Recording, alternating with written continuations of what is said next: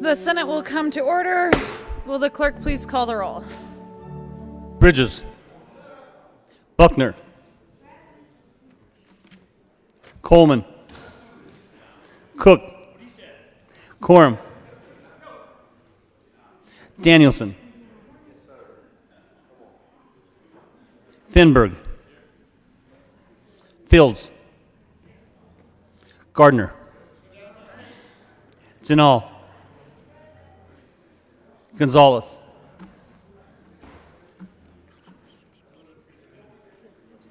Gonzalez. There she is. There she is. Hanson. Heisey. Holbert. He's running late, right? Excused.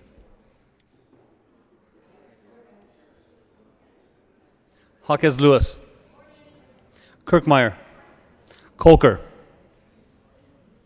Lee. Liston. Lundeen. Moreno.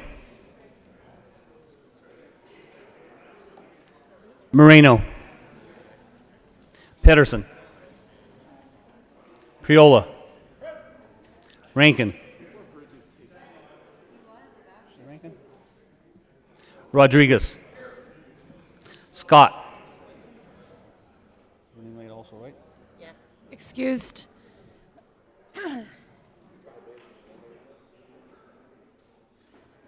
Simpson. Smallwood. Sonnenberg. Story. Winter.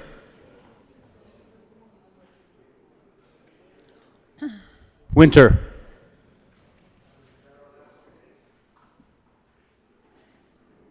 Excused.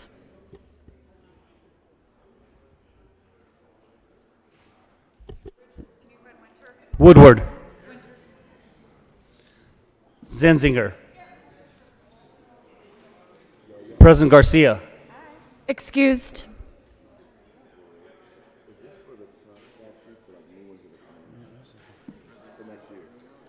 Am I waiting for anybody? And I'm here. Madam President. Here. Please add Senator Holbert to the roll. Congratulations on your win. With 32 present, 0 absent, 3 excused, we do have a quorum. Members in the chamber and our guests in the gallery, please rise and join me in the pledge. Pledge allegiance to the flag of the United States of America and to the republic for which it stands, one nation, under God, indivisible, with liberty and justice for all. Approval of the journal, Senator Kirkmeyer. Thank you, Madam President. I move that the reading of the Journal of Wednesday, June 2nd, 2021 be dispensed with and that the journal be approved as corrected by the Secretary. You have heard the motion. All those in favor say aye. All those opposed, no. The ayes have it, and that motion is adopted. Please add Senator Winter to the roll call.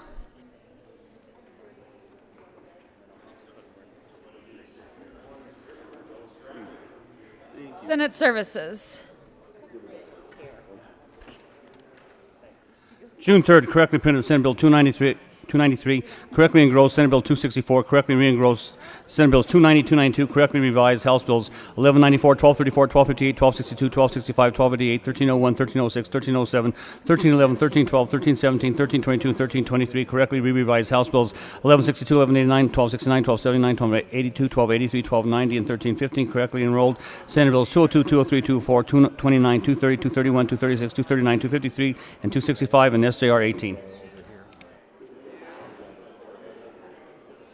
The Senate will stand in a brief recess.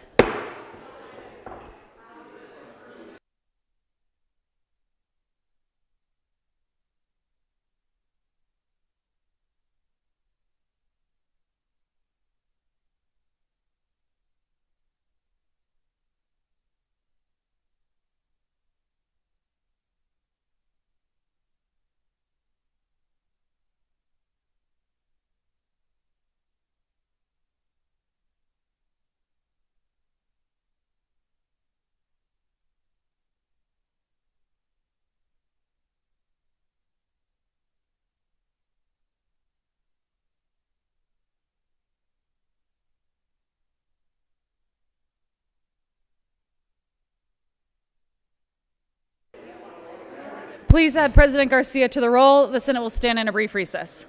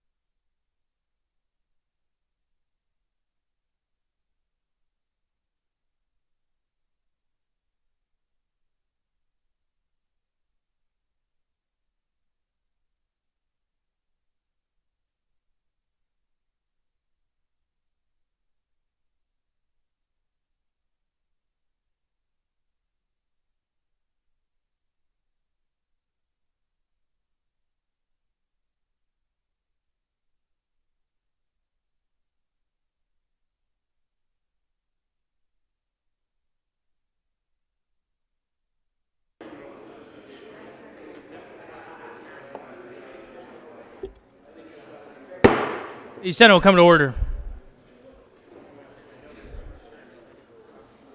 Third reading of bills consent calendar. Will the clerk please read all of the bills listed on the consent calendar? House Bill 1234 by Senator Tipper and Bradfield and Senators Moreno and Rankin concerning reducing student learning loss through the creation of high-impact tutoring programs in connection with making an appropriation. House Bill 1265 by Representative Mullica and Van Winkle and Senators Pedersen and Woodward, a temporary deduction from state net taxable sales for certain retailers in the state in order to allow such retailers to retain the resulting sales tax collected as assistance for lost revenue and as a result of economic disruptions due to the presence of coronavirus disease 2019 COVID-19 in Colorado in connection with making an appropriation. House Bill 1288 by Representative Bacon and Duran and Senators Coleman concerning the creation of the Colorado Startup Loan Program in connection with making an appropriation.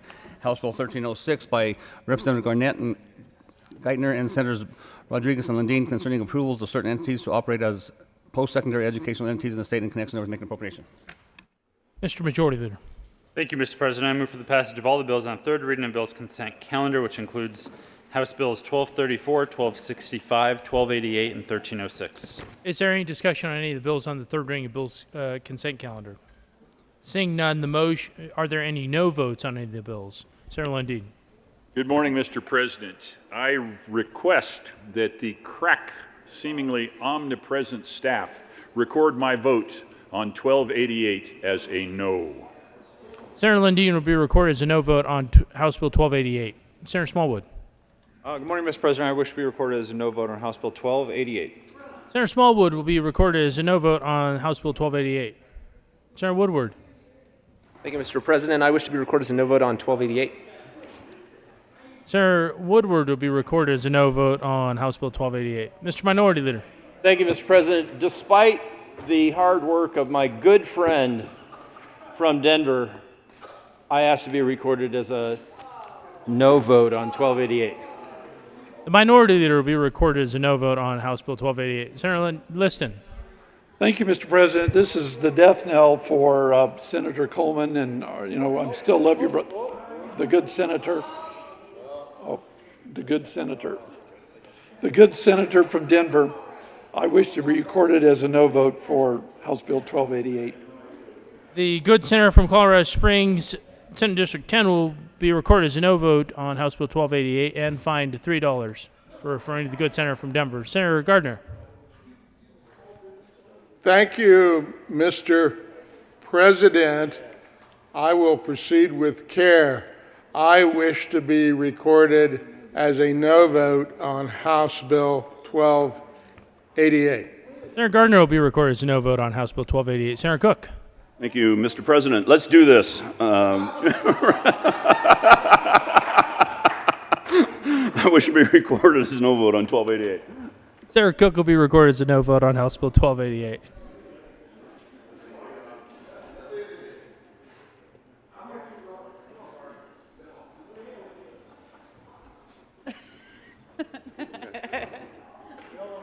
Senator Gonzalez.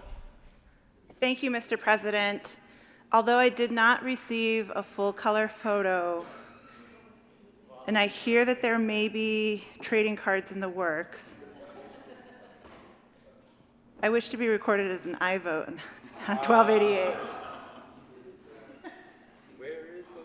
With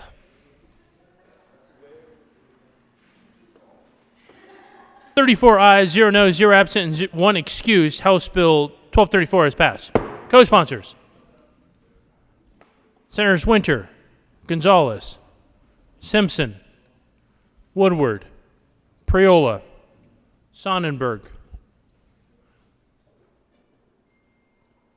Smallwood, Coram, Heisey, Lundeen, Kirkmeyer, Hansen, Danielson, Zenzinger, Pedersen, Lee, the Majority Leader, Donovan, Janal, Fields, Rodriguez, Bridges, Story, Buckner.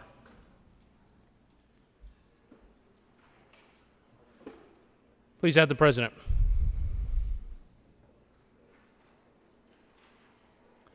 With 34 ayes, 0 noes, 0 absent, and 1 excuse, House Bill 1265 is passed. Co-sponsors: Senators Simpson, Kirkmeyer, Danielson, Winter, Lee, Moreno, Janal, Bridges, Buckner, Smallwood, Priola, Liston, Lundeen, Heisey,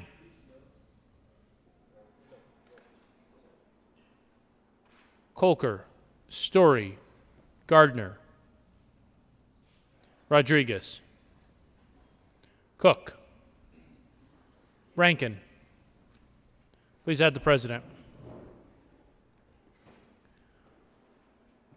With 27 aye votes, 7 no votes, 0 absent, and 1 excused, House Bill 1288 is passed.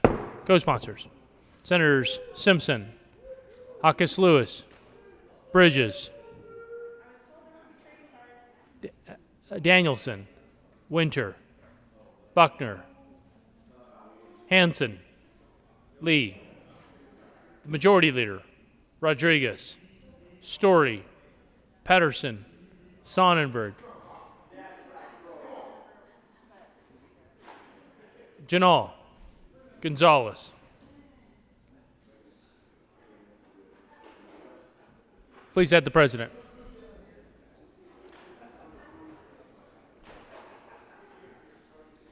With 34 ayes, 0 noes, 0 absent, and 1 excuse, House Bill 1306 is passed. Co-sponsors: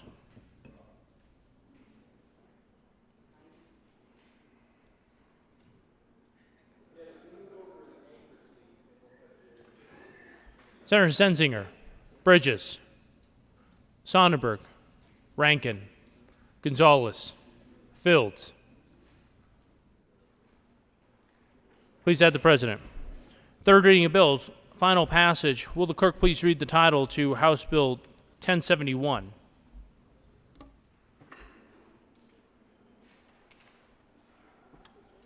House Bill 1071 by Representatives Kennedy and Senator Fenberg and Winter concerning the use of ranked choice voting in nonpartisan elections and in connection with making appropriation. Mr. Majority Leader. Thank you, Mr. President. I move House Bill 1071 lay over to the bottom of the third reading of bills calendar. You have heard the motion. All those in favor say aye. All those opposed, no. The ayes have it. The motion is adopted. House Bill 1071 will lay over into the end of the third reading of bills calendar. Will the clerk please read the title to House Bill 1321? House Bill 1321 by Representatives Kennedy and Weissman, Senators Moreno and Pedersen concerning voter transparency requirements to increase information about the fiscal impact of statewide ballot measures that would result in a change in district revenue and in connection with making appropriation. Mr. Majority Leader. Thank you, Mr. President. I move House Bill 1321 lay over until tomorrow, June 4th. You have heard the motion. All those in favor say aye. All those opposed, no. The ayes have it. The motion is adopted, and House Bill 1321 will lay over until 6/4/21 and retain its place on the calendar. Will the clerk please read the title to House Bill 1322? House Bill 1322 by Representatives Snyder and Tatone and Senators Pedersen concerning the restructuring of the gasoline and special fuel tax. Senator Pedersen. Thank you, Mr. President. I move House Bill 1322 on third reading and final passage. Is there any discussion? Seeing none, the motion is the adoption of House Bill 1322. Are there any no votes? Mr. Minority Leader, Senators Cook, Lundin, Liston, Simpson, Heisey, Gardner, Kirkmeyer, Sonnenberg, Quorum, Woodward, Rankin, Smallwood.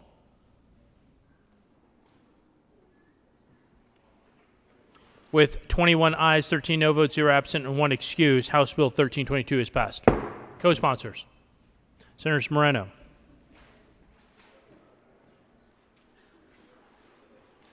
will the clerk please read the title to House Bill 1323? House Bill 1323 by Representatives Cutter and Amabile and Senators Fenberg and Rankin concerning the creation of a special Olympic license plate for motor vehicles in connection with making appropriation. Senator Rankin. Thank you, Mr. President. We move House Bill 1323 in third reading, final passage. Is there any discussion? Seeing none, the motion before the body is the passage of House Bill 1323 on third reading and final passage. Are there any no votes? Mr. Minority Leader, Senators Lundin, Gardner, Liston, Sonnenberg,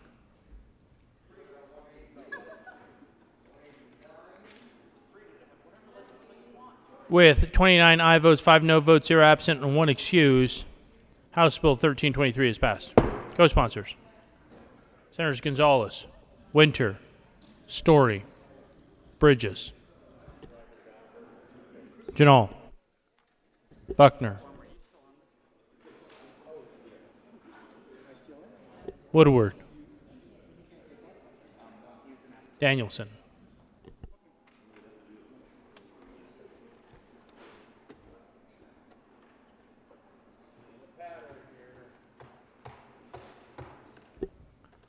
Please add the president.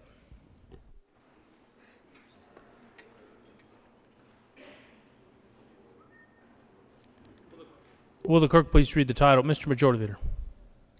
Thank you, Mr. President. I move Senate Bill 264 lay over to the bottom of the third reading of Bill's calendar. You have heard the motion. All those in favor say aye. All those opposed, no. The ayes have it, and the motion is adopted. Senate Bill 264 will lay over to the end of the third reading of Bill's calendar. Will the clerk please read the title to House Bill 1194? House Bill 1194 by Representative Tipper and Ricks and Senators Moreno concerning creation of the Immigration Legal Defense Fund and in connection with making appropriation. Senator Moreno. Thank you, Mr. President. I move House Bill 1194 on third reading and final passage. Is there any discussion? Seeing none, the motion before the body is the passage of House Bill 1194. Are there any no votes? Mr. Minority Leader, Senators Lundin, Sonnenberg, Woodward, Simpson, Smallwood, Rankin, Liston, Gardner, Cook, Heisey, Kirkmeyer, Quorum, Priola.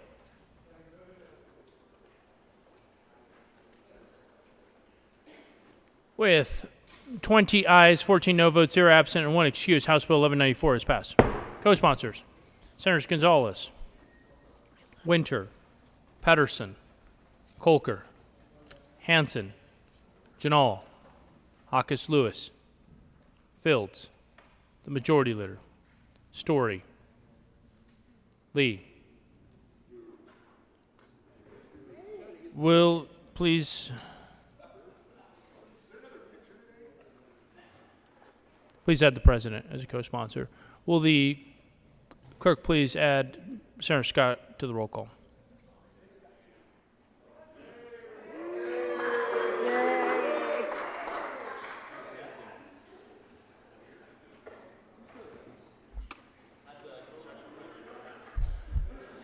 Where's his yellow vest?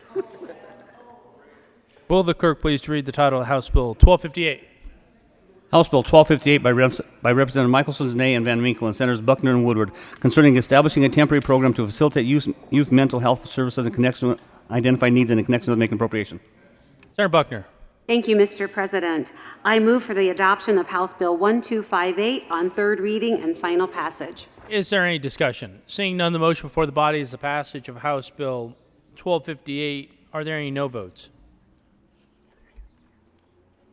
Senator Lundin,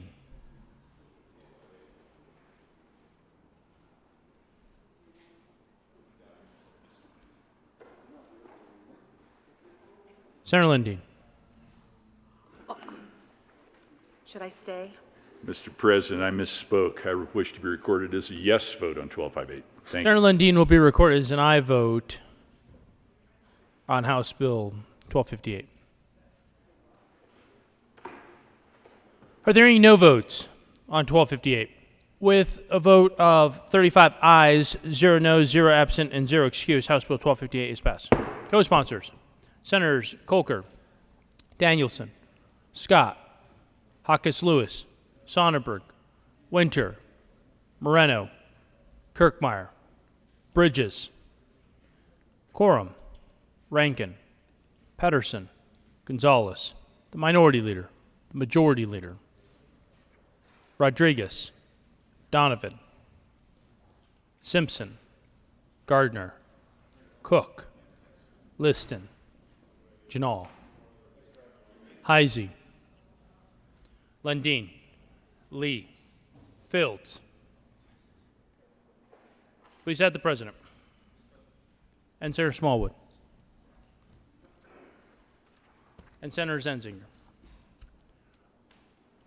Will the clerk please read the title to House Bill 1312?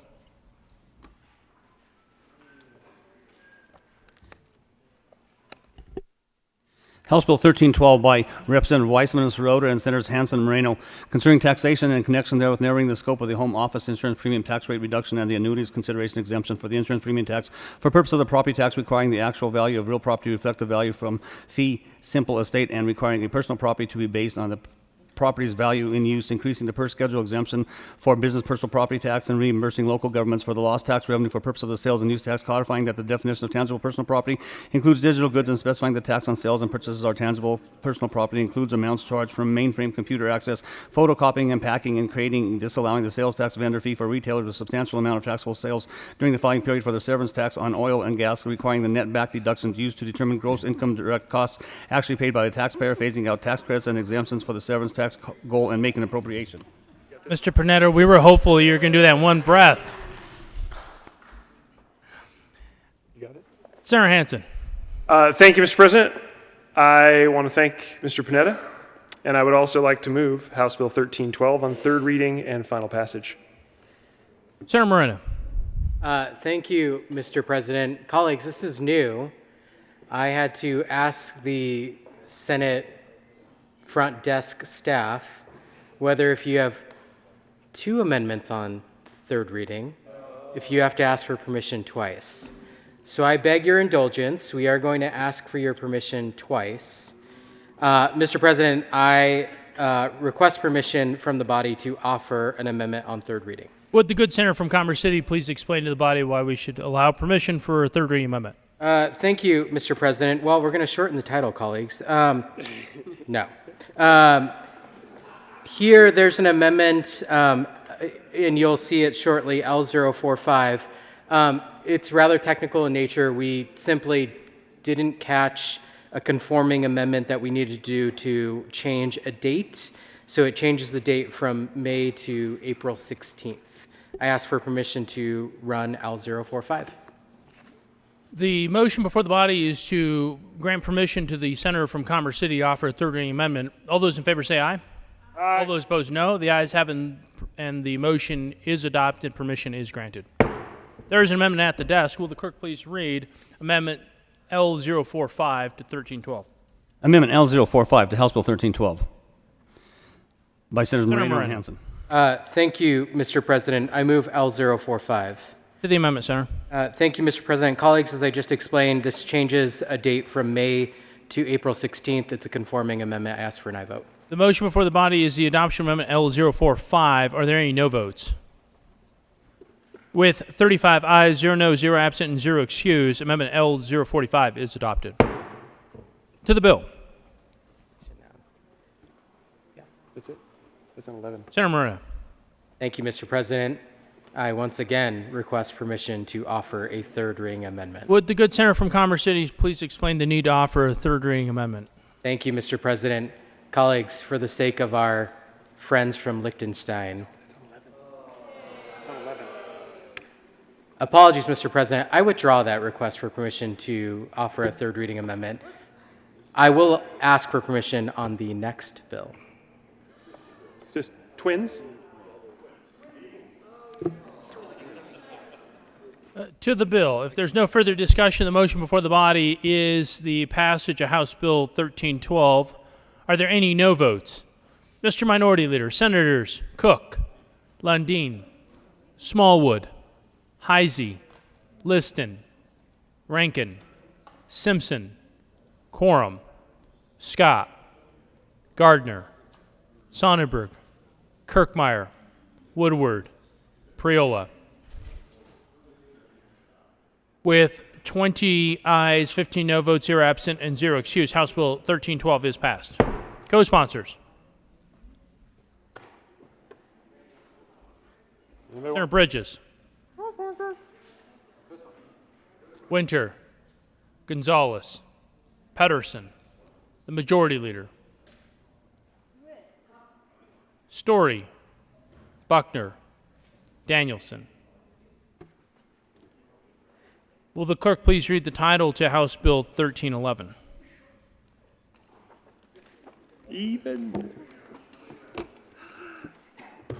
Concerning income tax and in connection therewith requiring additions to Colorado taxable income and amounts related to limiting certain federal itemized deductions, extending the limit on federal deduction allowed under Section 199A of the Internal Revenue Code, limiting the deduction for contributions made to 529 plans and disallowing an enhanced federal deduction for food and beverage expenses at restaurants, and limited the capital gain subtraction, allowing a subtraction from Colorado taxable income and amounts related to repealing the cap on the deduction for certain Social Security income, reducing state income tax revenue by increasing the earned income tax credit, funding the child tax credit, and allowing a temporary income tax credit for businesses equal to a percentage of the conversion cost to convert the business to worker-owned co-op and an employee stock ownership plan or an employee ownership trust, increasing state income tax revenue by modifying the computation of the corporate income tax receipts factor to make them more congruent with combined reporting, preventing corporations from using tax shelters in foreign jurisdictions for purpose of tax avoidance, clarifying that certain captive insurance companies are not exempt from income tax, and making an appropriation.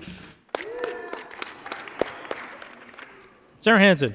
Thank you, Mr. President. I move House Bill 1311 on third reading and final passage. Is there any discussion?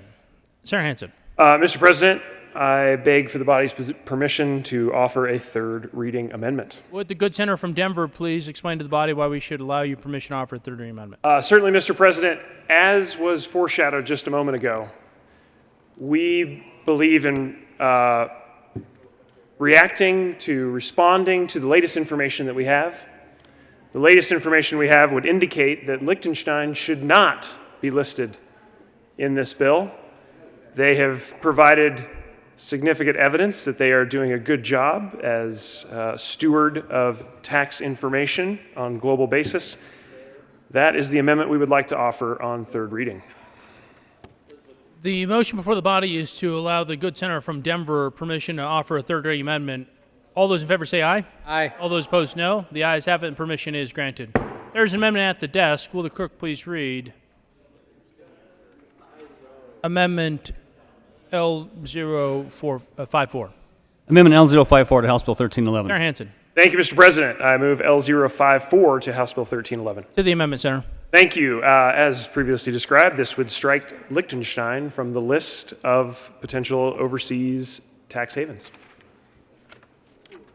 Is there any discussion? Senator Lundin. Question for the bill sponsors. I'm unsure the predominant language in Liechtenstein. Is it German, French? I would like to have a little clarity on this issue. Mr. Minority Leader. Thank you, Mr. President. I believe the answer to the good senator from Monument's question is German. Liechtenstein is slightly larger than Pueblo, and it is located between Austria and Switzerland. This was kind of an unusual thing. Did everybody get the emails or just leadership? Mr. Ambassador, thank you, and your staff, thank you for letting us know. Plead not a lot of understanding of your country, and maybe if there's a nonprofit organization, there's a way that we could have a retreat to see the country. But anyway, thanks for letting us know. I'm grateful to the members, the sponsors of the bill, for correcting this, and fascinating to learn a little bit about a country I didn't know really anything about. Senator Moreno. Thank you, Mr. President. Mr. Minority Leader? Mr. Minority Leader, I was just curious if there's a state fair in Liechtenstein.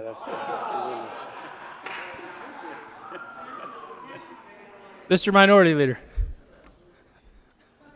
Thank you, Mr. President. I believe that there is, but it's in a very remote southern part of Liechtenstein, and there is a considerable effort to move it into more populated areas where there are more people who could travel shorter distance to actually attend it.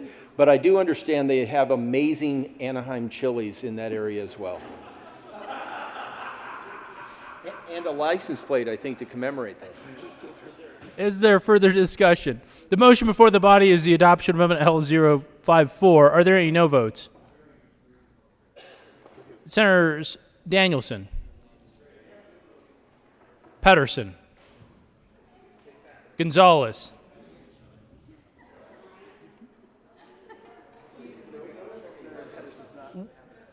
Kolker,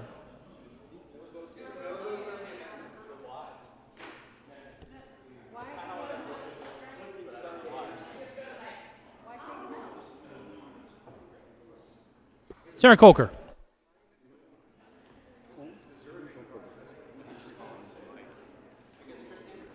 Thank you, Mr. President. I would like to be a yes vote on this amendment.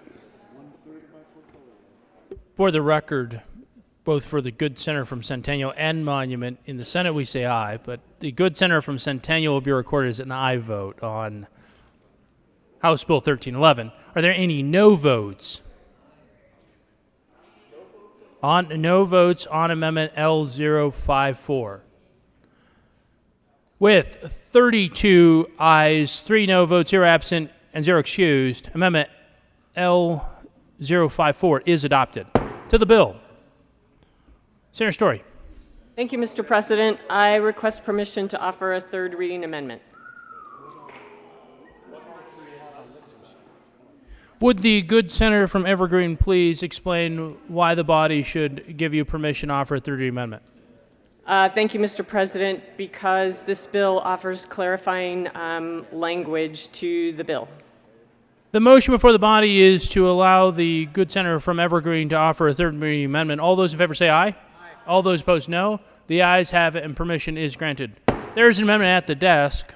Will the clerk please read Amendment L053? Amendment L053. Senator Story. Thank you, Mr. President. I move L053 to House Bill 1311. To the amendment, Senator. Thank you, Mr. President. This is a clarifying amendment that adjusts the semantics in the language of the bill, and I urge an aye vote. Is there any discussion? Senator Moreno. Thank you, Mr. President. And colleagues, I would encourage your yes vote on L053. There was an amendment that added some reporting requirements for College Invest. This would make it more limited, narrow in scope, to really only get the information that they absolutely need to report on those expenditures from those accounts. Ask for a yes vote. Senator Quorum. Thank you, Mr. President. Having been to Liechtenstein, I frankly did not open the email that you all talk about because I thought perhaps I had legal issues. Is there further discussion? The motion before the body is the adoption of Amendment L053. Are there any no votes? With 35 ayes, 0 no, 0 absent, and 0 excused, Amendment L053 is adopted. To the bill. Having no further discussion, the motion before the body is the passage of House Bill 1311. Are there any no votes? Mr. Minority Leader. Senators Lundin, Gardner, Simpson, Briola, Smallwood, Sonnenberg, Scott, Heisey, Liston, Quorum, Cook, Kirkmeyer, Rankin.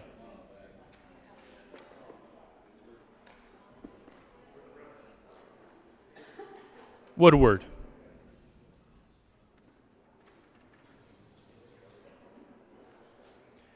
With 20 ayes, 15 no votes, 0 absent, and 0 excused, House Bill 1311 is passed.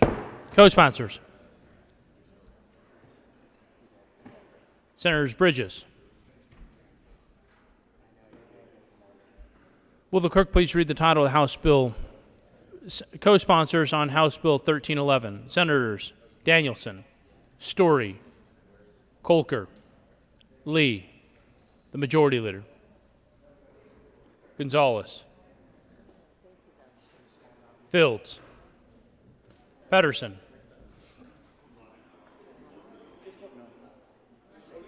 Buckner. Please add the President.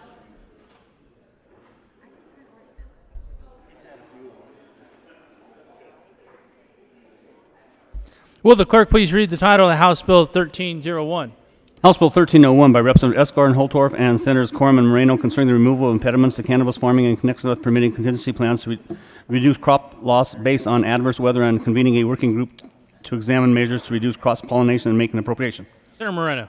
Thank you, Mr. President. We move House Bill 1301 on third reading and final passage. Is there any discussion? Seeing none, the motion before the body is the passage of House Bill 1301. Senator Quorum.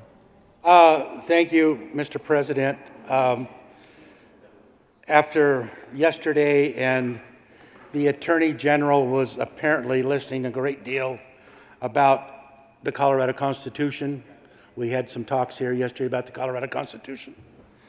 And it appears that L013 that I introduced and we passed yesterday may have some constitutional issues. So L014 would correct those. So that is why I am asking for permission to a third reading amendment. Would the good senator from Montrose please explain the reason again, please, for a third reading amendment? Thank you. 13 created some constitutional issues, and 14 is corrected them. Been through the Attorney General's office, CDA, and some stakeholders. So the motion before the body is to allow the good senator from Montrose opportunity to offer a third reading amendment. All those in favor say aye. Aye. All those opposed, no. The ayes have it. Permission is granted. There's an amendment at the desk. Will the clerk please read Amendment L014? Amendment L014. Senator Quorum. thank you, Mr. President. I move L014. And as I said, this brings the issue back to where it is constitutional and ask for an aye vote. The motion before the body is the adoption of Amendment L014. Are there any no votes? With 35 ayes, 0 noes, 0 absent, and 0 excused, Amendment L014 is adopted. To the bill. Having no further discussion, the motion before the body is the adoption of House Bill 1301. Are there any no votes? Senators Cook, the Minority Leader, Sonnenberg,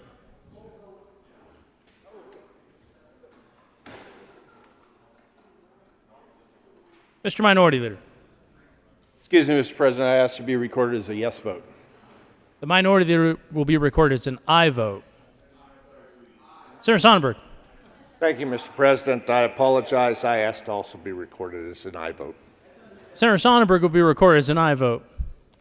Are there any no votes on 1301?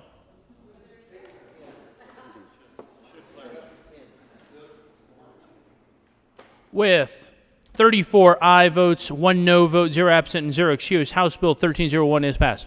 Co-sponsors, Senators Hawkes Lewis, Gonzalez, Janal, the Minority Leader,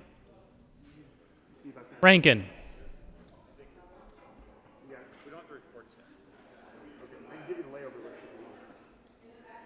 will the clerk please read the title to House Bill 1262? House Bill 1262 by Representative Lantin and Lynch and Senators Garcia and Sonnenberg concerning monetary support for agriculture events in Colorado in connection therewith making an appropriation. Senator Sonnenberg.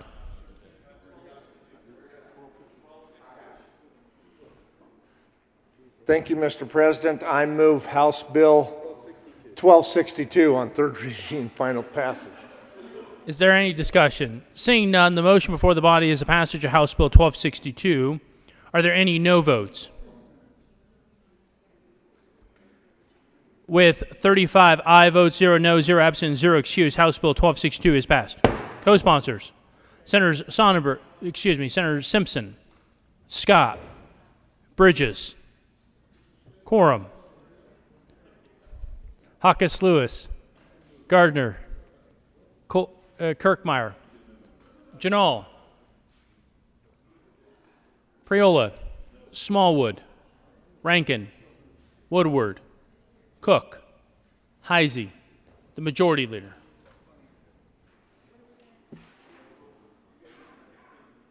Lal Pandeen. Will the clerk please read the title to House Bill 1317?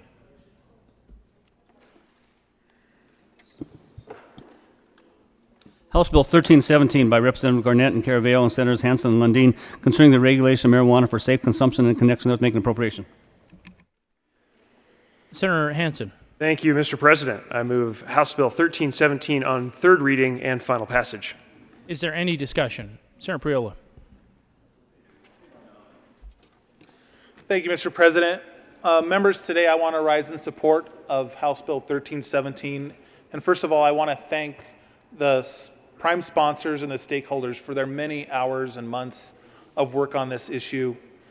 As I tried to explain to the speaker when we met many months ago on this issue and this bill, is from my perspective and my understanding as a parent of kids that are in junior high and high school, I think our state and this issue, it's the tip of the iceberg.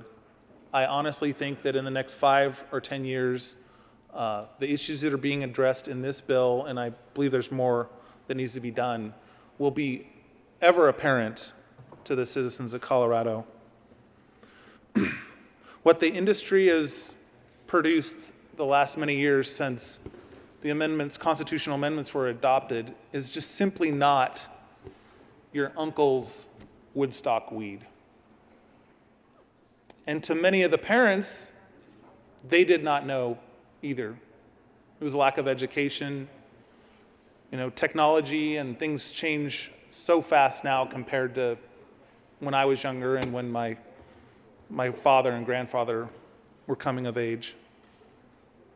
My wife, Michelle, testified in the House committee, as I did as well, as parents, because we thought it was that important to have a first-hand perspective to the House committee of what parents, how this affects parents in their district, because we're not alone.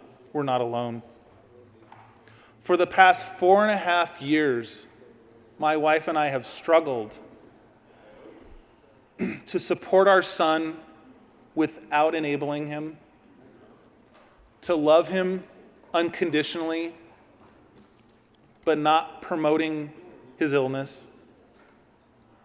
It has stressed our family in many, many ways. It's stressed our children, our other children, our 3 younger daughters. It stressed our marriage. And to be quite honest, it was one of the major factors in me considering not running again 2 years ago.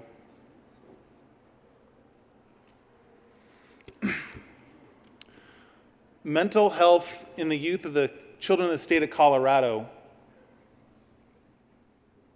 is affected by this issue, and I think that will be apparent in the coming years. Suicide, I believe, is linked to this, and specifically our family. In the middle of last fall's campaign, my wife had to spend the entire day with my son at an Adams County park because we were so concerned about his mental state and what he might do to himself. This bill has data provisions in it for us as a state on the forefront of what I suspect will be federal legalization to better understand the effects of high-potency marijuana. It will also, more importantly, educate the parents and the kids as they come up and are exposed to what the industry has put on the market. It will help reduce looping with data and some more sorely needed guardrails. Let me be clear. I do not think 1317 is the perfect bill, the perfect legislation. I know there is much more reform for us as a legislature to look at, debate, discuss, and pass in the coming years.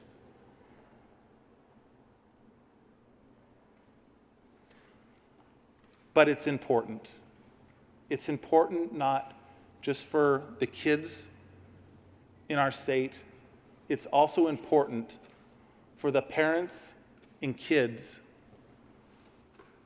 in the rest of the country who are following what we have done and are as ignorant as many of us were in the prior years. Thank you, members. Again, I ask for an aye vote on House Bill 1317. Senator Pedersen. Thank you, Mr. President. I am unfortunately having to ask permission for a third reading amendment. Would the good senator from Lakewood please explain to the body why we should allow you permission to offer a third reading amendment? Thank you, Mr. President. This bill has been delicately negotiated. I had to hold off on some clarifying language that I wanted to add yesterday to work with all the stakeholders who have been doing this for months. And so what I'm asking permission to provide as an amendment is just additional information about what the scheduled drugs are, on how they're going to go through the process, and identifying what will be tested in addition to marijuana and alcohol, and ask for, well, I can talk about the amendment. The motion is for the body to grant permission to the senator from Lakewood to offer a third reading amendment. All those in favor say aye. All those opposed, no. The ayes have it. Motion is adopted and permission is granted. There is an amendment at the desk. Will the clerk please read Amendment L061? Amendment L061 to House Bill 1317 by Senator Pedersen. Amend revised bill, page 14, line 19, after the period, insert the methodology shall include means to identify prescription drugs and other federally scheduled substances that have a substantial potential for overdose and addiction. Senator Pedersen. Thank you, Mr. President. I move L061. To the amendment, Senator. Thank you, Mr. President. What this amendment will do is just clarify the process for identifying those drugs that are highly addictive and at risk for misuse in adjusting to changing times and being part of the working group conversation, and I ask for your support. The motion before the body is the adoption of Amendment L061. Is there any discussion? Senator Gonzalez. Discussion. Senator Hansen. Thank you, Mr. President. To this amendment, I just wanted to make clear to the body that this is considered a friendly amendment. I think it does a nice job of clarifying the hard work that was done yesterday, puts that change that we made together on seconds into an even better spot. I want to say thank you to the work that was done yesterday and urge you to support this amendment. Senator Gonzalez. Thank you, Mr. President, and thank you to the sponsor of this amendment as well as the sponsors of this bill. I didn't have the opportunity to speak to the bill or to ask questions yesterday because I was chairing the committee of the whole, but I do ask a question of the sponsors because I think the language, particularly as it appears on L61 starting on line 6 where it references the date of 2022, I want to understand and clarify why the start date to collect data begins on January 1, 2022 as per the revised, I'm sorry, the pre-amended bill, the most recent version of the pre-amended bill, line 14, I'm sorry, page 14, line 4.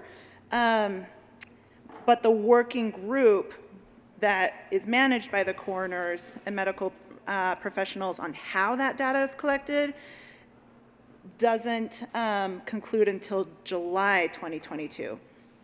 It concerns me that the methodologies that the working group would come up with that I would hope would inform how the data is collected would take place before the actual data collection begins. And so I'm wondering if that's a drafting error. And so I guess my question is to either the amendment sponsors and the bill sponsors as well. Senator Pedersen. Thank you, Mr. President. I believe that those dates, and I'm sure that the sponsors have additional feedback here, but I was trying to understand this as well. My understanding is that the initial data is just to get a general overview of what this testing will look like as the coroners start to meet and figure out how to better test around marijuana. It's incredibly complicated because it stays in your system for a long period of time. And so they have to be able to figure out how to test for different levels. And so this is just the initial snapshot of the test, but the working group is going to figure out how to better test later on, in addition to not just marijuana, but the other pieces that we've discussed. Senator Lundin. Thank you very much, Mr. President. I think the amendment sponsors identified fairly clearly what's going on. To add a little bit more definition, the earlier date, the January date, is the preliminary non-mandatory screen that is just for presence of that is currently done. That is that date. This later date is the date for additional controlled substances, et cetera.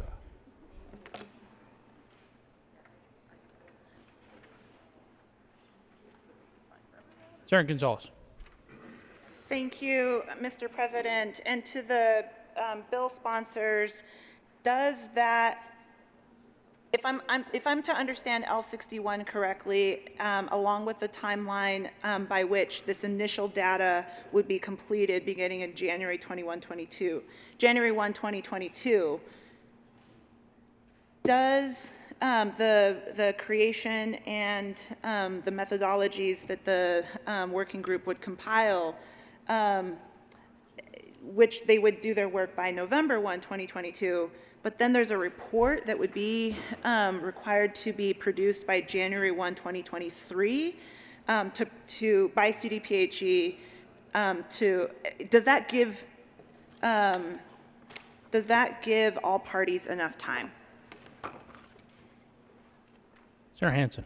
Thank you, Mr. President, and appreciate this discussion on 1317. So to follow up with the last round, we start a non-mandatory yes or no type of test in January. This group that has been created by the bill then does its work through the year. We've given them a deadline in L61 of November 1st, 2022, which then would be implemented after that date.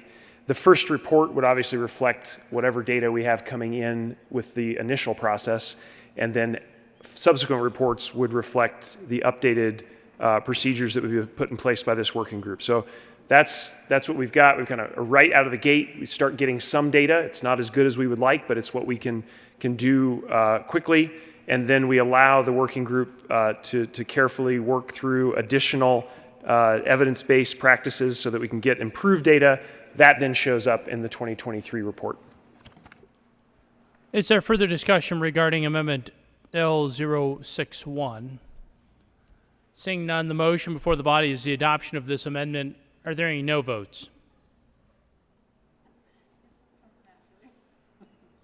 With 35 ayes, 0 noes, 0 absent, and 0 excused, Amendment L061 is adopted. To the bill. Having no further discussion, the motion before the body. Senator Fields.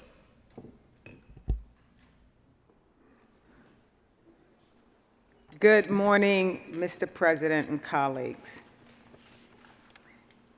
When I look at House Bill 1317,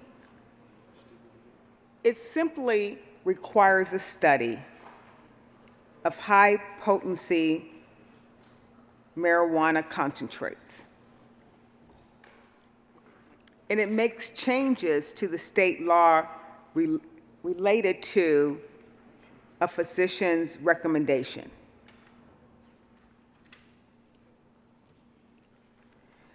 But what I know and what I see in my community is that cannabis is not like it was in the 60s or the 70s. Our kids are having access to marijuana. And sometimes it has a high concentration that has, I'm still trying to understand it, but I've had folks share with me this elaborate exposure of what people do to increase the ability to, I guess, to get higher. I don't understand it, really. But I know it's not good for the well-being of our young people. And when they're exposed to it, sometimes it throws them into a psychotic episode. It might be suicidal. We regulate a lot of stuff under this dome. And we should be very, very concerned about the concentrate as it relates to cannabis.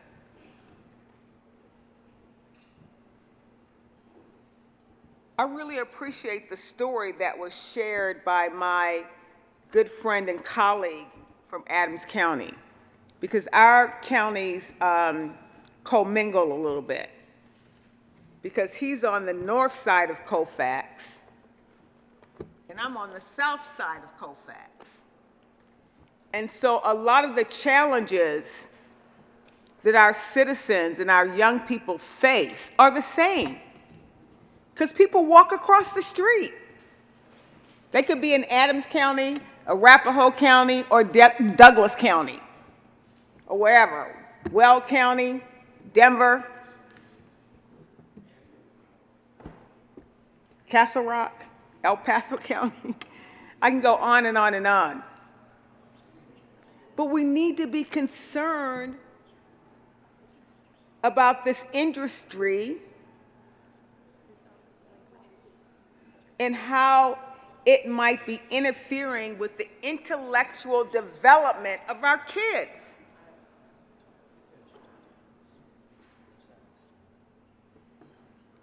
And when you smoke cannabis or marijuana or all this other stuff that's out there, there's consequences associated with it, and we end up paying for it as taxpayers. It might be behavioral health issues. It might be the hospitalization of someone being having to go into a hospital for their treatment because of what happened with their experience. I remember this episode. It was like, I don't know, maybe 4 years ago, it might have been 5 years ago, where a person had an edible cookie.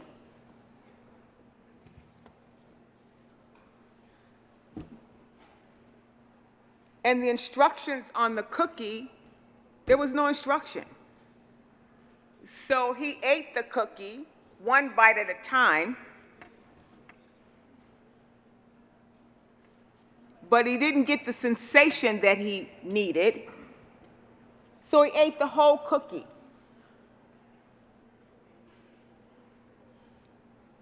And most of the time, when you're taking medication, it tells you to take something like 2 days, 2 times a day, AM or PM. He ate the whole cookie and ended up jumping off of a balcony because he thought he could fly.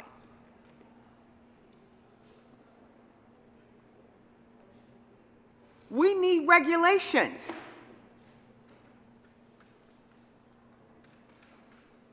We can't have this potency in THC when our kids are not. Are you okay? We need regulations to keep our kids and our family safe. Just like what we do with other medication. It's prescribed. And you know what's harmful and what's not. And if you don't have that on the label and you consume more than what you should be, there are consequences. So members, I stand in strong support of House Bill 1317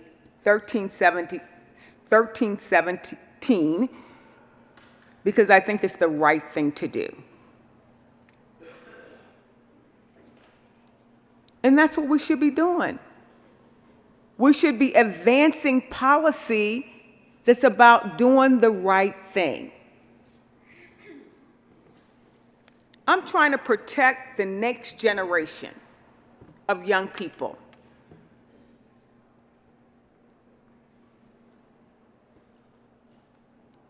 And I see far too many young people thinking that marijuana and cannabis and whatever they're using is harmless. But it does have consequences to your intellectual development. This bill is about protecting the future of young people.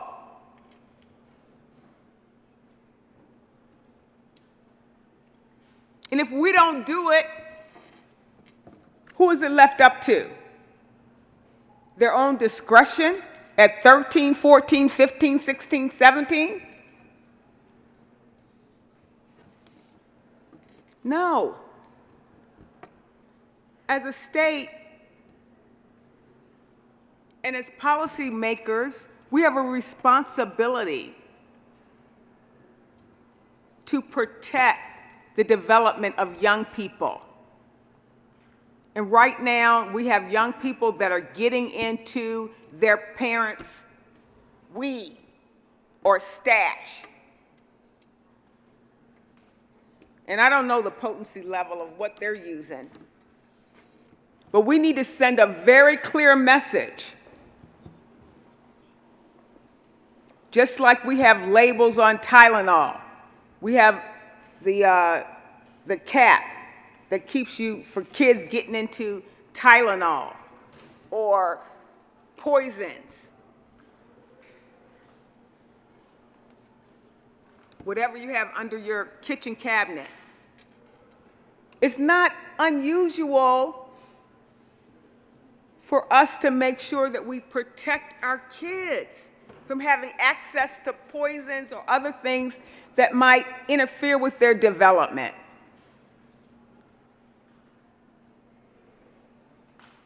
We are not going to live forever, and we're expecting young people to take our places in society soon,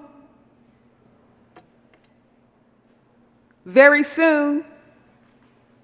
And so whatever we can do to safeguard their future, to make sure that they're informed and they're aware, just like what we do for all the other campaigns that we have, then we need to do the same here.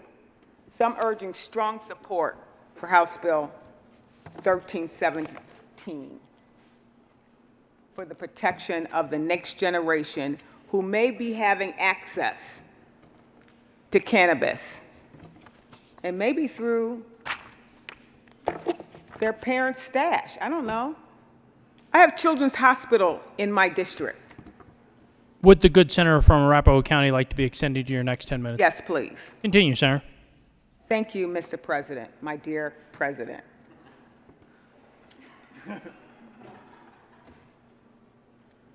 And when I've talked to the physicians at Children's Hospital, when these kids have have had access to cannabis. They can't breathe.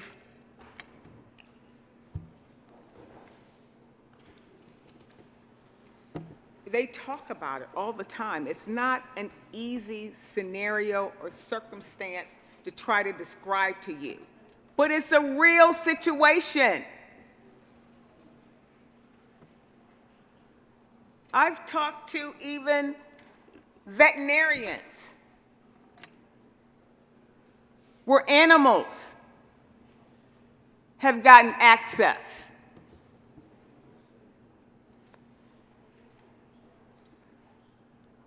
We can't just act like this is normal when it's not. We need to understand it. We need to be guided by research, and we need to make movement as relates to what's the best approach moving forward. But I don't want any child to get access to something that's dangerous, that's harmful.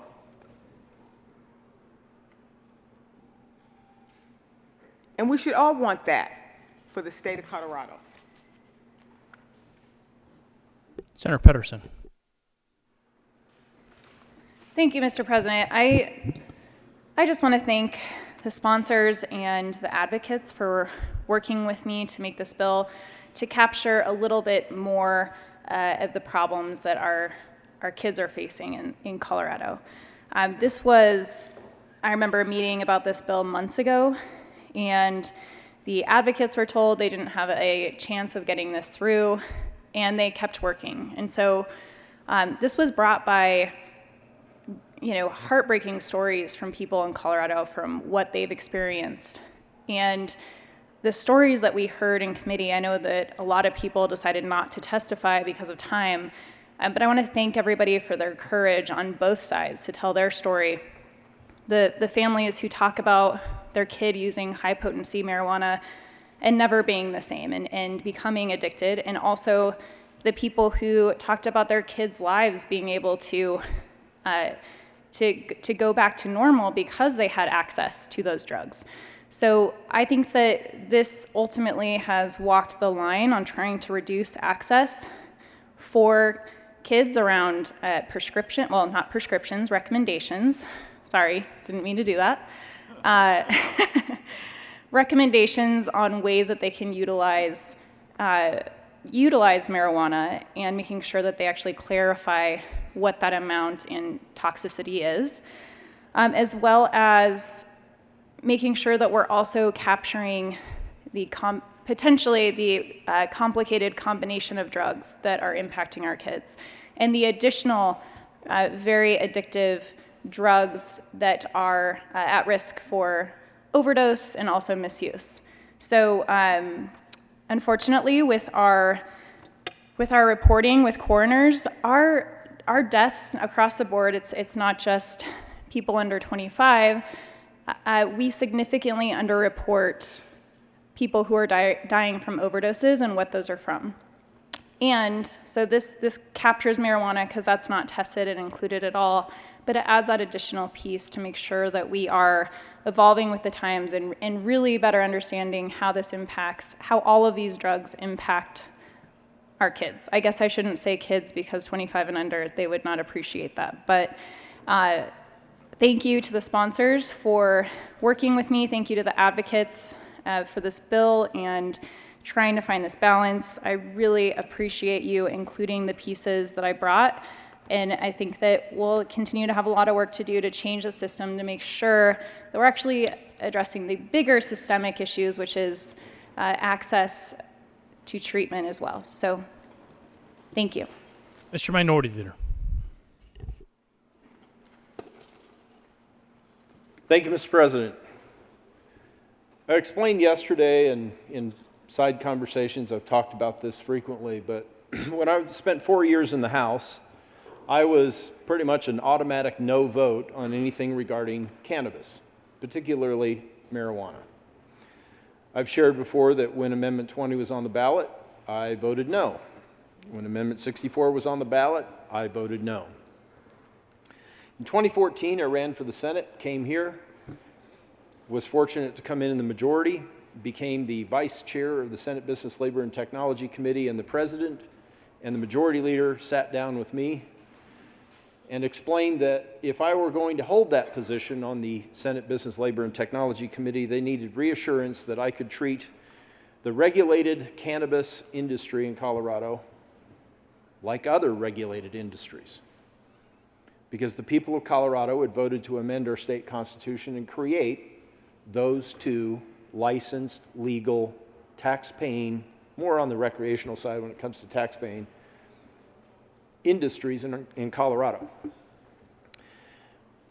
Before that 2015 session started, I knew that I would be in that position of vice chair of the Business, Labor, and Technology Committee, and later with the resignation of Senator Balmer, I became the chair of that committee.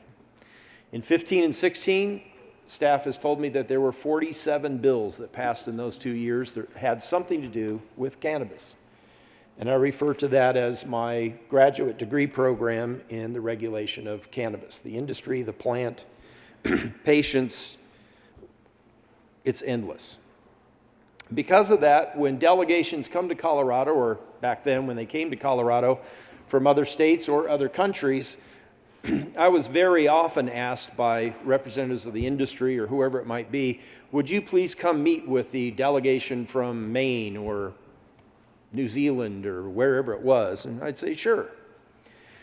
And when I would tell the folks, elected officials or maybe employees of government that were confronted with the reality that the people where they live wanted to do this, there are a few things that I was consistent in telling them.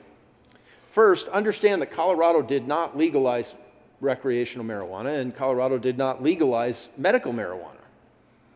The people of Colorado constitutionalized both of them in different ways, in very extensive, detailed ways. Not a short, concise statement like the right of the people to keep and bear arms shall not be infringed. No, long, verbose, like bills are written. I encourage them, don't put this in your constitution. Don't do it twice in contradictory ways. And if you end up doing it twice, medical and recreational, don't put them both in your constitution. The next is, don't count on this as some solution to your revenue shortfalls. It's not going to be. Because of this topic and others, my 11 years as a member here in the General Assembly, I'm sometimes asked by constituents about bills that they consider to be unconstitutional. Why did you allow the bill to move forward? And I started to come up with an explanation that there aren't constitution police that roam the halls of the state capitol, and when something is unconstitutional, they blow a whistle and say, wait, stop, you can't do this. And then I realized that wasn't an effective way to explain it. Because there are, in fact, constitution police who roam the halls of this building. Us. That's our job. The 35 senators and the 65 representatives, that's our job. There isn't somebody else that says, wait, time out, Senator, you're not allowed to run this bill or vote on this bill. No, that's our job. That's our responsibility.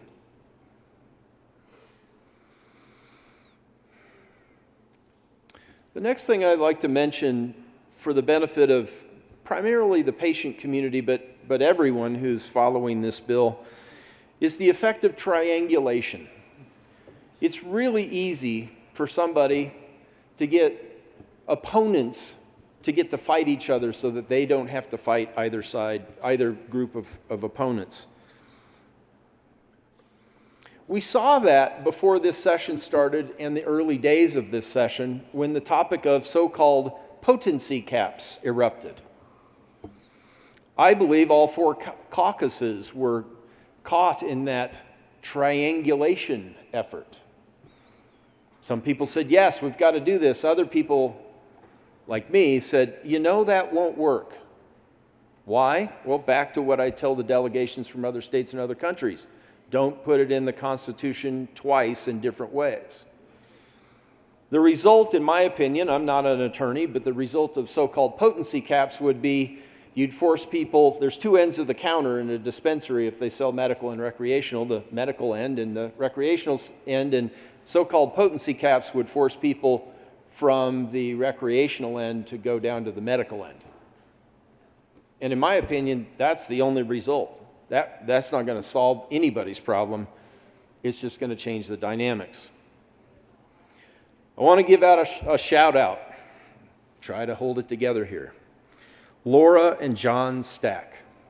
Laura and John, if you're watching, it's an honor to represent you.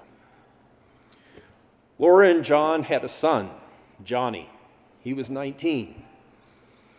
After getting involved with dabbing and concentrate, Johnny jumped off the RTD parking garage in Lone Tree. That's in the district that I represent. Laura and John are constituents. They asked for a meeting and they came to the Capitol and they talked through their son's story. And then I pulled out the Constitution and explained Article 18, Sections 14 and 16. And in my opinion, that reality of driving people from one end of the counter to the other end of the counter. Potency caps. And through the pain of the loss of their son, Laura, I don't mean to put words in her mouth, but my recollection of her response was, well, that won't work. Right. That's right. It wouldn't have worked. And it caused division between members of all four caucuses. But I am grateful that that discussion went away. My response is people came and talked to me about it or emailed or called. There isn't a bill to create potency caps. And I don't think we'll ever see one. So please, don't lobby me on something that I'm confident would be ineffective and would just change the dynamics, and I don't think we'll ever see. And we didn't. House Bill 1317 is not about so-called potency caps.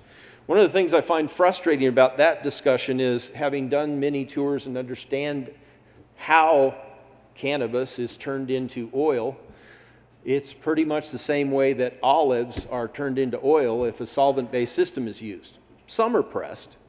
It's pretty much the same way that corn is turned into oil if a solvent-based system is used. It's not some weird science or black magic. It's how you turn vegetable matter into oil. Potency also means purity. If you think of oranges and concentrated orange juice, if you get a can of concentrated orange juice, you mix water back in it and turn back into orange juice. Potency means purity, because you take everything else out as much as possible other than the activated THC. Purity caps don't sound quite as appealing as potency caps to the people who want those.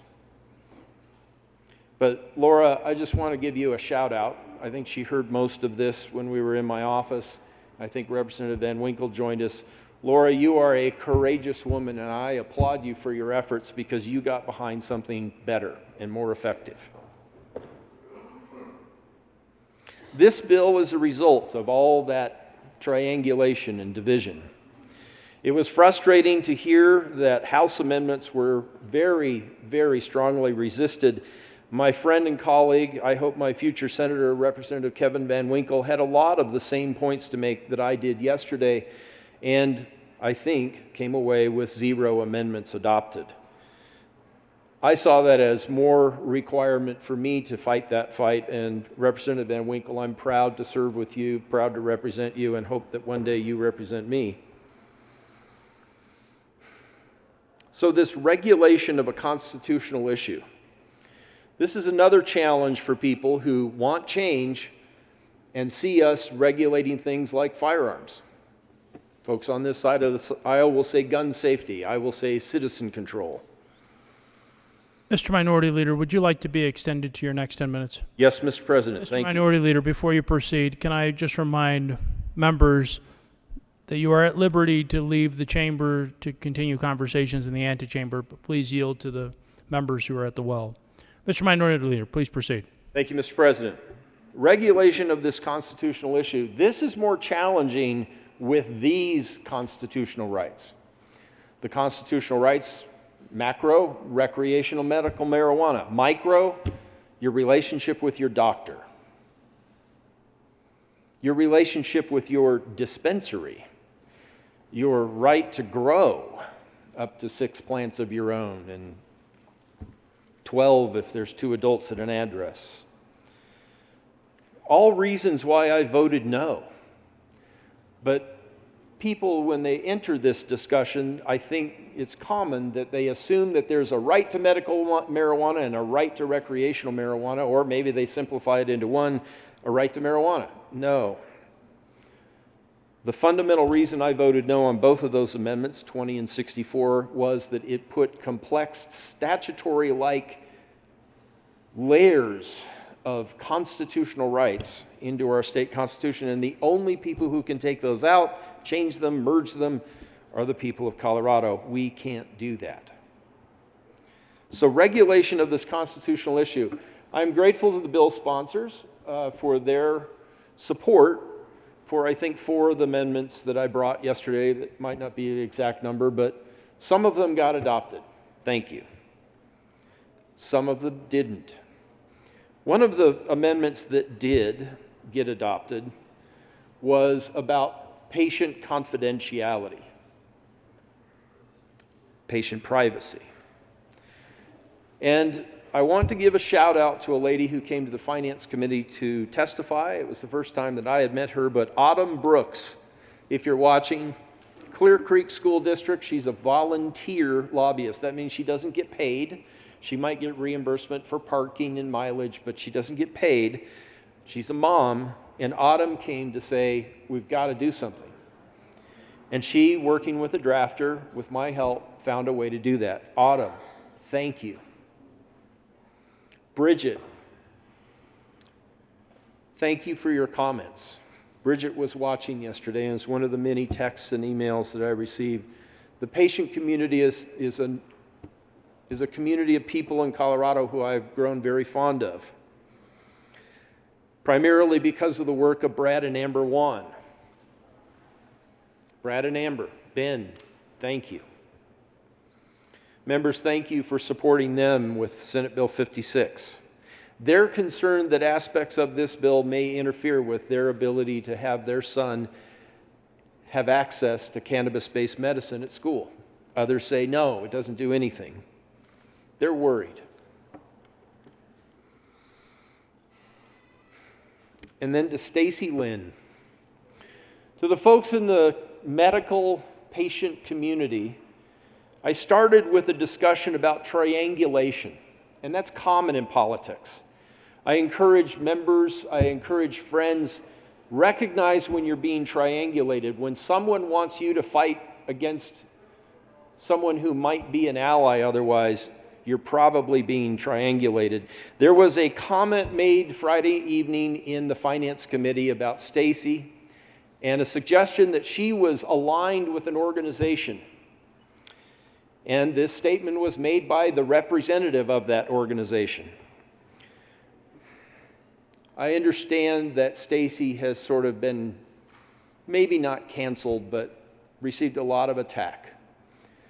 To my friends in the patient community, if you've sent any of those messages, would you please step back and consider another bit of advice that I offer people? Just because you're mad doesn't mean you're right. Maybe you listen to someone with whom you almost always or always disagree with and acted upon information that was less than accurate. Stacy, thank you for your hard work. Thank you for your friendship. Stacy is the mother of the departed Jack Splitt, for whom Jack's Law is named. And I've mentioned it before, one of the highest honors of my life was being invited to speak at Jack's funeral. Stacy, thank you. You've taught me, and you do not deserve the accusations, the scorn, the attacks that you've endured over the past several days. When I see the green cross as I'm driving through Denver, we don't have dispensaries where I live in Douglas County, I shake my head. I want to be a champion for cannabis-based medicine. I've learned that yes, good things can be made from cannabis, and life-changing, symptom-curing medicine can be made from the cannabis plant. But the idea that smoking something is good for you or medicine, I understand PTSD and other things, adults turn to that, but I have a really hard time supporting the idea that anything smoked could be medicine. To those folks who sat in the committee Friday night and shook your heads in scorn at the mother and son who came forth to give testimony that he doesn't inflict personal harm on himself because he now takes cannabis-based medicine, please rethink your position. Scowling and shaking your head at things that I try to avoid using the words miracle or miraculous to describe, only because it isn't an act of God. There's an explanation. It's cannabis-based medicine. Those patients, those folks don't deserve that treatment. Thank you, members, for supporting some of the amendments that I had yesterday. I wish we had gotten all of them. I saw this bill as clearly constitutional when we started that debate. Mr. President, I thank you for this time, and to the bill sponsors, thank you for allowing enough amendments that bring me to a yes vote. You're both friends and colleagues, and I will be voting yes on Senate Bill 1317. Is there further discussion? Senator Gonzalez.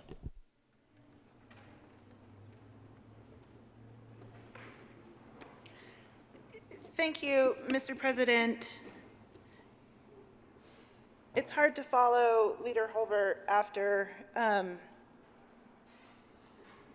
he's spoken so powerfully about the different stories that he has heard, that we all have heard,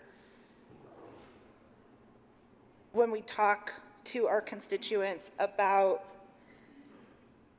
this plant.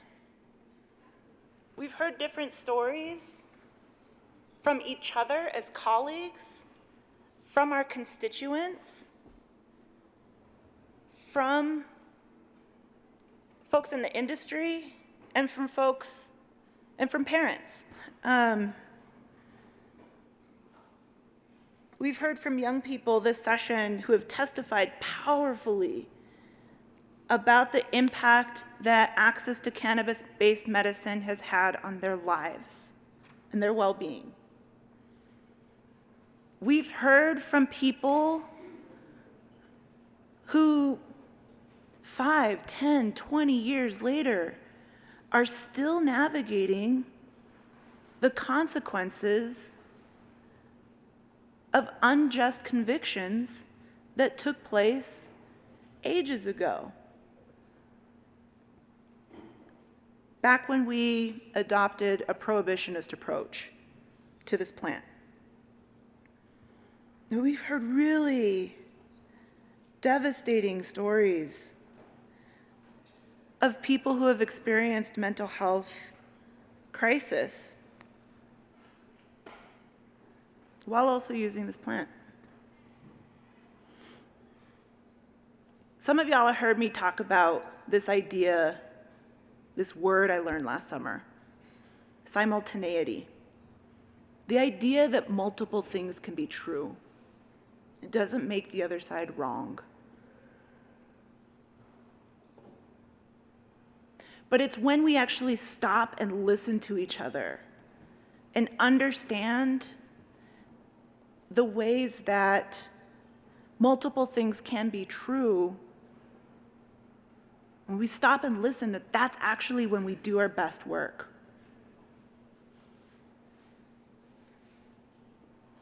I appreciate the fact that over the past several months,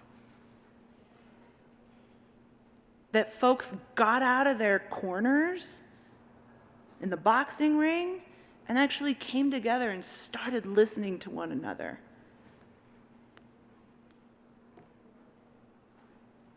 And the way that I see it, I think we all can agree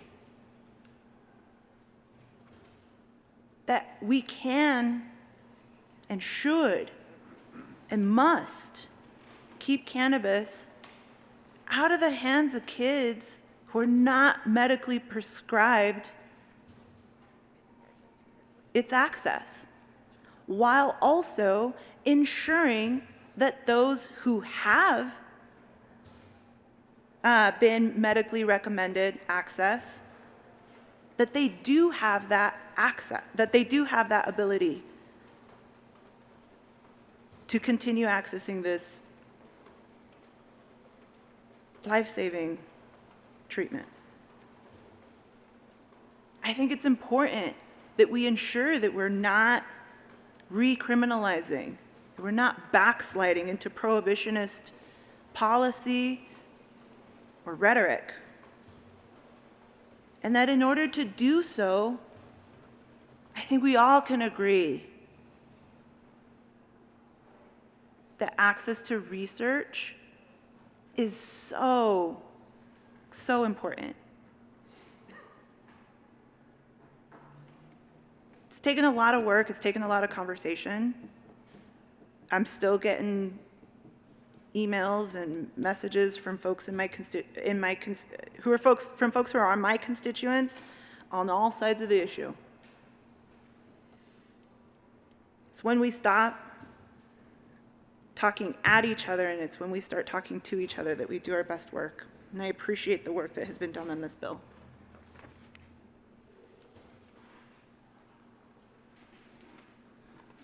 Senator Hansen. Thank you very much, Mr. President. And colleagues, just a few concluding remarks for your consideration this morning. Appreciate the time we spent on this in committee through seconds and now on third reading. I've also taken the tours of facilities. I've also read the Constitution. I believe we are in a very good place in making sure access is maintained, making sure the Constitution is respected, and moving forward on a critical, urgent public safety issue with this bill. I stand here today as part of this bill, proud to sponsor it as a state senator. I get to join each of you in this room with that title, with that responsibility, with that honor. But I also stand here today, more importantly, as a father of two boys in middle school. Or as my to-be graduated today 8th grader reminds me, he's now in high school. I work on so many things at the Capitol with my boys in mind. And knowing how this has an impact in the schools in Denver and the schools in every district around this state. We have to get this right. We got to examine words like looping and smurfing with this bill. I learned the important difference between the two. Looping is when you go back to the same store over and over. Smurfing is when you go to multiple stores. We figured this out with Sudafed, folks. We can do it here too. Finally, I think this bill provides a pathway for world-class, much overdue research. The federal government has not done its job in this area. That debate continues to play out at the federal level about legalization, fine, but it has left a giant hole in research. Colorado has stepped into that gap over and over again, and we will do so once again with 1317. So I conclude by saying this is not a perfect piece of legislation. Haven't seen one yet in 5 years at the Capitol. But this is a big improvement over the much less perfect status quo. Urge your support for 1317. Senator Lundeen. Thank you, Mr. President. I will be very brief. We've had extensive conversation, which is appropriate around a bill of this nature. This is a very emotional subject. You were all on your feet just a short while ago in resonance with the emotion connected to this issue. Why is it so emotional? Because it largely Whether you began in opposition to the bill or support of the bill, it affects our children and our grandchildren and how we create policy around their protection and betterment. There have been lawmakers in the course of this conversation on both sides of the conversation, but they are also parents and potentially grandparents, if not already grandparents. There have been advocates from what I would describe as the extreme right of the political spectrum and advocates from what I would describe as the extreme left of the political spectrum engaged on this bill. And those advocates are also parents or grandparents. There are Republicans and Democrats engaged in this bill who are also parents or grandparents. Marijuana is in the Constitution. We need to honor that, and I believe we have. Our responsibility is to appropriately regulate this matter in the state. The industry has grown in its short existence here in this state and across the country, and the products have evolved quickly and remarkably. There are beneficial experiences from this product for patients, and we have heard and engaged and made progress with this legislation to support in material and meaningful ways the patient community and the needs they have and the ability to have access to products that will meet those needs. We have also seen and heard stories of the unintended and negative consequences of high potency and THC dense products.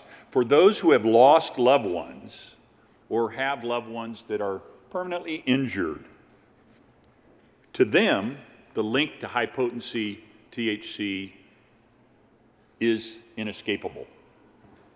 1317, the bill before you that has been worked on before it was introduced, worked on in the House chambers, worked on in the Senate chambers, worked on at length yesterday on second readings, strikes an incredibly important balance that I believe is resonant with all of our concerns and all of the emotional energy we have all brought to this conversation. I believe it provides for those with medical needs that these products benefit. I believe it enhances and dramatically improves the protections against abuse, misunderstanding, misuse. I believe it will help the marijuana industry mature in important and meaningful ways. I believe it will help us gather research, honest, straightforward research that helps us as a state better navigate the management of this industry, the regulation of this industry, and quite frankly, colleagues, you don't get a lot of opportunities to do something where you as a legislator can influence the entire course of a country. And I believe that's exactly what 1317 does. It gives us the ability to show the way to the nation as this industry evolves across this country. I urge your support for 1317, and I thank all of those who have been engaged in the conversation, the improvement and development of this bill.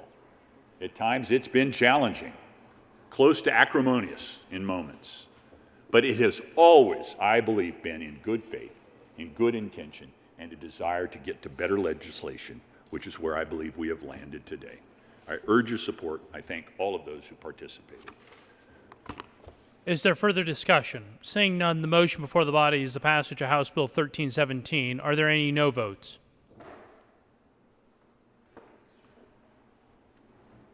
With 35 ayes, 0 noes, 0 absent, and 0 excuse, House Bill 1317 is passed.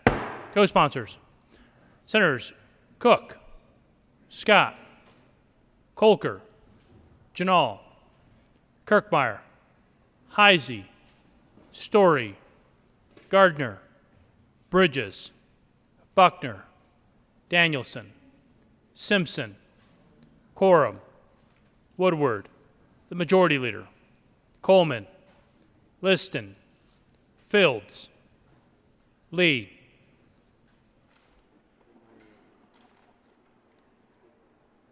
Pedersen.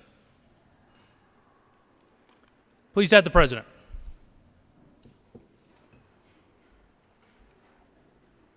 Will the clerk please read the title of House Bill 1307? House Bill 1307 by Representative Roberts and Senators Donovan and Hawkins Lewis concerning measures to increase access to prescription insulin for persons with diabetes. Senator Hawkins Lewis. Thank you, Mr. President. I move House Bill 1307 on third reading and final passage. And I thank my other co-prime sponsor, the good senator from Vail. I ask for an aye vote. Is there any discussion? Senator Smallwood.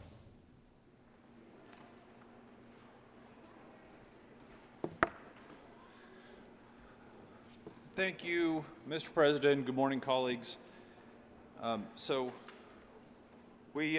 We chatted a lot yesterday about House Bill 1307. I suppose one thing that I should have opened with was my appreciation for not only the bill sponsors and the proponents, but really anybody who works or wants to work or tries to work in this space, the space of healthcare policy and the complexities around it. I think there's probably more than one of us in the chamber who have at some point or another sort of thrown up our arms and said, you know what, I don't want to work on this issue anymore. It's too complicated, it's too difficult, it's too much to manage at a state level. A lot of this needs to happen at the federal government level, and everybody hates each other and all facets of it. So when people step forward to say that they want to try to make a difference and try to make things better for our citizens, I have a lot of respect for folks that step into the Coliseum to try to do that. I still oppose House Bill 1307, and I'm disappointed that we weren't able to, at the end of the conversation yesterday, make some really, what I felt were really good changes to the bill. They were inarguably fundamental changes to the bill, but I think, first of all, we know there are bipartisan changes that were supported, and I think it would have sent a better bill to the governor, and to have the governor's office review something that I think would have had a better chance of surviving. I never really heard why the amendments that we proposed were such a bad idea. And I know that I shouldn't say I know that. I feel like an argument around an actuarial review isn't the strongest argument when we have heard bills already this year that include it, and we are going to hear more bills this year that included it, and I will stand right up here and point those out when other members have brought what I felt were really good bills in this space that absolutely included that, because the governor's office, I think, was pretty clear that they wanted to see that. So I still am not completely sure what was so wrong about the proposed amendments, and I don't know that we're ever going to hear that. But I think that you should also vote no on this bill. I think you should vote no, not because you don't care about people with diabetes who are insulin dependent, people with diabetes who are insulin dependent who can't afford their prescriptions. That is not the reason to vote no, to say, you know what, this isn't important to me. Because, as I mentioned yesterday, I know a lot of you well enough to know I think it's important to probably all of us. But I also feel strongly that you also care about people with cystic fibrosis. And I think that you also care equally about people with cancer and people with AIDS and people with heart disease and all the other diseases that we mentioned yesterday that aren't addressed in this bill. And in the 5 years that I've been here, I haven't really seen them addressed in this way from anybody. I think we can do better. I think we can build a better bill with a better concept and like I mentioned yesterday, something that's much, much more broad, to where we can find a emergency prescription drug solution for everyone who is having a hard time paying for their prescription medications. To single out one disease or one disorder, one illness, one injury, and say, this is what we care about this year, more so than what we care about other folks suffering with. Just, colleagues, it doesn't seem like good policy making to me. Feels to me like there's a better way to do this. So what I want to do is I want to work, assuming this bill passes, I want to work to redo the concept and say something like, if there's a need for an emergency dispensing of a prescription, let's not just care about insulin, let's care about everything.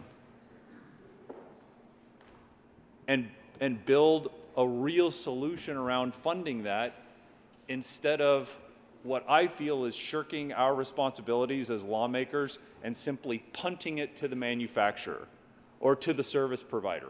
We had a long debate around the Colorado option, and members from both parties came here to say, you know what, we don't think it's fair to go to the service provider and force them to pay for our solution to the problems of affordable, quality health care.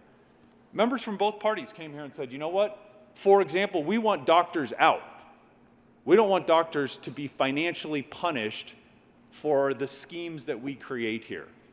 That wasn't just me.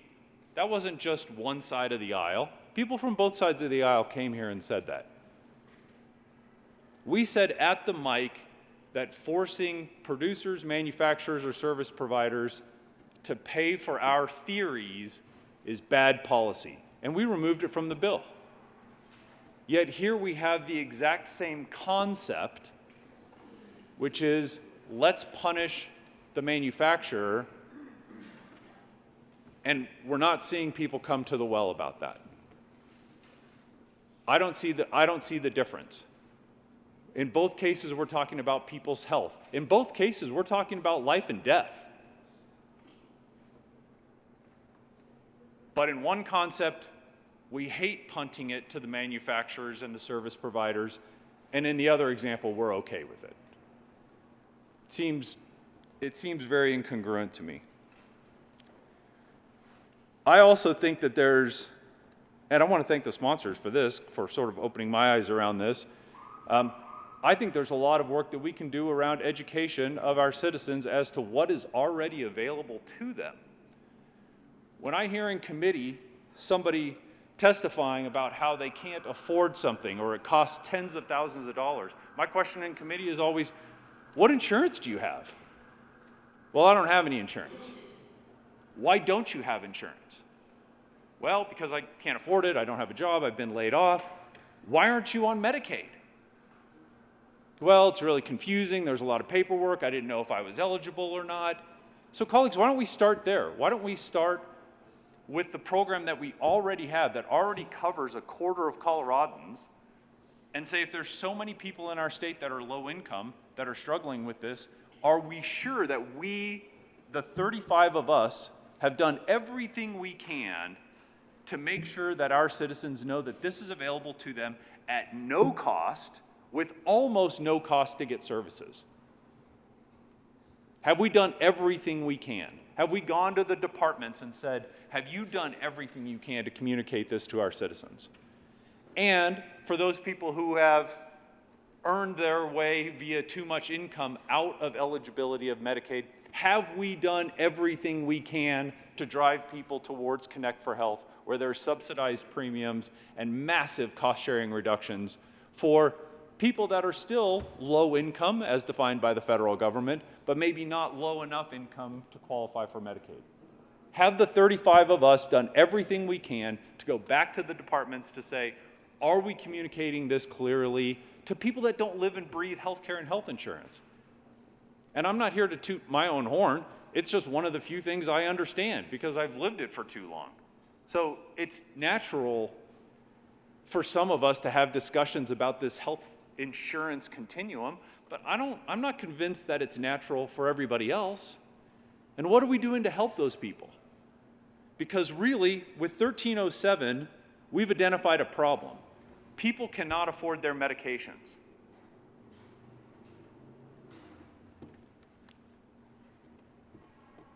But we've taken the path of saying, well, instead of let's find a way to get them affordable medications on a long-term basis, we've just said, we can't figure this out, so let's make the manufacturers give them free drugs one time a year. Would the good senator from Douglas County like to be extended to your next 10 minutes? That was 10 minutes already, Mr. President? Gosh. Yes, Mr. President, I would very much appreciate that. Continue, Senator. So I apologize, colleagues. I'm probably being redundant with this, but I just feel like this is taking just a microscope to the issue and laser focusing on one condition and one prescription once a year instead of really trying to address the problem.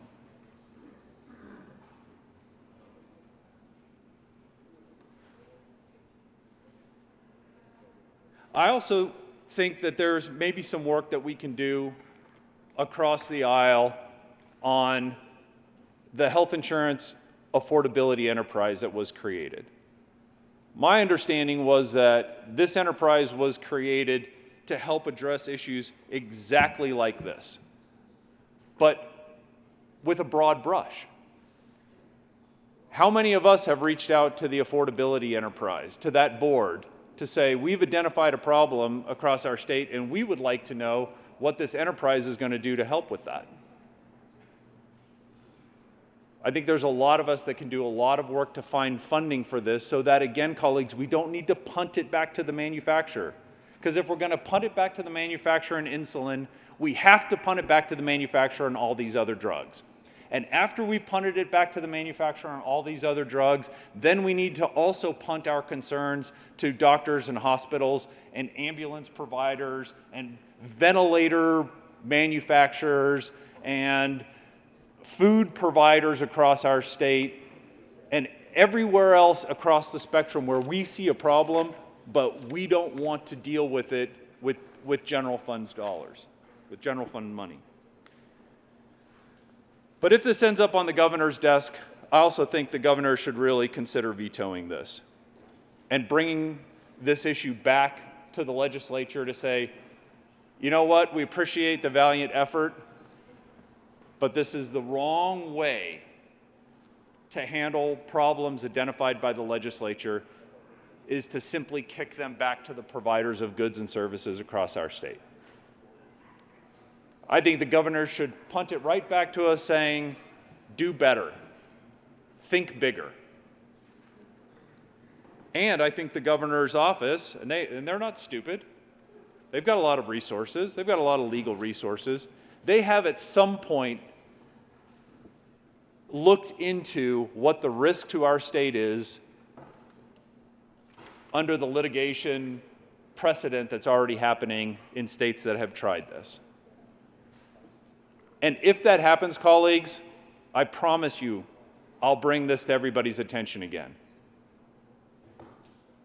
If this is something where the state ends up getting sued over and taxpayer resources have to go into this because of the takings clause or the dormant clause, and this ends up right back here, we need to have a bigger, broader discussion around this. But it doesn't mean we don't care. Colleagues, doesn't mean that any of us don't care about the issue. I think some of us probably care too much, and that's why we get frustrated by this little pinprick solution that we have to a massive problem. And I'm encouraged that people care enough about it to where we'll try to address this the right way when the next bill comes along. I still, though, encourage a no vote on House Bill 1307. Senator Fields.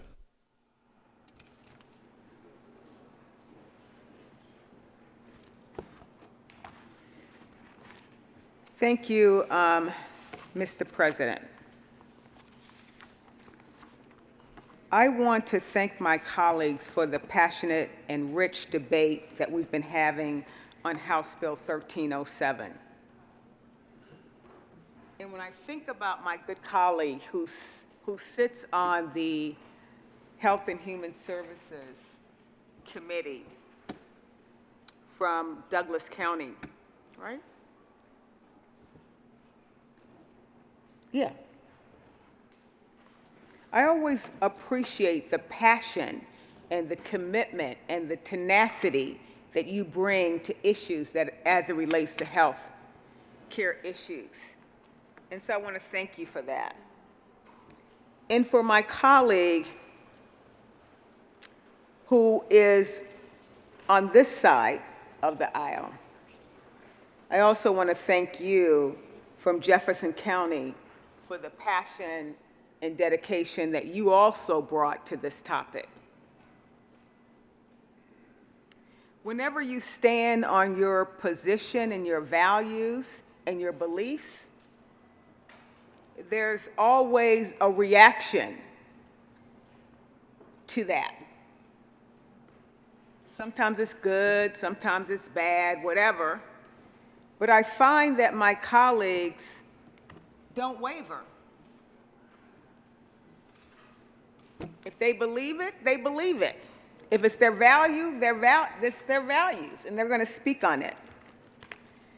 So that's what I'm going to do right now. I'm supporting House Bill 1307. And the reason I'm supporting this bill is because I know that 1 in 4 Americans are on some type of prescription drug. And we look at people of color, a high number of people of color are taking all kinds of prescription drugs. And some of it happens to be on insulin. And when you think about the cost of insulin, it has tripled the expense, as far as I'm concerned, that endangers people of color. Because if you look at the statistics, the majority of people who may be diabetic happen to be black, happen to be people of color. My family has a bloodline of being diabetic. My great-grandmother was blind from having diabetes. My mom had it. My mother had it. My father had it. My cousins had it. So there's a long line of history as it relates to being a diabetic in my family. And sometimes people are having to make a choice between, do you pay for your insulin or do you pay your rent? Do you pay for your prescription drug or do you buy food? Do you ration your prescription at the expense of your own health? It's not easy to be poor. It's also not easy to be black. But it's not easy to be poor and not being able to afford your prescription drugs. I see people walking up and down Colfax all day, sick. And so the senator from Douglas County, I appreciate your narrative as it relates to why not cancer? Why not this? I think that those are good public policies that we need to present, but right now this bill is about the affordability as it relates to the prescription and the pricing and the access to insulin. So when you heard the chair say things like that doesn't fit under the bill title, because it didn't. But all the issues that you brought up have merit. They still need to be discussed. There are issues that need to be addressed. So I'm not here to say that those concerns that you brought up are not relevant. 7 million people in America that have diabetes can't afford their prescription. I have not had a chance to do the research as it relates to the people in Colorado, but this bill is really about saving lives and making sure those who need to have an emergency supply of insulin so they can maintain their life. So members, I urge strong support for this bill. It's not all-inclusive. It's not broad sweeping as it relates to all the illnesses that are out there. But when you say things like some of these corporations can't fund or support, there's already discounts already. I know of hospitals, Anschutz, UC Health. If someone can't afford their prescription drugs, they find a way to give them access to the life-saving medication that they need. We live in a society that's about a social contract. That's about doing the common good. And sometimes the common good means that corporations have to give back to society, because not everybody is privileged.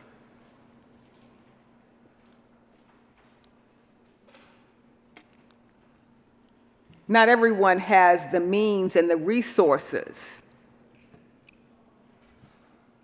to buy their medication. Read the bill. The way I read it, it's not complicated, it's not burdensome, it's reasonable, and many of these organizations and companies are doing it already.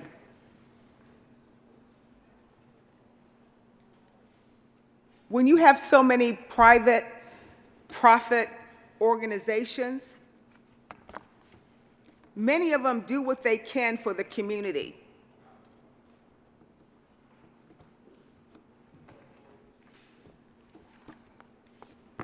It could be a food bank. It could be providing insulin.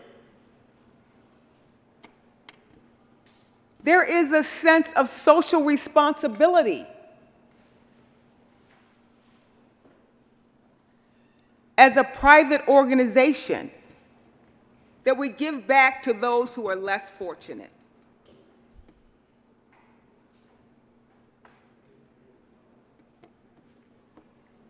That's what we do. And that's okay.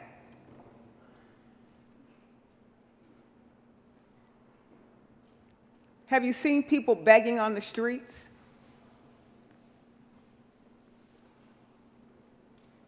Some people might give them 10 cents or $1. We have people that have all kinds of needs out there. It's okay for private organizations to give to people who don't have the resources to give. Would the good senator from Arapahoe County like to be extended your next 10 minutes? I'm done, Mr. President. Thank you for the time. Senator Hawkins Lewis. Thank you, Mr. President. Just a few words, colleagues. I had some wonderful conversations with several of you yesterday during the bill discussion and even last night. And I just wanted to say a few words because as a pharmacist, this is something that we deal with every day. Many times I had patients coming to me, both in the hospital and the retail pharmacy, saying, what is going on with the price of insulin? When I first graduated from pharmacy school, a vial of insulin was $20. And just to be clear, just so everyone knows why this bill is so important, it's now over $300 a vial, and most diabetic patients have to use 2 or 3 vials. So we're talking as much as $1,000 a month. And if you don't have insurance, can you imagine what that must do to your everyday living cost? We really hope that this bill not only helps those that are uninsured, but my hope with this bill is that it could encourage pharmaceutical manufacturers that make insulin to increase their ability and their forecast in trying to make generic insulin, biosimilar, if you will. They already have it in Europe. In fact, they've had it long before we have. And I believe that bills like this actually help manufacturers realize what they need to do going forward. In Germany, they've had generic insulin for many, many years, and it's $55 a vial. And if you buy 5 of them, it's $45. So we're hoping that this not only solves a solution quickly, but that hopefully will have an impact on the future. So I thank you for considering this bill, helping us get this program set up. I appreciate everything that you do, listening to your constituents when they ask you to do something about lowering prescription drug prices. And I believe that we have offered a quick solution to this problem. And so I ask for your aye vote on House Bill 1307. Having no further discussion, the motion before the body is the passage of House Bill 1307. Are there any no votes? Mr. Minority Leader, Senators Cook, Simpson, Gardner, Scott, Kirkmeyer, Quorum, Rankin, Lundin, Heisey, Smallwood, Woodward,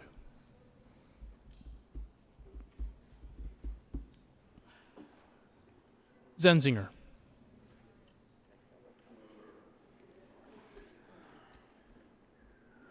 with 22 aye votes, 13 no votes, 0 absent, and 0 excused, House Bill 1307 is passed. Co-sponsors. Senators Bridges, Colker, Gonzalez, Pedersen, Danielson, Story,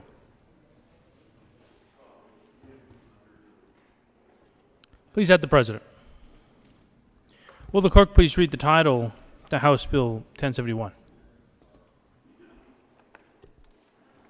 House Bill 1071 by Representative Kennedy and Senators Fenberg and Winter concerning the use of ranked choice voting in nonpartisan elections and in connection therewith making appropriation. Mr. Majority Leader. Thank you, Mr. President. A request to Senatorial 5. The Senate will stand in Senatorial 5.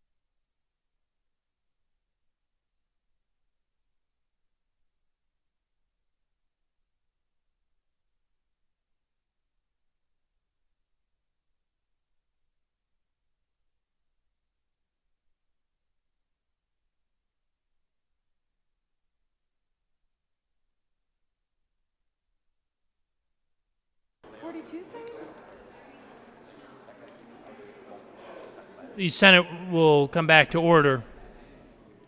Majority Leader. Thank you, Mr. President. I move House Bill, oh, sorry, never mind. Before I get there, having voted on the prevailing side,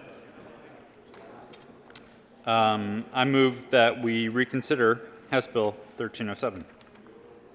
The motion is for the immediate reconsideration of House Bill 1307. All those in favor say aye. Aye. All those opposed, no. The ayes have it, and immediate reconsideration is granted. Will the clerk please read the title of House Bill 1307? House Bill 1307 by Representatives Roberts and Senators Donovan and Hawkins Lewis concerning measures to increase access to prescription insulin for persons with diabetes. Senator Donovan. I move House Bill 1307 on third and final reading. Is there any discussion?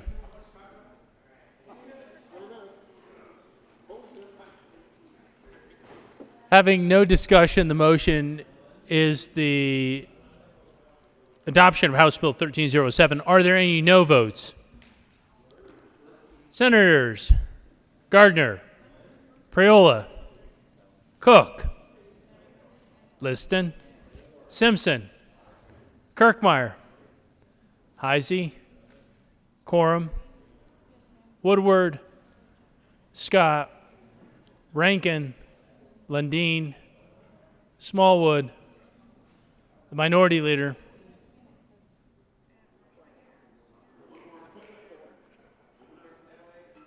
and Senator Zenzinger. With 20 aye votes, 15 no votes, 0 absent, and 0 excused, House Bill 1307 is passed. Co-sponsors. Senators Gonzalez.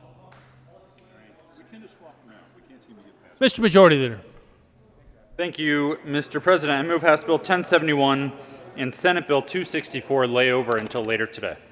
The motion is to lay over both House Bill 1071 and Senate Bill 264 until later today. All those in favor say aye. All those opposed, no. The ayes have it. The motion is adopted, and those bills will lay over until later today. Committee reports.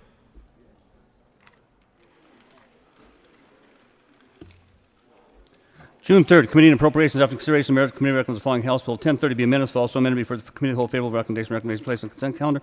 June 3rd, Committee on Appropriations after consideration of the merits, committee recommends the following House Bill 1110 be referred to committee hold favorable recommendation placed on the consent calendar.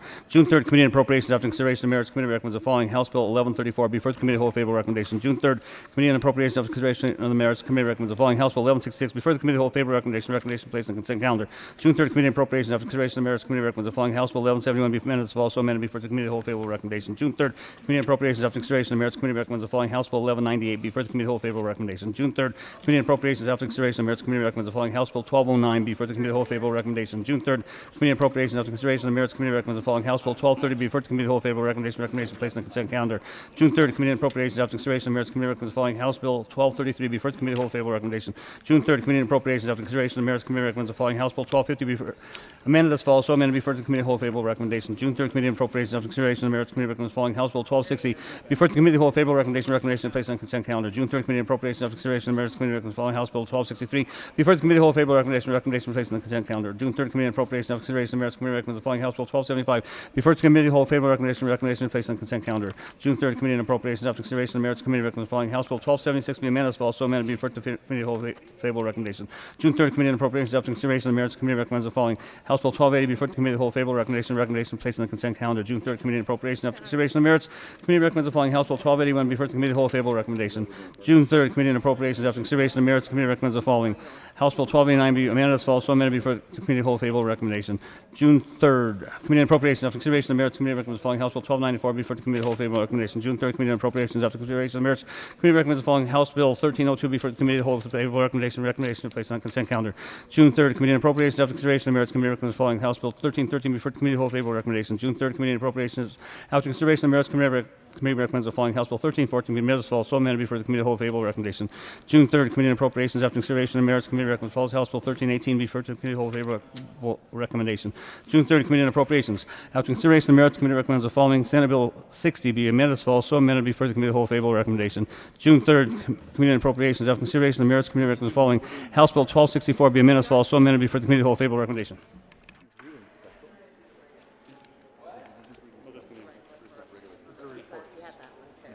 General Order, second reading of bills. Senator Coleman. Thank you, Mr. President. I move the Senate resolve itself into the Committee of the Whole for consideration of general orders, second reading of bills. You have heard the motion. All those in favor say aye. All those opposed, no. The ayes have it. The motion is adopted. The Senate resolve itself to the Committee of the Whole for consideration of general orders, second reading of bills. And Senator Coleman will take the chair.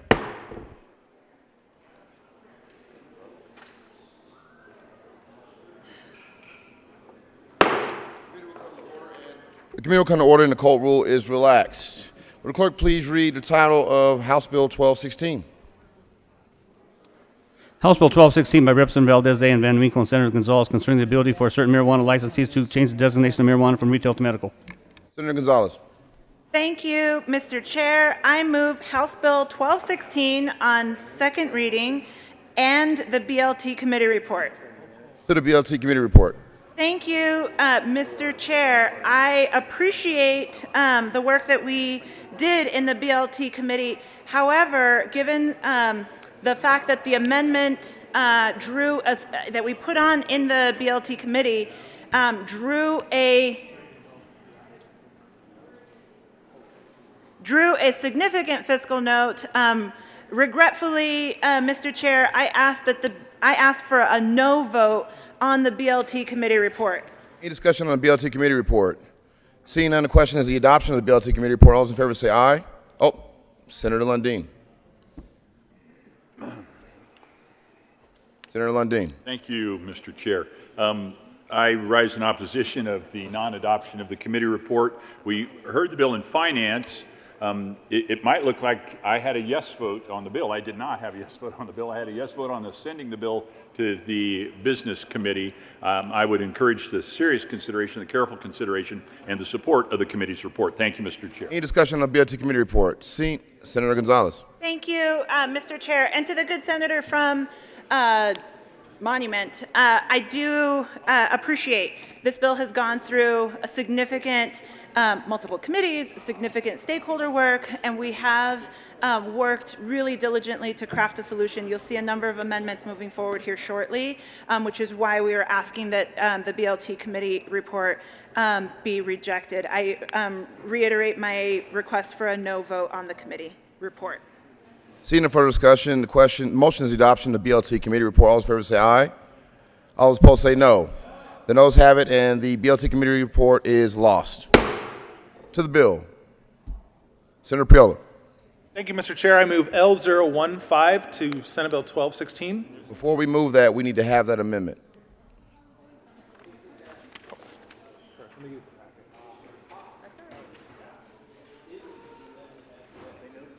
There's an amendment.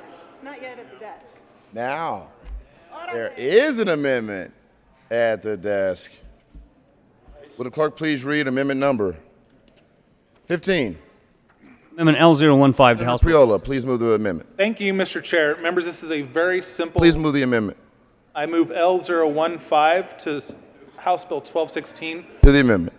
Thank you, Mr. Chair. This is a very simple amendment, folks. It moves out the implementation date to July 1st, 2022, adds a year for businesses to adapt and navigate possible new rules. Ask for an aye vote. Senator Liston.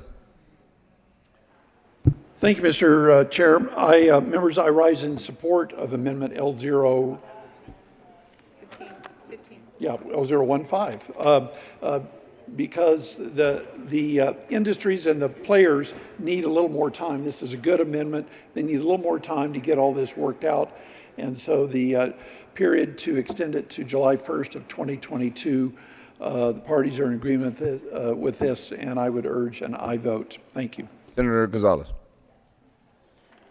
Senator Gonzalez. Thank you, Mr. Chair. I do appreciate the senator from Adams County running this amendment, and I see it as friendly and ask for an aye vote. Seeing no further discussion, the motion is the adoption of Amendment 15. All those in favor say aye. Aye. Those opposed, no. The ayes have it. The amendment is adopted. There's an amendment at the desk. Will the clerk please read amendment number 16? Amendment L016. Senator Gonzalez. Thank you, Mr. Chair. I move L16 to 1216. To the amendment. Thank you, Mr. Chair. What L16 does is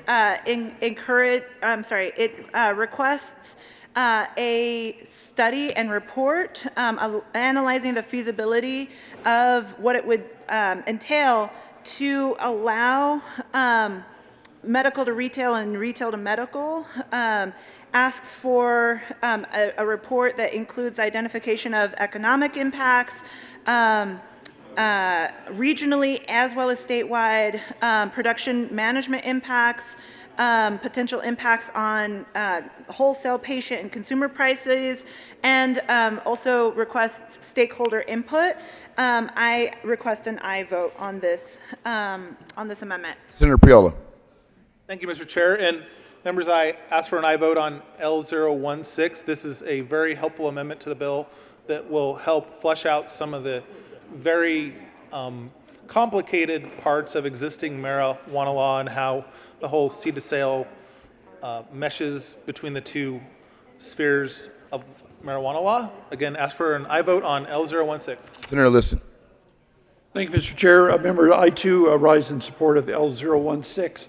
Reason being is that the two industry groups in the marijuana industry, between the retail, the recreational, and the medical, this will give them an opportunity to work together collaboratively. So I thank the good senator from Denver for bringing this amendment, L016. I'd urge an aye vote. Thank you. Senator Lundin.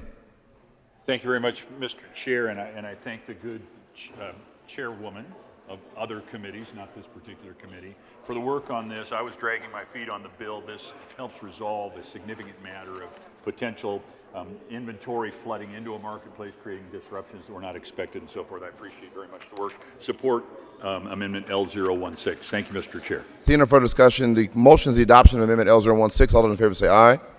Those opposed, no. The ayes have it. L016 is adopted. Seeing no further discussion on House Bill 1216, the motion is the adoption of House Bill 1216. All those in favor say aye. Aye. Those opposed say no. The ayes have it, and 1216 is adopted. Will the clerk please read Mr. Majority Leader? Thank you, Mr. Chair. I move Senate Bill 200 lay over until tomorrow, June 4th.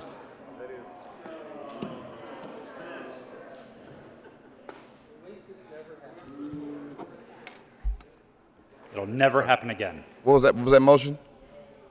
What was the motion? Lay over 200 to tomorrow. Motion is for Senate Bill 200 to be laid over to tomorrow. All those in favor say aye. Those opposed say no. The ayes have it, and Senate Bill 200 will be laid over until tomorrow. Will the clerk please read the title of House Bill 1254? House Bill 1254 by Representative Valdez A. and Larson and Senators Winter and Priola concerning regulation related to the ownership of a vehicle in connection with making an appropriation. Senator Winter. Thank you, Mr. Chair. I move for the passage of 1254 in second reading. Any further? Senator Priola. Thank you, Mr. Chair. And members, if you are tired of seeing folks abuse our system, keeping their Texas license plates on their vehicle for way too long and impacting our roads and bridges, I have the solution for you. Vote for House Bill 1254. Seeing no further discussion, the motion is the adoption of House Bill 1254. All those in favor say aye. Those opposed say no. The ayes have it. 1254 is adopted.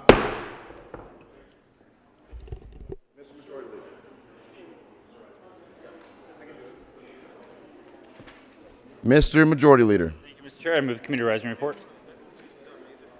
The motion for the committee is to rise and report. All those in favor say aye. Those opposed, no. The ayes have it, and the committee will rise and report.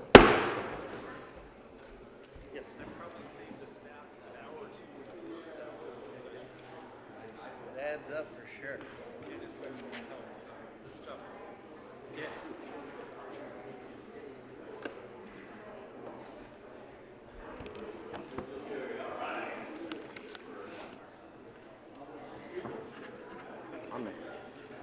You too.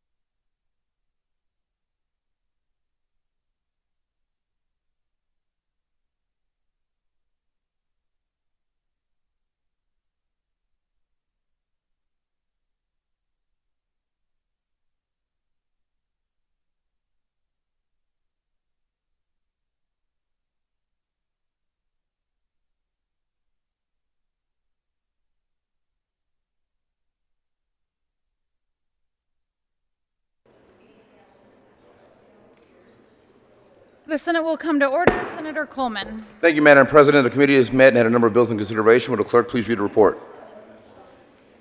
Madam President, your committee of the whole begs leave to report has had in consideration the following attached bills being the second reading thereof makes the following recommendations thereon. House Bill 1216 as amended, House Bill 1254 passed on second reading, order revised and placed on the calendar for third reading and final passage. Senate Bill 200 laid over until June 4th, retaining its place on the calendar.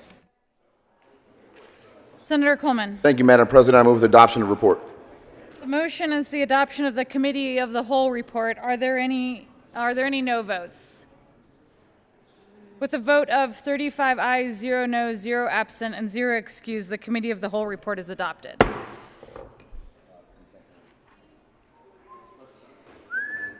House Bill 1216 as amended, House Bill 1254 passed on second reading and order revised and placed on the calendar for third reading and final passage.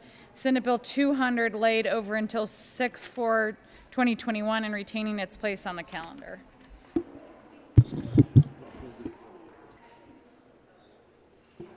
Majority Leader Fenberg. Thank you, Madam President. I move that the Senate take up House Bills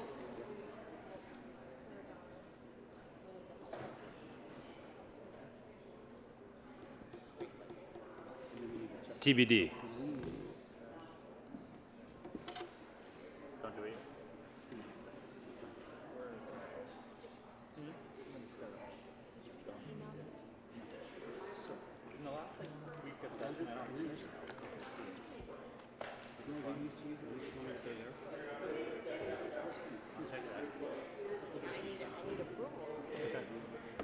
That's why I sent it to Mindy. On regular? No, I'm consent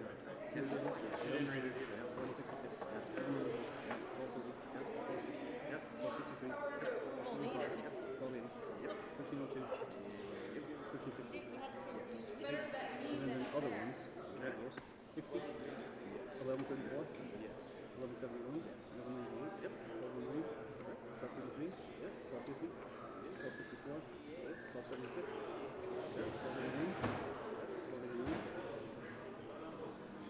1294, 1313, 1314, yes, 1318. Yes. Okay, cool. I like it.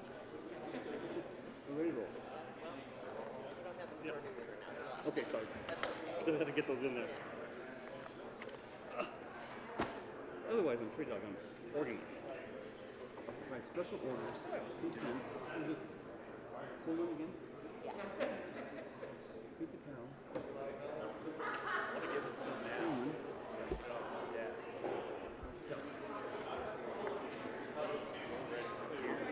All right.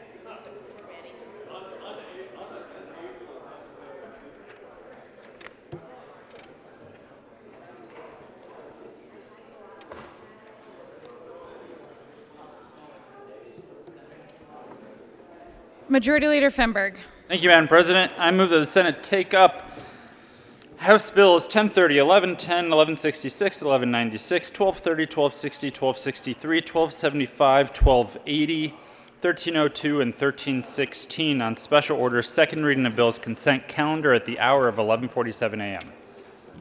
The motion is that the Senate take up House Bills 1030, 1110, 1166, 1196, 1230, 1260, 1263, 1275, 1280, 1302, and 1316 at the hour of 11:46. This requires a 2/3 majority. All those in favor say aye. Those opposed, no. The ayes have it, and the Senate will take up House Bills 1030, 1110, 1166, 1196, 1230, 1260, 1263, 1275, 1280, 1302, and 1306 on special orders consent. Correction, 1316 on special orders consent at the hour of 11:46. Special orders, second reading of bills, consent calendar, Senator Coleman. Thank you, Madam President. I move the Senate resolve itself into the committee of the whole for consideration of special orders, second reading of bills, consent calendar. You have heard the motion. All those in favor say aye. Opposed, no. The The ayes have it, and the committee will resolve, and the Senate will resolve itself into the committee of the whole for consideration of special orders, second reading bills, consent calendar, and Senator Coleman will take the chair.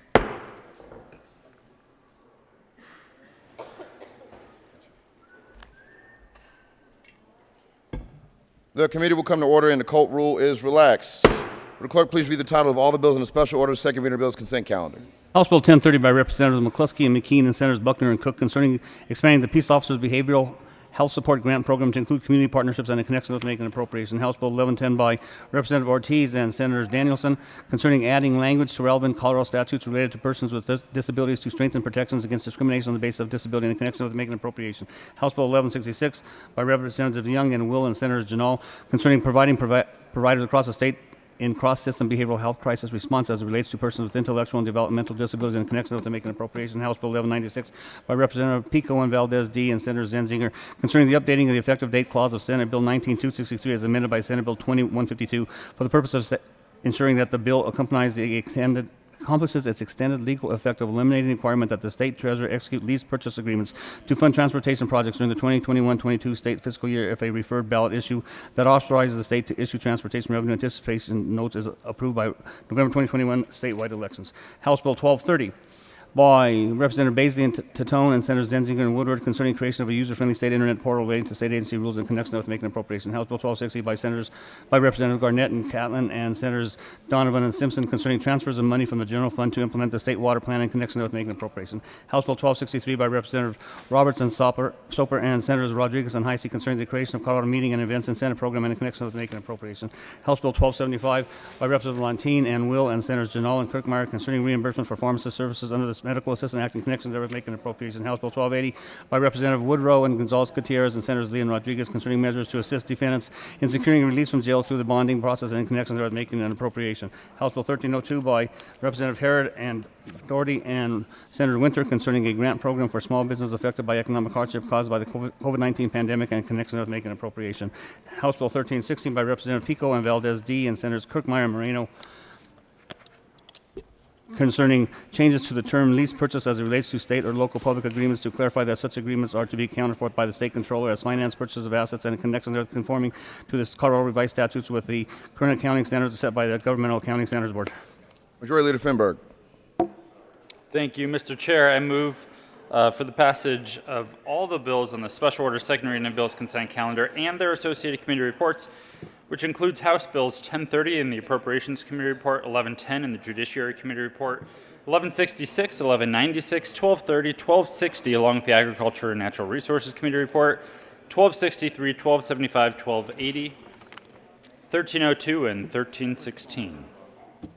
Is there any discussion on any of the committee reports on consent calendar? The motion before the body is the adoption of all the committee reports on the special order second reading of bills consent calendar. All those in favor say aye. Those opposed say no. The ayes have it and the committee reports are adopted. Is there any discussion on any of the bills in consent calendar? The motion before the body is the adoption of all the bills in the special order second reading of bills consent calendar. All those in favor say aye. Opposed, no. The ayes have it and the bills are adopted. Majority Leader Finberg. Thank you, Mr. Chair. I move the committee rise and report. The motion for the committee to rise and report. All those in favor say aye.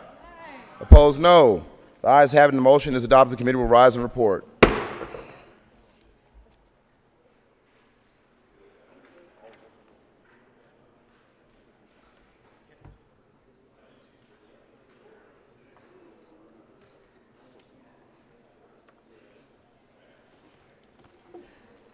The Senate will come to order. Senator Coleman. Thank you, Madam President. The committee has had a number of bills in consideration. Will the clerk please read the report?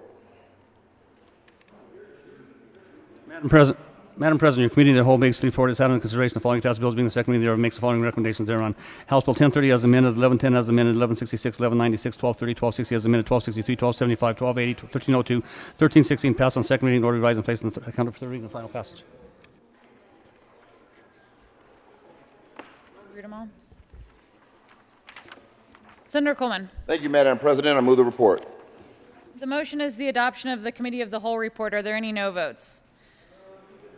With a vote of 35 ayes, 0 noes, 0 absent, and 0 excused, the committee of the whole report is adopted. House Bill 1030 as amended. House Bill 1110 as amended, House Bill 1166, 1196, 1230, 1260 as amended, 1263, 1275, 1280, 1302, 1316, passed on second reading in order revised and placed on the calendar for third reading and final passage. Majority Leader Finberg. Thank you, Madam President. I move that the Senate take up Senate Bill 60, House Bills 1134, 1171, 1198, 1209, 1233, 1250, 1264, 1276, 1281, 1289, 1294, 1313, 1314, and 1318 on special order second reading of bills at the hour of 11:54 a.m.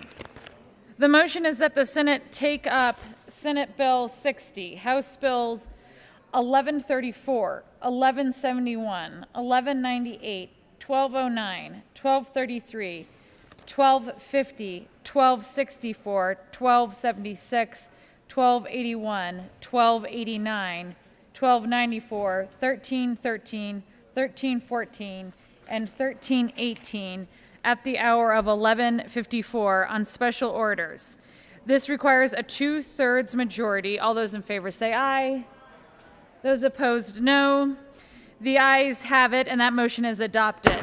The Senate will take up Senate Bill 60, House Bill 1134, House Bill 1171, House Bill 1198, House Bill 1209, House Bill 1233, House Bill 1250, House Bill 1264, 1276, 1281, 1289, 1294, 1313, 1314, and 1318 at the hour of 11:54. Special orders, second reading of bills.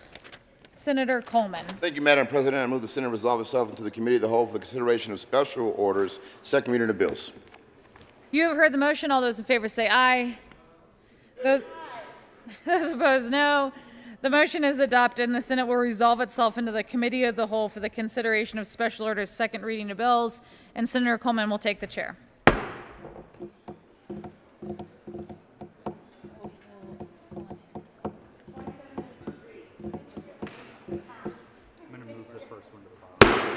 Committee will come to order and the court rules will relax. Mr. Majority Leader.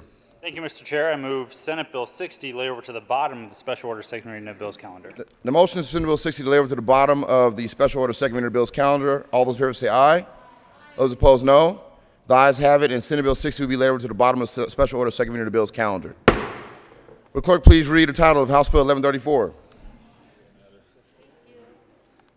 House Bill 1134 by Representative Ricks and Bradfield and Senator Bridges concerning facilitating the reporting of tenants' rent payment information to consumer reporting agencies at the tenant's request and in connection with making appropriation. Senator Bridges. Thank you, Mr. Chair. I move House Bill 1134 on second reading. To the bill. Seeing no further discussion, the motion is the adoption of House Bill 1134. All those in favor say aye. Those opposed say no. The ayes have it. 1134 is adopted. Will the clerk please read the title of House Bill 1171? House Bill 1171 by Representative Bradfield and Tatone and Senators Buckner concerning the creation of the Kidney Disease Prevention and Education Task Force in connection with making appropriation. Senator Buckner. Mr. Chair, I'm asking for a senatorial 5. Senatorial 5 has been requested.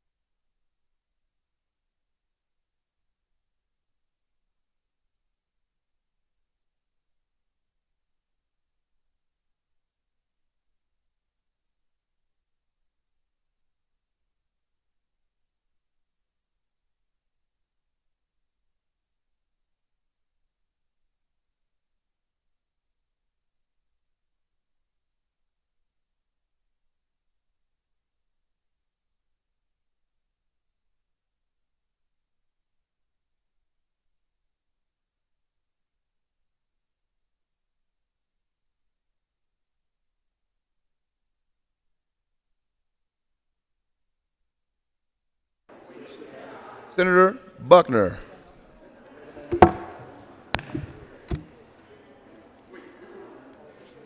What is it? Thank you, Mr. Chair. I move House Bill 1171 And the Appropriations Committee report? and the Appropriations Committee report. Thank you very much. To the Appropriations Committee report, Senator Buckner. During the Appropriations Committee report, it was decided that the appropriations were appropriate for this bill. Seeing no further discussion, the motion is the adoption of the Appropriations Committee report. All those in favor say aye. Aye. Those opposed say no. The ayes have it, and the Appropriations Committee report is adopted. To the bill, Senator Buckner. This bill is really important because it creates the Kidney Disease Prevention and Education Task Force to raise awareness and advise policymakers regarding kidney disease. The task force will be in collaboration with CDPHE, and the task force has 9 members that include a senator, a representative, a representative from CDPHE, a member of the renal provider community, and a member from a Colorado Medical Center with a kidney disease program, a nephrologist, and a nonprofit organization focusing on kidney disease, a kidney patient, and a member from an organization representing the health interests of minority populations. We all know that kidney disease is running rampant, and we believe that education will lower the numbers of those who have kidney disease, and it'll save more money for the providers. So we're asking for a yes vote on this bill. Any further discussion on 1171? Seeing none, the motion is the adoption of 1171. All those in favor say aye. Aye. Opposed say no. The ayes have it. 1171 is adopted. Will the clerk please read the title of House Bill 1198? House Bill 1198 by Representative Judah and Senators Buckner and Colker concerning health care billing requirements for indigent patients receiving services not reimbursed through the Colorado Indigent Care Program and in connection therewith establishing procedures before initiating collection proceedings against a patient and rate making and reducing an appropriation. Senator Buckner. I move House Bill 1198 on second reading. And the Health and Human Services Committee report? And the Health and Human Services Committee report. That is a proper motion. To the Health and Human Services Committee report, Senator Buckner. Let me put my glasses on. Take your time.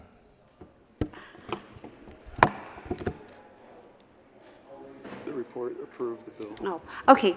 The report approved this bill. We had excellent testimony during committee, and this is an outstanding bill that's going to help a lot of people with their payments of their hospital finances. Motion is the adoption of the Health and Human Services Committee report. All those in favor say aye. Aye. All opposed say no. The ayes have it. The Health and Human Services Committee report is adopted. To the bill, Senator Buckner. This bill is going to expand requirements for health facilities to provide discount care to indigent patients and moves regulatory authority to HCPF.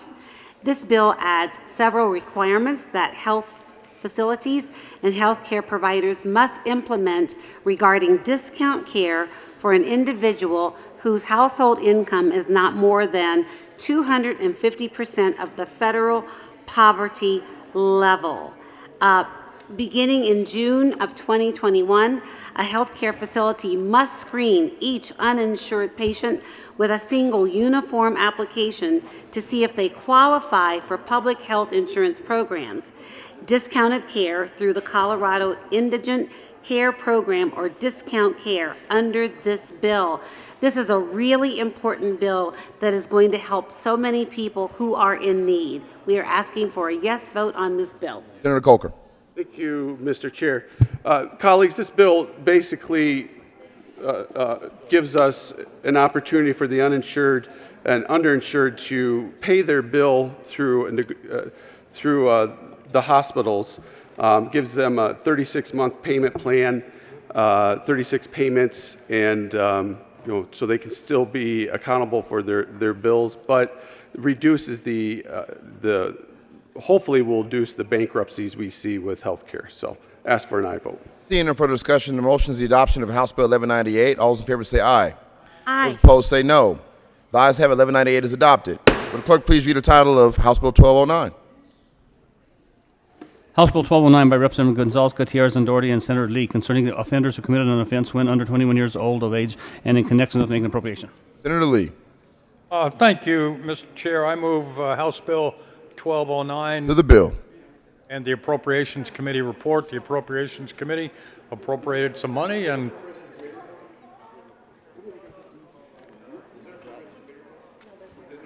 oh, okay.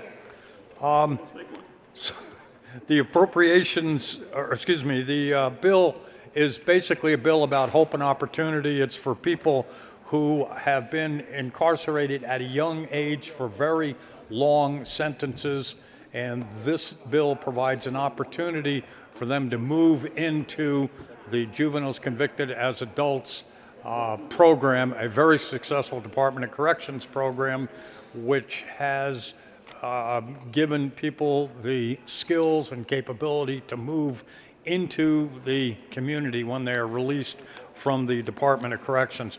These are really the best of former youthful offenders who have succeeded in the Department of Corrections. They've been program compliant, they have worked within the system, they have done well, and they have been accepted into the program. Once they're accepted into the program, it's a rigorous program. If they stay in it, then they graduate from the program. They go through another screening to ensure that by the parole board and then again by the governor. So these are the folks who have served their time and are ready to be returned to the community. Ask for an aye vote.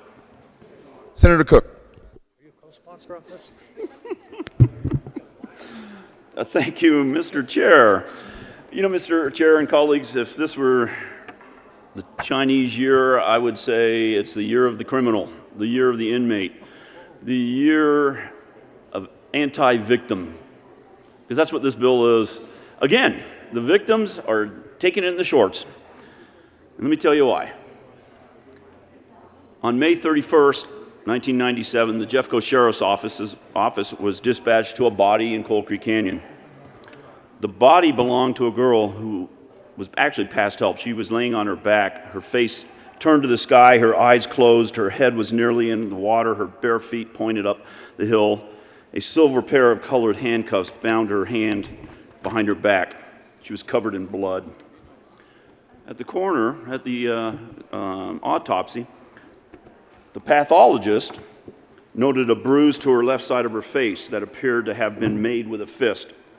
There was a large bruise on her chest, as well as her other bruises and abrasions on her arms and legs, which indicated that she struggled. The coroner counted 28 stab wounds, all made with a sharp single-edged knife.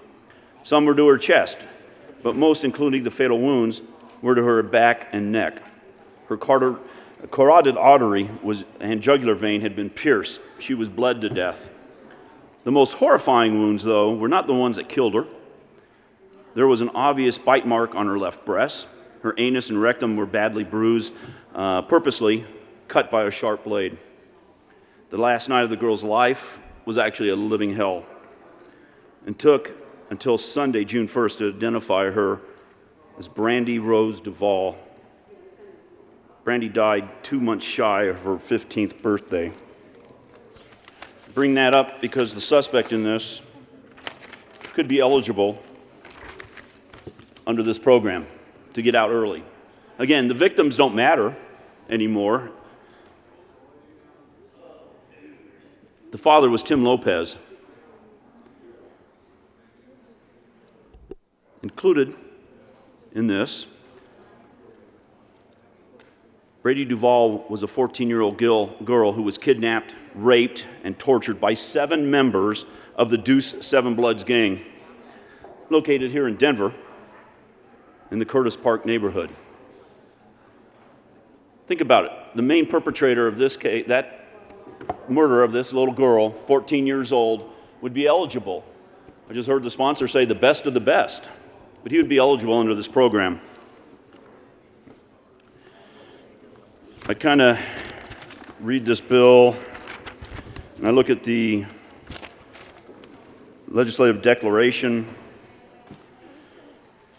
and I almost kind of have to laugh. It talks about more recent research about brain development demonstrates that brain functioning that guides and aids rational decision making does not fully develop until a person is in his or her mid to late 20s, which indicates that a young adult does not often possess the development, maturity, and decision-making skills of a mature adult. I contend to you that if an 18-year-old or a 17-year-old doesn't know that kidnapping, raping, and stabbing to death a 14-year-old is wrong, then we've failed as a society. You know, if you're 18, you can vote. And you know what? We say, hey, you know, matter of fact, you have the brain capacity to vote at 16 on local elections if you want. You can vote for the president at 18. So obviously their brain is mature enough to pick a winner or loser in the presidential race. You can join the military at 18. You can drive tanks. You can fly fighter jets at 21 or under. But yet when knowing right from wrong, knowing murder is not wrong, there's something wrong. If you don't know at age 17, 18, 19, and 20 that murdering, raping, and stabbing to death a 14-year-old girl isn't wrong, then there's something wrong with the parents and our society. Again, in the legislative declaration, it says, and this is almost comical based on all the bills that we've had this year that are pro-inmate, pro-criminal, anti-victim. It says, Colorado is committed to providing victims the opportunity to be advised and heard regarding the release of offenders who have committed serious crimes, as well as the opportunity to engage in restorative justice. I mean, like I said, when I read that, I almost had to laugh, because Colorado doesn't care anymore about victims of crime. They don't care about this girl in 1997 that was raped and murdered, stabbed 28 times. Colorado's forgotten about her. All we can remember is the person who did it. It talks about best practices support the release of offenders who no longer present a threat to the safety of other persons of the community and who have demonstrated that through observable and verified positive behavior they can be released. Wow, somebody that's murdered a 14-year-old girl, I'm not sure they can be rehabilitated. What else is in this bill? I have a couple of amendments, Mr. Chair, that I will share here in a minute.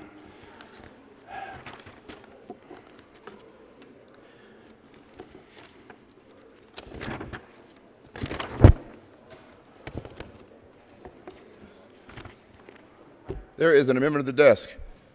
Will the clerk please read amendment number 10? Amendment L010 to House Bill 1209. Senator Cook. Thank you, Mr. Chair. I move L010. To the amendment. Thank you, Mr. Chair. Starts off here, the amendment in the legislative declaration. In the first part of the amendment, it says, the United States Supreme Court has held that several recent decisions regarding the criminal sentencing of juveniles, that children are constitutionally different than adults for purposes of sentencing and should be given meaningful opportunity. Well, the first part of this amendment takes out the word that children, because this bill talks about 20-year-olds, talks about 19-year-olds, it talks about 18-year-olds. They're not children. As much as we like to portray them as children, so that way we can say, well, you're not responsible for your actions because you're a child. Take a look at the statutes. You're an adult at age 18. 18, 19, 20. So it takes out the word that children and puts in who. So it reads, decisions regarding the criminal sentencing of juveniles who are constitutionally different than adults for purposes of sentencing. And then it takes out the and says that juveniles should be given meaningful opportunity for release based on demonstrated maturity and rehabilitation. That's right, juveniles, not adults, juveniles that are 17, 16, and under. And on page 5, on line 21, it talks about placement for a person who has committed a felony murder or a felony, and the person was 18 years of age or older, but less than 21 years. And I'm going to speculate on why it was less than 21. Because you remember the Boulder shooting that we just had a couple months ago? He was 21 years old. I think this bill was originally going to be 24 and under. But now it's under 21. And I suspect because the Boulder shooter had turned 21 recently. Otherwise, he would be eligible for this for release early under this bill. Anyway, it's on so on page 5, line 21. It says that the offender may not petition for placement in this specialized program. Page 6. On the last line, page 27. Originally it was written, except as described in the original law, except as described, subsection 8B, 8C of this section, if an offender has served at least 25 calendar years of his sentence, his or her sentence. And that's the original law. But it was changed to 23 calendar years. The amendment takes it back to the original law of 25 on page 6 and 7. Then, on the last page, the amendment on page 9, it changed the effective date to June 24th, 2024. The reason that's important, we've had 10 people released on this program from 180 and 181 that we heard several years ago. We've already had 10 people released under this program just recently. You know, believe it or not, people recidivate.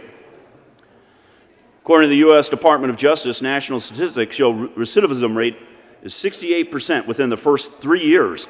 That's over 2/3 with a higher percentage in the first year. 77% recidivism arrested in the first 5 years.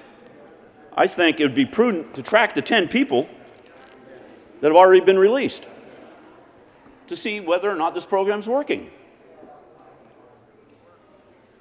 Because we don't know. We don't know how good this program is. Because we're not tracking them yet. Or we don't know if they've recidivated yet. So I would ask for an aye vote on L010. Any further discussion on L010? Senator Lee. Thank you, Mr. Chair. I ask for a no vote on the amendment. The prefatory language is not dispositive of what we're trying to do in the program. The guts of the program are to treat these 18, 19, 20-year-olds, give them the opportunity to participate in the program. And the reason for the 23 and the 28 is they're going to be in this program for 3 years, so they will be spending additional time in there, so we don't have to add or move it up to 25. They will still be in Department of Corrections. So I ask for a no vote. Senator Cook. Thank you, Mr. Chair. In 2016, again, the state legislature passed bills 180 and 181, creating the JCAP program for juveniles sentenced to life for murder. Currently, 10, like I said, 10 have graduated from the program this year and released from prison.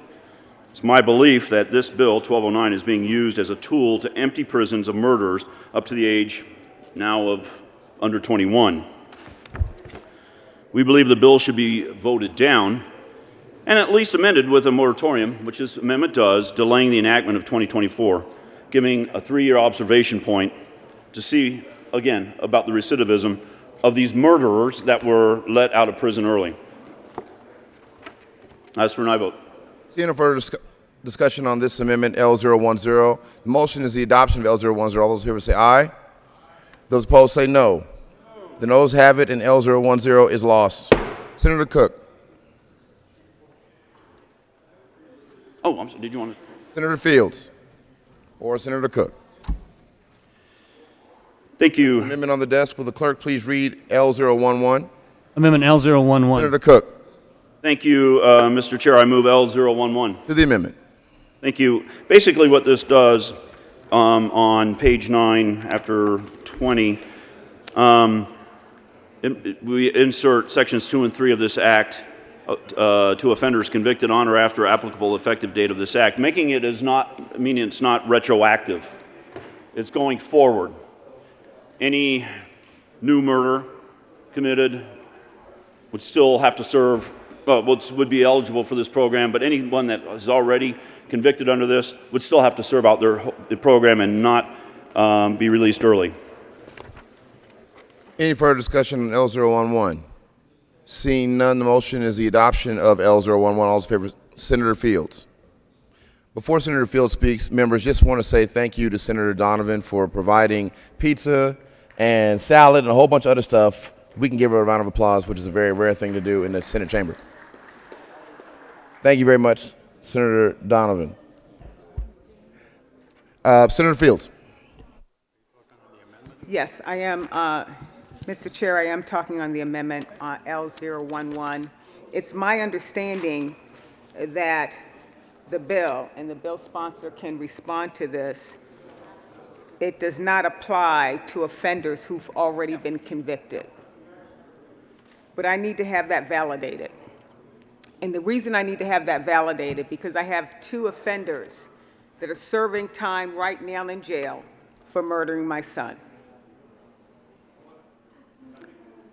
And I just don't have a lot of confidence as it relates to truth, as it relates to sentencing. I debated here at the well the death penalty. And in that bill, I was told it was not going to apply to the offenders that robbed my son and his fiancée of their life. Well, the governor had something else in mind. He changed their sentence to life in jail without parole. So I need to, it might be in the bill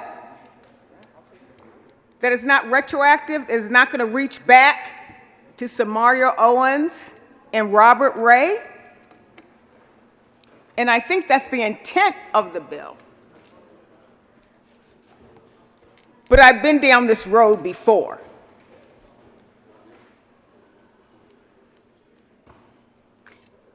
I've been down this road before. So I need the bill sponsor and the bill writer, because I know the governor has the authority to repeal or rescind or whatever he wants to do. He has that authority. It might not be the intent of the sponsor of the bill, but I'm frustrated. And if you look at the fact sheet, if you have one, it lists the name of my offenders that murdered my son. It indicates Samaria Owens and Robert Ray. It's in the fact sheet. So I support this amendment because I want it to be very, very clear, even though I don't have the authority like the governor does. But we need to have some truth when it comes to sentencing. Because as a crime victim, if someone says 20 years, and you have so many years, not so many years, but so many days you have for good time. What is it, 10 days? What is it, 10, 8, 20? They do this for population management. They want to manage the environment in prisons. So they say if you behave well, we will shave off time that was extended for the crime and the harm that has been caused to crime victims.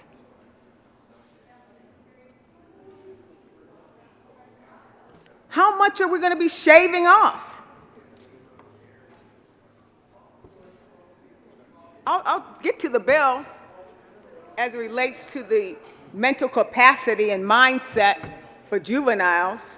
But as far as this amendment goes, I support it, and I urge an aye vote. Senator Cook. Thank you, Mr. Chair, and thank you to the good senator from Aurora. Yes, this amendment makes this bill not retroactive, so the murderers of your son, would not be eligible for this program. Seeing no further discussion, the motion is the adoption of L011. All those in favor say aye. Those opposed say no. The noes have it. L011 is lost. Senator Cook, there is an amendment at the desk. Will the clerk please read amendment number 12? L012 to Senate Bill 1209. Senator Cook. Thank you, Mr. Chair. I move L012. To the amendment. Thank you, Mr. Chair. We've heard from victims, again, the forgotten victims in this state, that in two areas where it talks about serving 35 calendar years, that calendar years is confusing to them. So we add it in two places, and it says, for the purpose of this section 1A, section 4, calendar year means 12 consecutive months without any time credit deductions. So no earn time in those years. Again, we got this from murdered victims' families, the families that don't matter in this state. At least let's give them a little victory here, a little confidence, like the good senator from Aurora said, about the truth in sentencing, which is a misnomer because there really isn't. This amendment could bring back a little bit of truth in sentencing. So I'd ask for an aye vote on L012. Senator Fields. Members, I support this amendment. Let me tell you why. I'm a crime victim and I matter. My son's life mattered. His fiancée life mattered. And what you just saw in the last amendment, it was no, that there would not be a clawback. Now, we have a new amendment, L012, that says that they should at least do their time if they do the crime.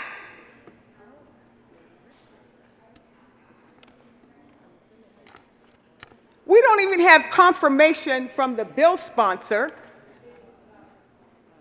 as it relates to those who are already found guilty for the crime. He said vote no. Now we have L012, which means that consecutive months time credited. When you take someone's life away, you're taking away the joy that a parent has for their son or for their daughter. The promise and the potential that was robbed from that community. And we're trying to say they don't have to do the time. I agree with your earlier statement as relates to what value and consideration do we have for crime victims? I never raised my hand and said I wanted to be a crime victim. I taught my son how to do the right thing.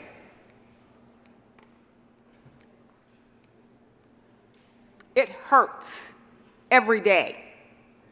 I taught him how to cross the street safely, how to tie his shoes,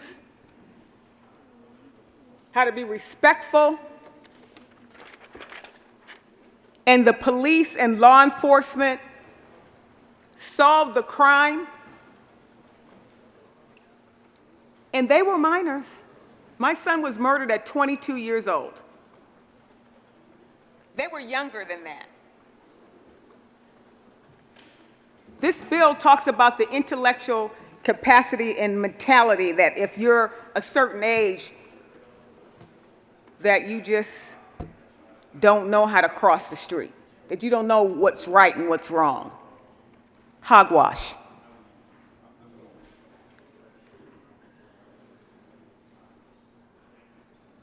The majority of young people in the state of Colorado and across our nation in America do the right thing. But we have some people that decide to commit murder. Members, vote yes on this amendment, L012. Any further discussion on L012? Senator Lee. Thank you, Mr. Chair.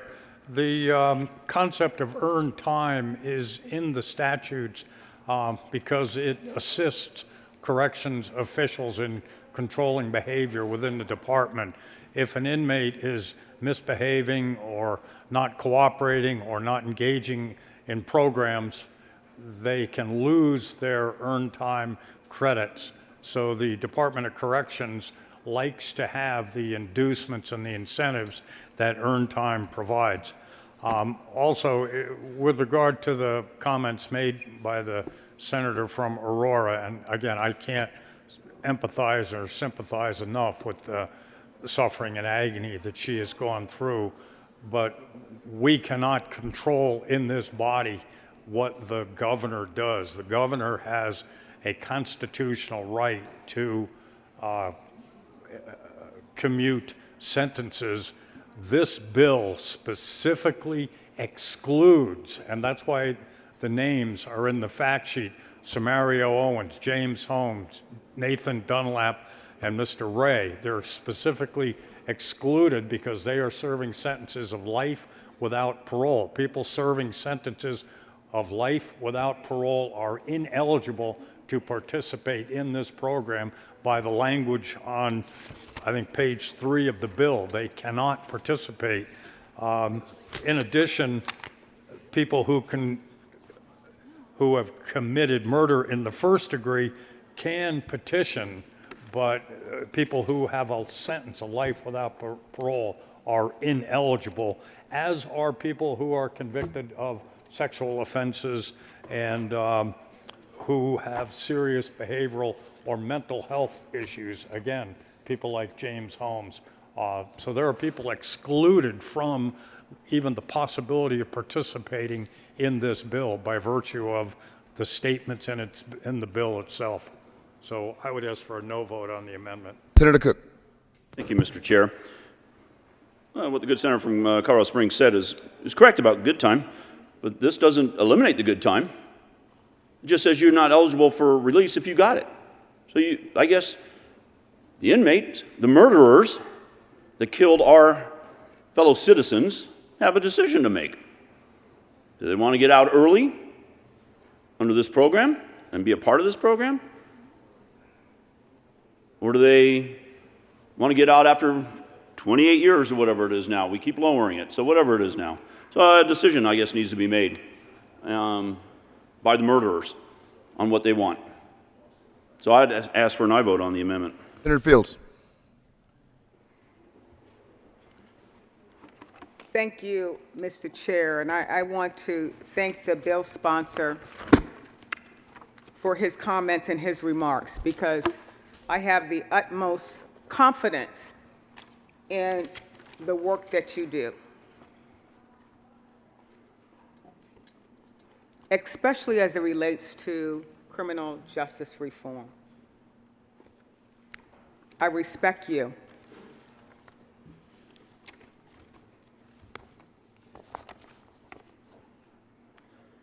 But I also respect and value the life of my son.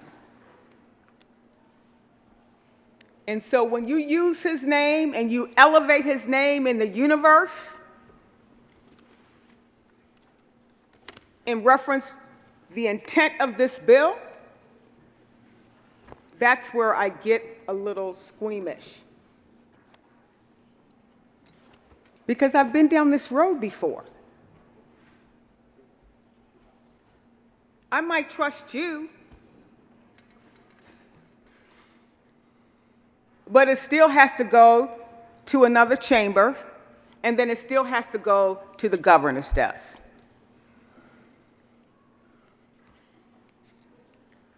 So when you talk about parole and everything that you said about those offenders who've already committed murder,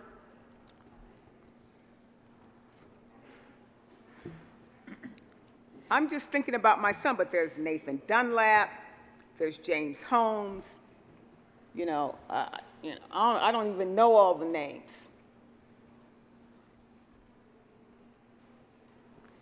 But we need to be careful about the message that we're sending to young people right now who might have a mindset that they want to commit murder.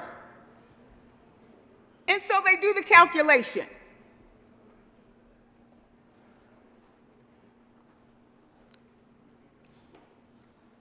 The offenders that murdered my son, they underestimated the power that a mother has for her son. They didn't do the calculation. They thought they were going to get away with murder. He was trying to be a witness.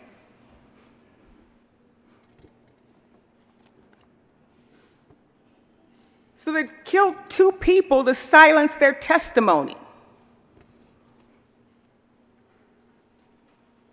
We need to be working upstream as it relates to young people and how to handle conflict. And the way we do that is not coming up with legislation to provide them with an opportunity to not take responsibility for their actions. What this amendment does and what the other amendment would have done would create an opportunity to hold people accountable for the crimes they commit.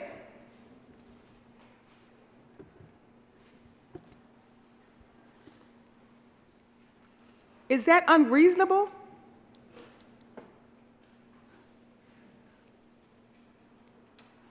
I don't think so.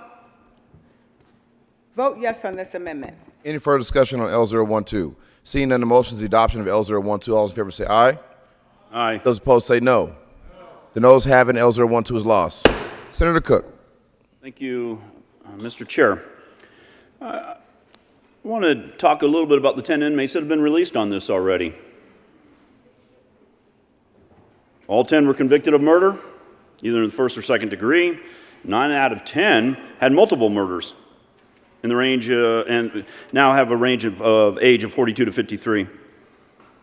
I was going to read off their names, but they don't deserve it. Because we should be remembering the victims of these murderers, not the murderers themselves. So I'm going to list them as 1 through 10. First one, murdered 2 people. Served 34 years, 17 years per murder. Number 2, murdered just 1 person, and he served 32 years. Number 3, murdered 2 people, served 13 years per murder. Number 4, murdered 6 people, served 4.83 years per murder. Number 5, murdered 3 people, served 9.6 years per murder. Number 6, murdered 2 people, served 13.5 years per murder. Number 7, murdered 3 people and served only 8.6 years per murder.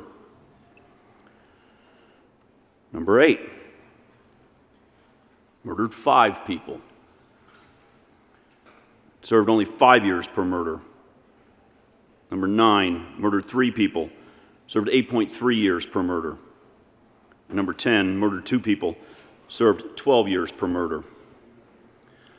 It's really sad that in this state, again, that murdered victims' families and the memory of the murdered victim doesn't matter, so it's disheartening and sad. that a person's life might only be worth 4.83 years in prison per murder. You know, I didn't add up the total number of murders, but it's well probably over 20 that the combined murders that these 10 people committed. And yet we let them out early. Again, I would suspect the reason this got dropped down to under 21 was because of the mass murder in Boulder that just occurred. And it would really be sad that murderer, the suspect, might only get 4.83 years for all those murders per murder. It's disgusting. I'll close, Mr. Chair, and just say this bill re-victimizes victims again and again and again. That's what we do in this state. We re-victimize families that have loved ones murdered. It allows legislators to undermine a judge's sentence. A judge who's in the trenches and knows all the nuances of the case and complexities. And it paints every offender, every murderer, I don't even like using the word offender because they're murderers, with the same brush. Some crimes are worse than others, and some deserve longer sentences. By not tracking the data on the offenders recently released, it makes no sense to expand the program. Make no mistake, this bill, once again, like many others we've seen this year, is a danger to society, it's a danger to our communities, and it's a danger to our constituents and victims. I would ask for a no vote on this bill, and for once, let's speak for victims down here. I just want you to remember that 14-year-old girl who was dumped in Jefferson County, stabbed 28 times, raped, and left for dead. I want you to remember her. Remember her name if you vote yes on this. Brandy Duvall. Remember her name. You know, stand with victims. Don't stand with murderers and inmates. I'd ask for no vote on 1209. Senator Fields. Senator, let me see that.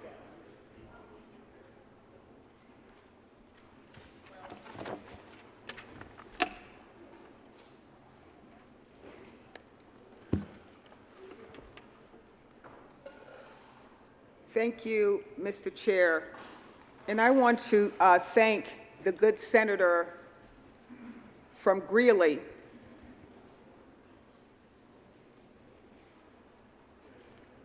that outlined a series of victims and the sentence that they were rendered.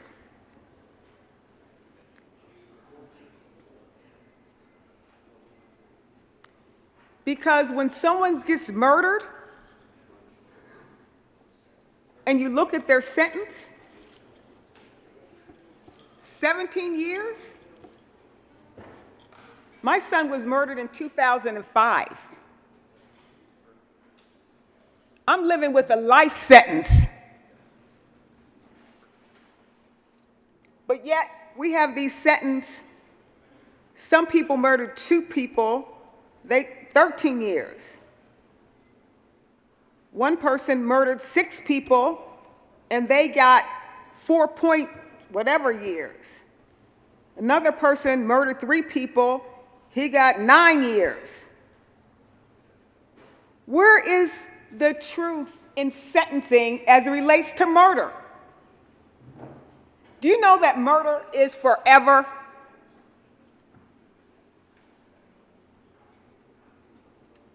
It's not a sentence of 10 years or 12 years or 15 years or 30 years. When you die and someone murders you, it's forever. You know what I did on Memorial Day? I went to my son's gravesite.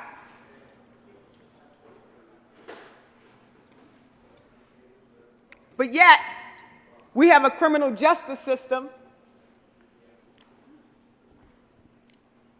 that says if you kill somebody, this person 2 years, they get 13 years. I'm looking at the most that someone got was 12 years for murdering 2 people.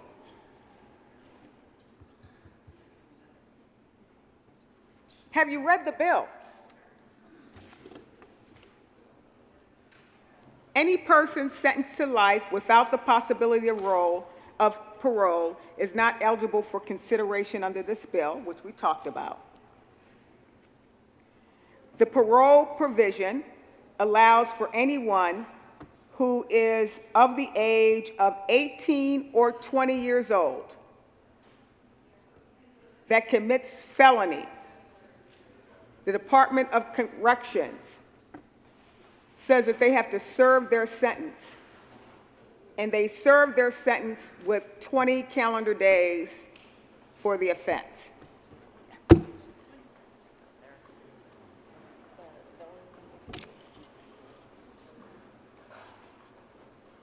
Do the math. Murder's forever. You got to go to the gravesite.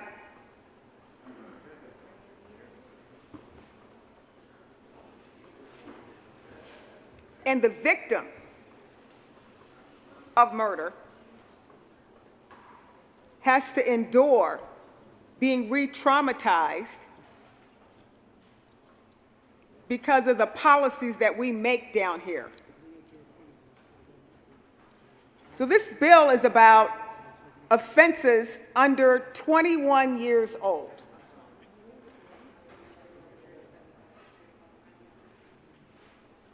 The people who committed the murder of my son were 19.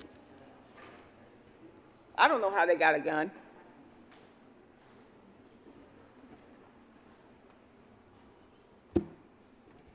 But just because you're under 20 years of age doesn't mean that you don't know the difference between what's right and wrong.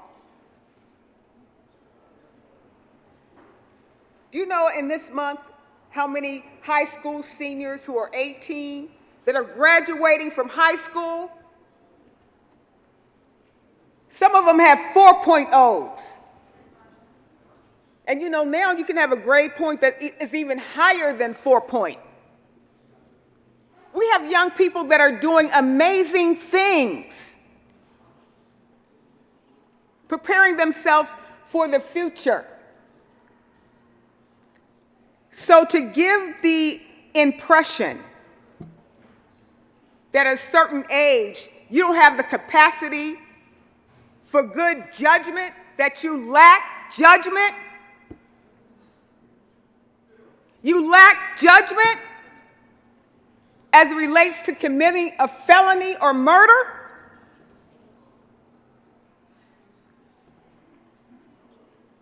we're talking about a very small population that we're creating an exception for.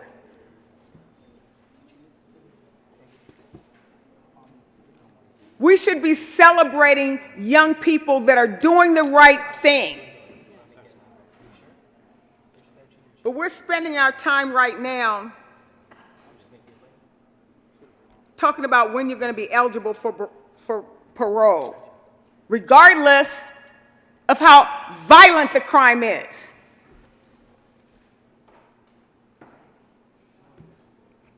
Because of your age.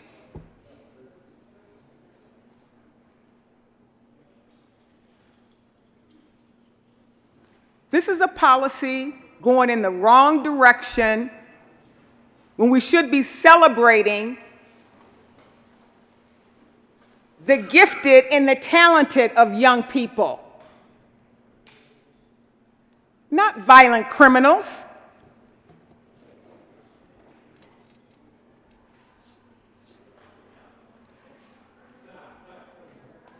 When you commit murder at 18, 19, and 20, and you're eligible for parole at whatever the bill says, I think it says 28 years, it might change it down to 20.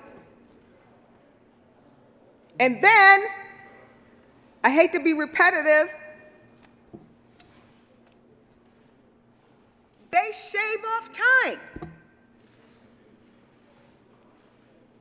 They might say that you have 20 years, but you get good time just for being in jail. My son doesn't get good time.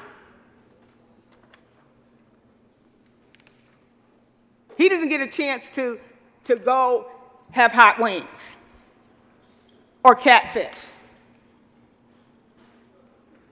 or to celebrate his birthday. His life is over. But yet we're talking about people that commit murder. They get good time, and they can only serve a certain percentage of their time for committing murder that is for life for that victim and that family.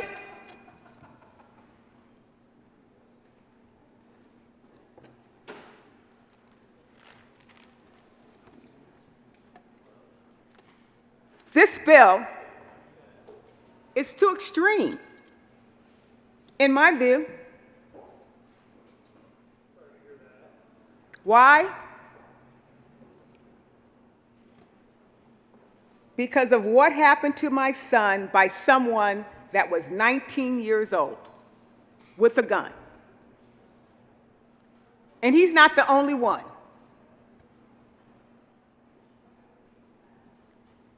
If you do the crime, you have to do the time. I can't change the good time procedures that they have in corrections, Department of Corrections. I had a chance to talk to the director of correction. He really taught me a lot in reference to why this is. So I understand how they need to control the population of those who are incarcerated. But for you in this chamber to buy in at 18, 19, 20 that you lack judgment when you commit murder, I don't buy into that science, and I don't buy into that reality. If you have enough judgment to murder someone,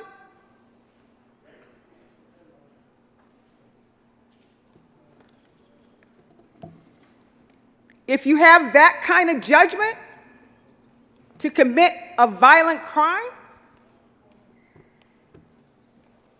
burn somebody's house down with people in it, pour gasoline on somebody, it takes judgment and decision to do those kinds of things. And we're trying to say that you can't make good decisions at 18, 19, 20, whatever it is. The majority of society, of young people, are making good decisions. And we need to be celebrating that instead of celebrating those who commit violent crimes against innocent people. Seeing no further discussion on 1209, Senator Lundin. Thank you, Mr. Chair. I rise in this bipartisan opposition to this bill. The reality is everyone deserves a second chance. Redemption, salvation, really big themes. But the consequence of our actions trail with us. They follow with us. Now, we, as a legislative body, get to define that consequence. That's really what this debate's about. It's not about can someone, in fact, have a rejuvenating new life experience after having gone through, perpetrated perhaps, a heinous crime. That's not the question. That is a matter for legislative bodies, courts higher than any human could ever put in place. The question really is around the consequence, and we're debating and discussing what is the appropriate consequence. I think that I have heard just now compelling, personal testimony as to the correct place to draw that line.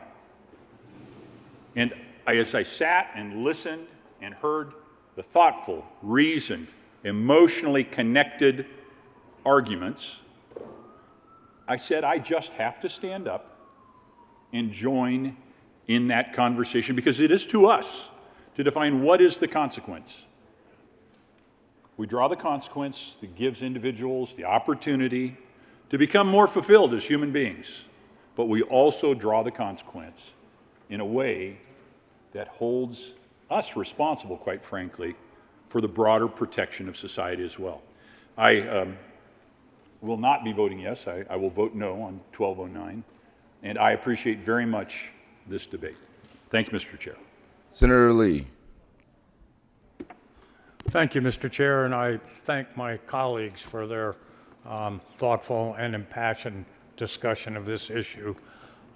We are talking about some of the most serious issues that we discuss here in the legislature. We're talking about incarceration, taking people who have committed admittedly heinous acts, and whether you believe that there should be redemption, whether you believe that there should be a second chance, whether you believe that people who've committed those heinous acts deserve redemption, is really a question that you have to ask with your own conscience and your own soul. And I prevail upon you to look inside your hearts and decide if we as a society should throw people away forever and ever and ever with absolutely no chance, no opportunity at all. Let me clarify a couple of myths. This bill is not just about people who have committed homicide. This bill is about people who committed offenses, serious offenses, when they were 18, 19, or 20, but not all homicide offenses. There are people serving long sentences because Colorado has engaged in an extraordinary period of time of giving out extraordinary long sentences. So those people would qualify as well. So it's not just people who committed homicide.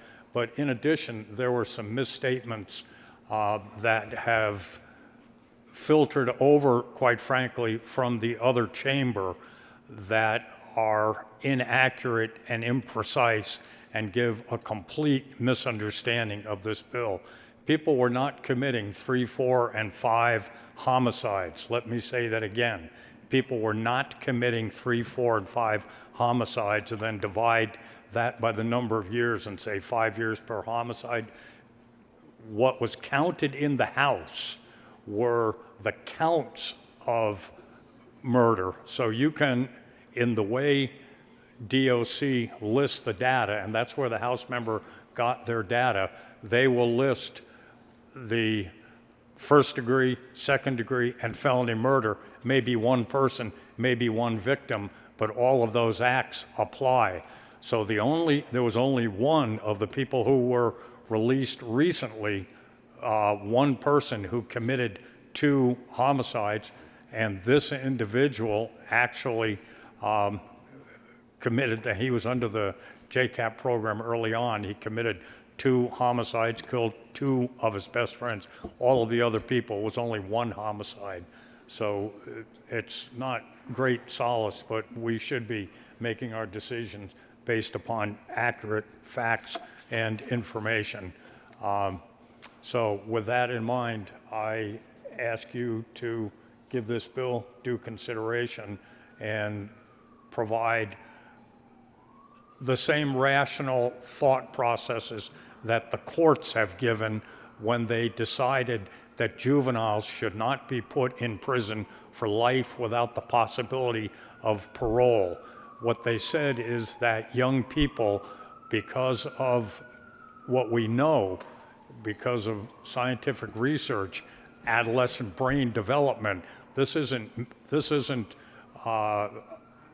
fantasy, and this is scientific studies where they have used actual PET analysis, particle emitting evaluations of brains, to see that the frontal lobe is not developing. The frontal lobe is the area where people learn to control themselves. They learn to not act impulsively. Children act impulsively. That's part of their nature. As they mature, they don't continue to act that way. Science has recognized that this is a matter of the development of the adolescent brain. I'm not saying these are proper acts, but these were, in many cases, impulsive acts. And think, too, of people who have been convicted in Colorado of these heinous crimes over the years. Because of our sentencing scheme, there are people like Liesl Ullman, who was sitting in the back of a police car and was, when a homicide occurred with a person she was with, and she got life without parole for that offense. So this bill provides an opportunity for people who have done well within the system, albeit committed heinous acts, but have served extensive periods of time, minimally 20 years, sometimes up to 28 years. And this gives them an opportunity, if they do well, if they have performed in accordance with DOC's requirements, to have an opportunity for redemption and another life. I ask for your positive support. Senator Cook. Thank you, Mr. Chair. I'll be brief, and thank you to the good senator from Colorado Springs. No, I received a text saying those numbers of murders were inaccurate, so I texted the person who gave it to me. The victim of the 14-year-old girl, the father of the 14-year-old girl that was kidnapped, raped, murdered, left for dead, 28 stab wounds. And I asked him where he got the info, and he said he did a CORA request on it, and that he stands by it. So I just wanted to clear that up as well. But don't be fooled when people say juveniles, because we're not talking about juveniles. We're talking about adults, 18, 19, and 20-year-olds. Don't be fooled when people try to mislead and say these are juveniles. They're not. They're adults. And I don't know about whether the frontal lobe develops or not in the same in everybody. But you can't tell me that an 18, 19, 20-year-old doesn't know that it's wrong to kidnap, rape, and murder a 14-year-old girl. I bet you most 10-year-olds would tell you that's not appropriate. So again, these are not juveniles we're talking about. They're not children we're talking about, unless we're talking about victims. These are adults. So again, I ask for a no vote. Seeing no further discussion, the motion is the adoption of House Bill 1209. All those in favor say aye. Those opposed say no. The ayes have it. 1209 is adopted. Will the clerk please read the title of House Bill 1233? House Bill 1233 by Representative Robertson, Will, and Senators Donovan and Winter concerning modifications to the requirements for claiming an income tax credit for the donation of a perpetual conservation easement and in connection with making an appropriation.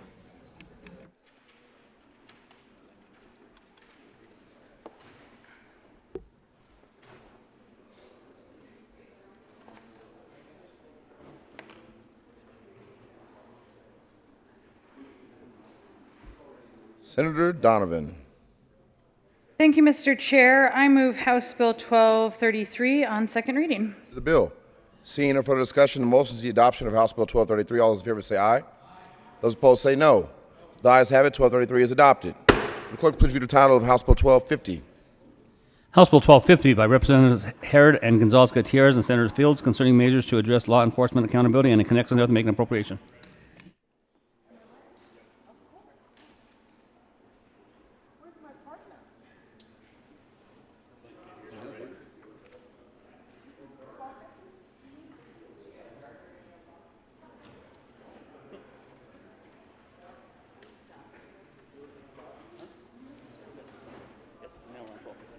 Senator Fields.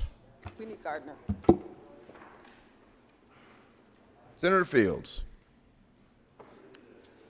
Thank you, Mr. Chair. I would like to move 1250 And the SVMA committee and the report? committee report. And the Appropriations Committee report. To the SVMA committee report, Senator Fields. Basically, what we did in the committee report is we added that law enforcement must also have body-worn cameras on when they're conducting welfare checks. I asked for an aye vote. Motion is the adoption of the SVMA committee report. All those in favor say aye. Those opposed say no. The ayes have it, and the committee report is adopted. To the Appropriations Committee report, Senator Fields. Thank you, Mr. Chair. And in the Appropriations Committee, we just ensured the funding to ensure that we could do the merits of HB 1250. Motion is the adoption of the Appropriations Committee report. All those in favor say aye. Those opposed say no. The ayes have it, and the Appropriations Committee report is adopted. To the bill, Senator Fields. Senator Gardner. Thank you, Mr. Chair. Can we have Senator 05? Senator 05.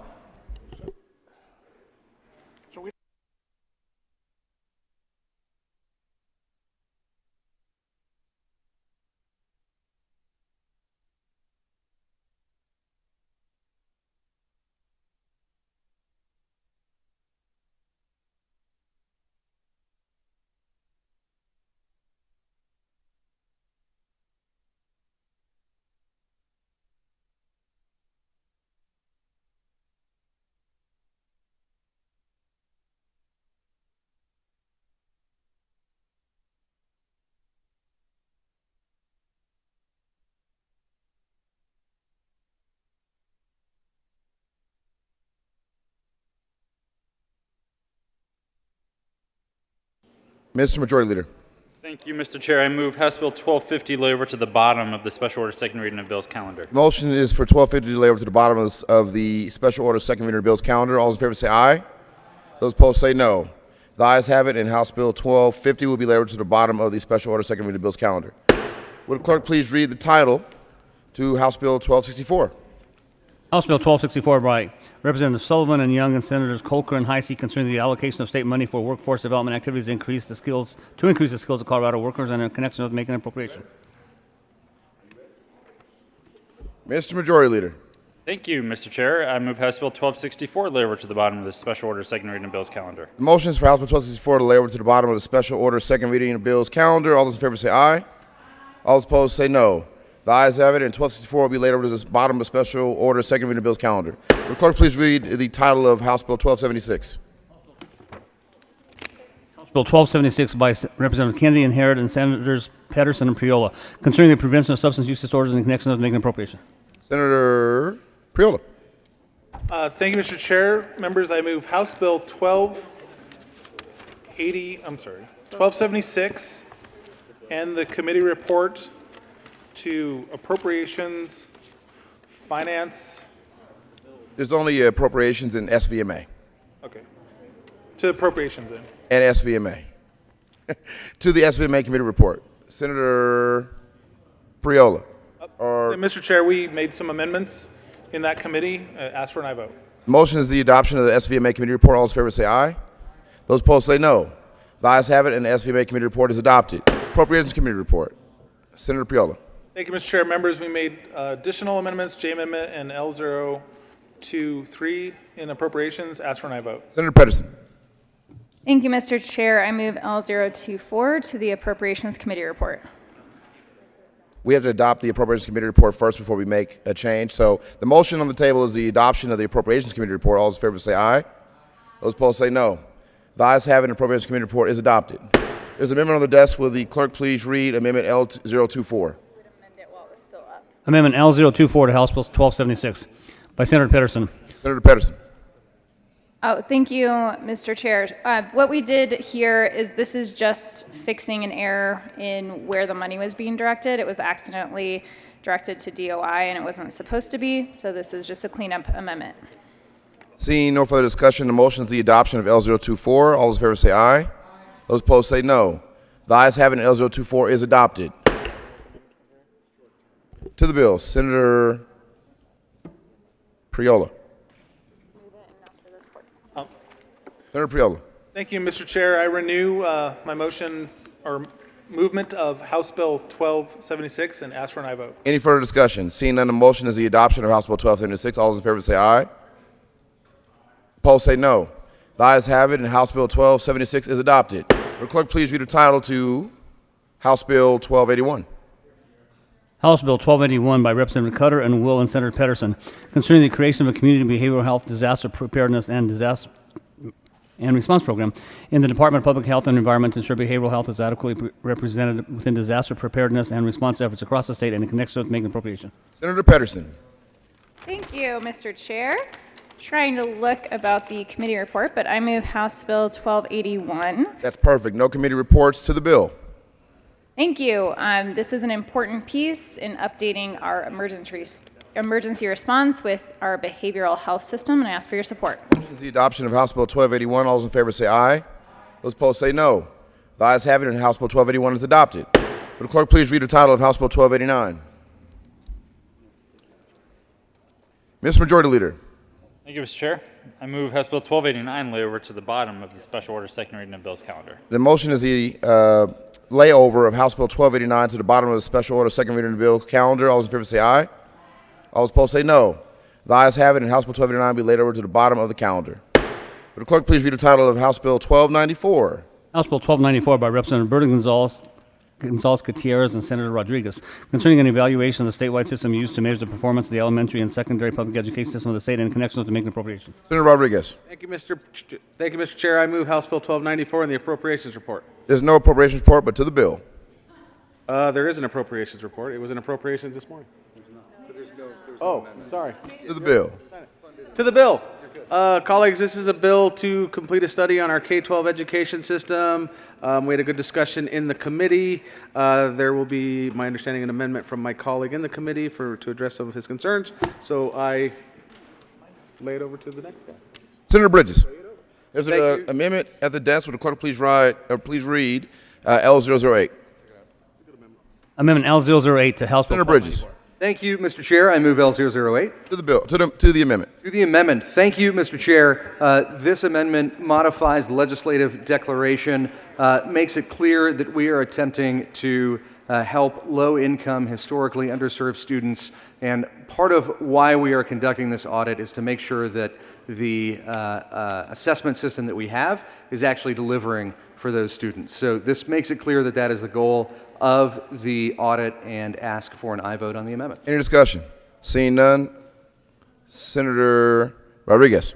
Thank you, Mr. Chair. I appreciate the discussion we had in the committee. We talked about it on the side. Appreciate the work of the good senator from, where are you from? Arapahoe County. And appreciate his discussion. And this is a good amendment. Senator Lundin. Thank you very much, Mr. Chair. We had a lengthy late-night conversation on this particular bill in the Education Committee. The danger, as I perceived it, of the bill as presented, which was reinforced, it's amazing. Sometimes testimony moves you, sometimes it doesn't. This testimony moved me from a lean yes to a this bill cannot advance position. And it did so because it became really clear in the course of the conversation that standards, assessments, and accountability, you know what, maybe not so much, was kind of where the tone of the conversation, the debate, and the bill, specifically the legislative declaration of the bill, which tells the story of why we're doing this. It made it really clear to me that 1294 perhaps was misguided and on a path to walk away from standards, assessments, and accountability in the $13 billion K-12 public education process. Not a good thing. Now, this amendment helps. Not saying it's making a material change. I'm not saying it gets it back on track to the extent I'll be able to support the bill. But this amendment at least makes an effort to say, life's complicated. The students, as they present themselves to our public education system, come from many diverse backgrounds and many diverse and difficult circumstances. We should look into those things, understand those things, but we can't wholesale say it's the fault of the standards, the assessment, and we don't want an accountability system. So I think his amendment moves us back toward the right track. I do not know that it actually gets us on the right track, but it does improve the bill. Footnote, public service announcement. Thank you, Motion is Mr. the Chair. adoption of Amendment L008. Senator Bridges. Thank you, Mr. Chair. I just wanted to add on to that, this is something that Senator Buckner, sorry, the good senator, find me, from Aurora and I worked on together and really appreciated her conversation, her input, and her concern for exactly what it is that I believe we're addressing in this amendment. And just want to thank her specifically and explicitly for all that she did to get us to where we are today. Thank you. Senator Bridges, I've been told by someone that you do have a $3 credit, and so therefore we'd love to take that up and thank you for your $3. Senator Buckner. Thank you, Mr. Chair, and I stand in strong support of this amendment. We know we have a long way to go to get our kids where they need to be, and I admire the fact that we are able to have these conversations. They're not the easiest conversations to have because so many of us differ on what we believe we should be doing for our kids, especially those kids of color and those kids in poverty. And we believe that with the addition to the ledge deck, that we will make it very clear what we are expecting, because I don't think we can expect too much. So the more we can do, the better. And I am so grateful that the good senator from Monument and the good senator from Greenwood Village, did I do that right? Yeah, I'm not going to get fined. That we worked together for the good of all students. So I stand in strong support of this amendment. Motion is the adoption of L008. All those in favor say aye. Those opposed say no. The ayes have it, and L008 is adopted. Senator Bridges. Senator Bridges. Thank you, Mr. Chair. I just also want to thank the sponsor of this bill, who always diligently works to try and make sure that concerns are addressed. So to the senator from Denver, thank you very much for your work on this. I think as this bill started, it was an attack on assessments, and I think where it is now is something that is really going to change the way that our accountability system works to make sure that we are delivering for our Colorado kids. So would urge an aye vote on the bill. Senator Rodriguez. I begrudgingly appreciate my colleague from Arapahoe County. Thank you for, and ask for an aye vote. Motion is the adoption of House Bill 1294. All those in favor say aye. Those opposed say no. The ayes have it, and 1294 is adopted. Will clerk please read the title for House Bill 1313? House Bill 1313 by Representatives Benavides and Gonzalez Gutierrez and Senator Gonzalez, concerning permitting the Office of the Child Protection Ombudsman to initiate investigation on behalf of unaccompanied immigrant children who are housed in state-licensed residential child care facilities and in connection with making an appropriation.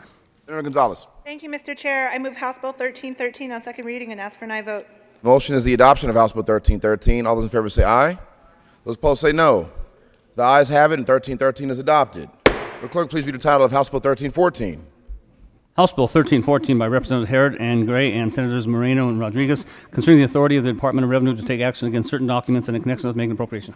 Senator Moreno. Thank you, Mr. Chair. I move House Bill 1314, the Finance Committee report and the Appropriations Committee report. It's proper motion to the Finance Committee report. Thank you, Mr. Chair. In the Finance Committee, we reinserted some unintentionally struck language. The motion is the adoption of the Finance Committee report. All those in favor say aye. Aye. Those opposed say no. The ayes have it, and the Finance Committee report is adopted. To the Appropriations Committee report. Thank you, Mr. Chair. In the Appropriations Committee, we simply aligned the reduction of judicial cash fund revenue with the marijuana tax cash fund replacement revenue. The motion is the adoption of the Appropriations Committee report. All those in favor say aye. Aye. Those opposed say no. The ayes have it, and the Appropriations Committee report is adopted. To the bill. Seeing no further discussion, the motion is the adoption of House Bill 1314. All those in favor say aye. Those opposed say no. The ayes have it, 1314 is adopted. Will clerk please read the title of House Bill 1318? House Bill 1318 by Representative Herod and Senator Garcia, concerning the creation of the Outdoor Equity Grant Program and in connection with funding the grant program from lottery money and making an appropriation. Senator Hawkins Lewis. Thank you, Mr. Chair. I move House Bill 1318 on second reading and ask for an aye vote. Any further discussion? Seeing none, the motion is the adoption of House Bill 1318. All those in favor say aye. Those opposed say no. The ayes have it, and 1318 is adopted.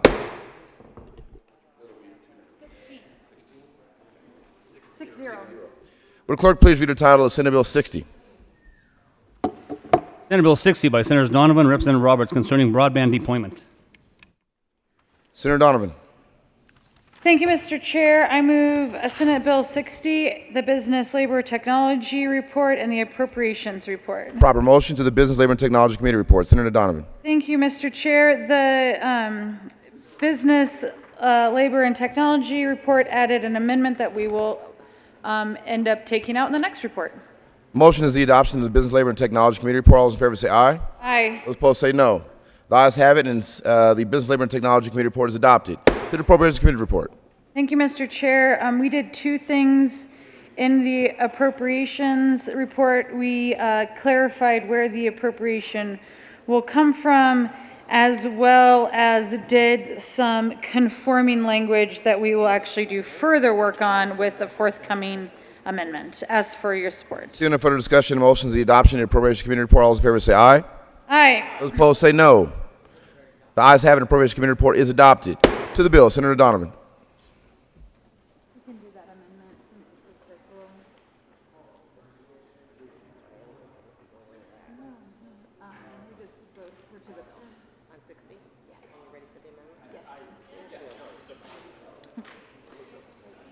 There's an amendment at the desk. Will the clerk please read amendment number 6? Amendment L006. Senator Donovan. Thank you, Mr. Chair. Colleagues, I have Like to move the shared. amendment? Oh, thank you, Mr. Chair. I move L006. To the amendment. Thank you. Colleagues, this is a 5-page amendment, so please do come and get a copy here. If not, there's extra copies on my desk of the draft. It looks a little bit more comprehensive than it is because while we were working through conforming changes, it ended up being quicker to do a strike below than individual kind of section by section amendments. So I'll speak a little bit further on this amendment since it is the bill. Thank you, Mr. Chair. So if when we adopt L006, I believe that we will address the final, that might be too emphatic of a statement, but one of the final pieces in our commitment to wire the state corner to corner, which has been a hymn that has often been sung at this pulpit, of addressing the fact that broadband is a necessity for communities to thrive and individuals to succeed. So this bill, Senate Bill 60, contemplates the creation of a new program within the Broadband Deployment Board that would address two access issues. One, an access of income, and secondly, an access of location. The access of income will be that if you are below the federal poverty line, you can apply for reimbursement for broadband of up to $600 per year. This matches a federal grant program for Pell recipients, if you're wondering where that 600 came from. Another indication of being eligible for that would be if you are in a free and reduced lunch program. And then the other portion of this is if you are located in a critically unserved area. This is a new definition we have worked on this year because, right, we used to have unserved, and now we have critically unserved and unserved. So if you're in a critically unserved area, and we think that we will likely never get a line to your house, that is just going to be the fact of the matter as we more narrowly focus our lens on building out broadband, then we will also, if that household is your primary residence, you would also be eligible for reimbursement to receive broadband at your home because satellite can be a little cost prohibitive. So that is what this bill does.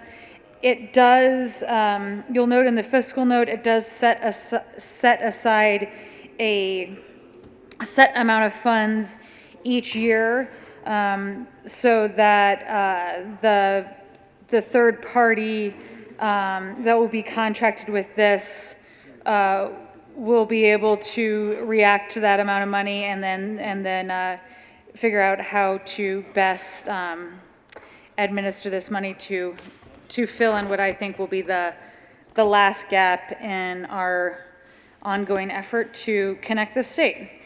So I would ask your support of the amendment, which at this point is also the bill.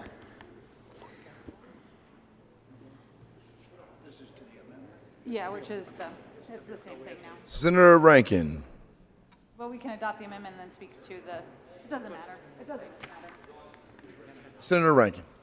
Thank you, Mr. Chair. I think I'm speaking to the bill, not the amendment. I just have a question, really. I mean, the bill does some good things, but my concern is, are we taking resources away from the traditional deployment grants for the new excess grants? For a single broadband bill this year. That's my concern, and I could not find that specific issue covered in the fiscal note. Senator Donovan. Senator Donovan. Thank you, Mr. Chair. That question goes beyond a little bit Senate Bill 60. The order did not work out great how things go because I was hoping that we would do 1289 before we did 60. Senator, it is a shared concern because one of the, and I would say our shared concern, if I'm hearing your comments right, is the diffusion of funds may impact the goal that many of us have been fighting for, of really trying to make sure that rural Colorado is built out as the first priority of the high-cost support mechanism and the Broadband Deployment Board. With some of the legislation already passed this session and with pending legislation on today's second order calendar specials, we are broadening the focus of the Broadband Deployment Board to include, I don't have that bill with me, but to include telehealth services, to include digital literacy, to include staffing. We're moving it out of to include consumer complaints. We're moving it out of DORA and into the governor's office by moving the Broadband Deployment Board, which is a bill that I rose to speak against a couple weeks ago, but that has passed now. By moving that board out of the Department of Regulatory Authority and moving it away from the PUC, many of the bills and the intents that I believe that this body has directed within this topic area are now going to have a different feel to them. The hopeful side of me, fingers crossed that that works out. The cynic side of me that's unfortunately more often right in this building, I believe that we are moving away from the legislation that we have passed, which was the strong intent of building out infrastructure for broadband.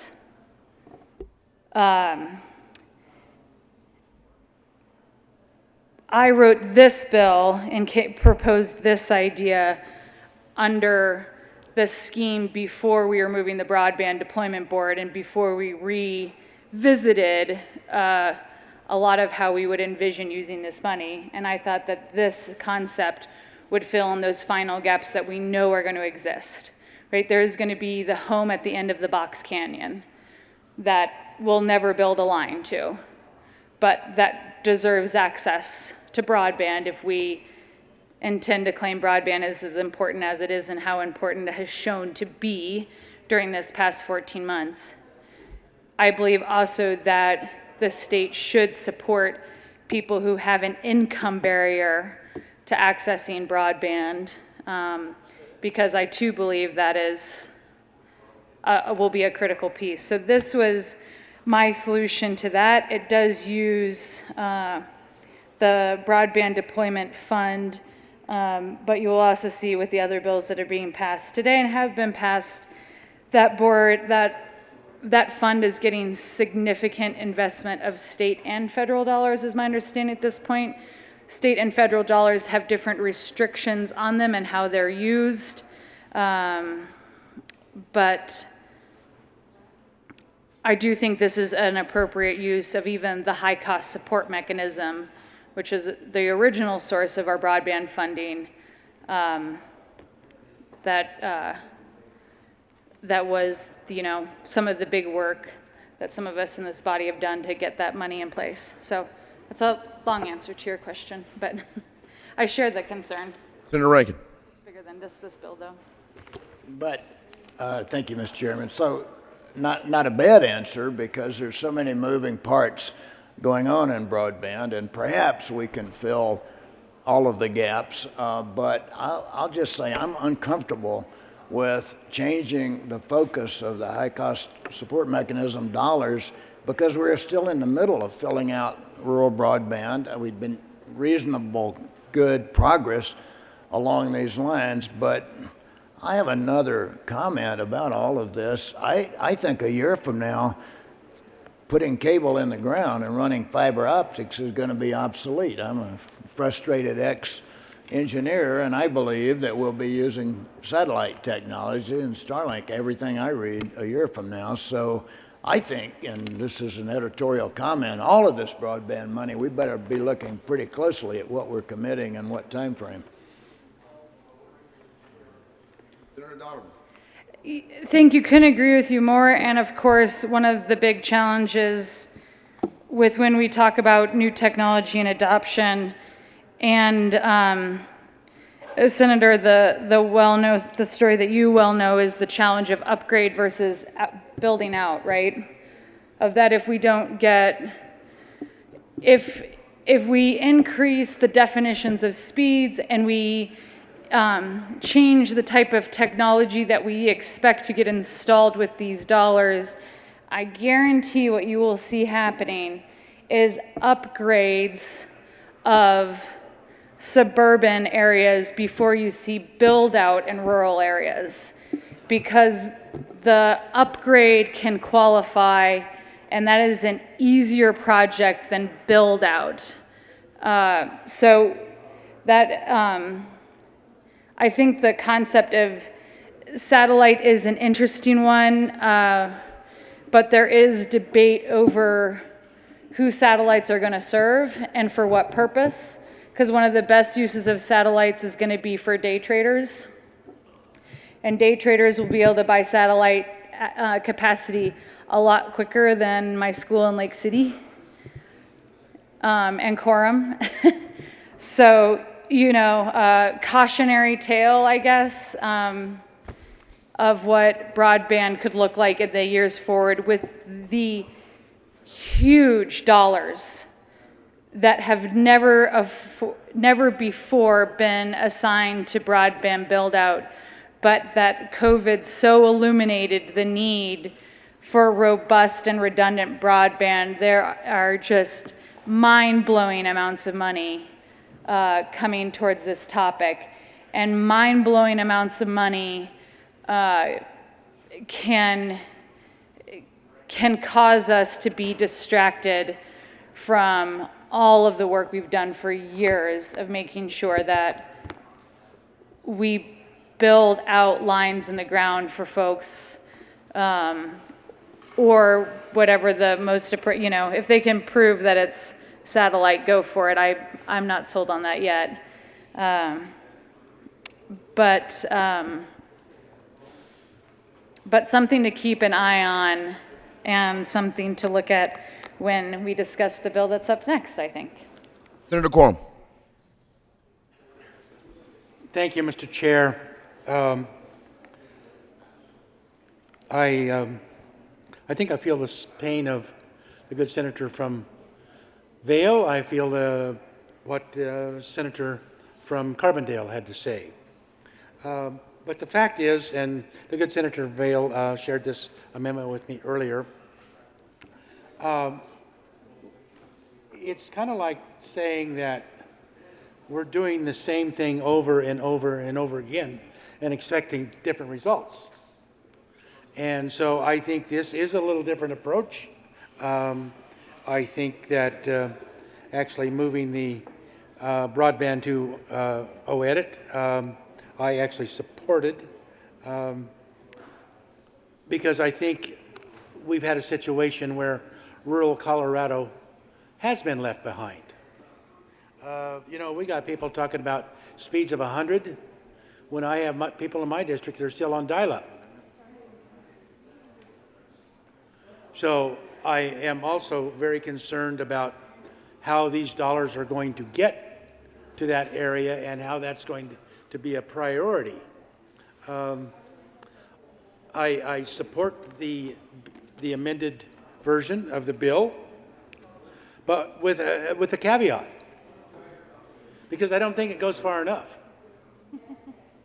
I truly believe that one of the real impediments of getting broadband into all of Colorado, all four corners of Colorado, and there in between. And we're working on legislation that gives access to transmission lines, the fiber in the transmission lines. We're doing that. But I think one of the huge problems that we have, and it's a problem that I will discuss in the next bill, we have our own state agency, Colorado Department of Transportation, that has been a hindrance in getting broadband into rural Colorado. So I'm going to support the bill, but I'm also going to talk to you about removing the impediments of our own state agencies that are blocking getting proper access to broadband in rural Colorado. Motion is the adoption of L006. All those in favor say aye. Aye. Opposed say no. The ayes have it. L006 is adopted. Any further discussion on Senate Bill 60? Seeing none, the motion is the adoption of Senate Bill 60. All those in favor say aye. Aye. Opposed say no. The ayes have it, and Senate Bill 60 is adopted. Will the clerk please read the title of House Bill 1250? House Bill 1250 by Representative Herod and Gonzalez Gutierrez and Senator Fields concerning measures to address law enforcement accountability in connection with making appropriation. Mr.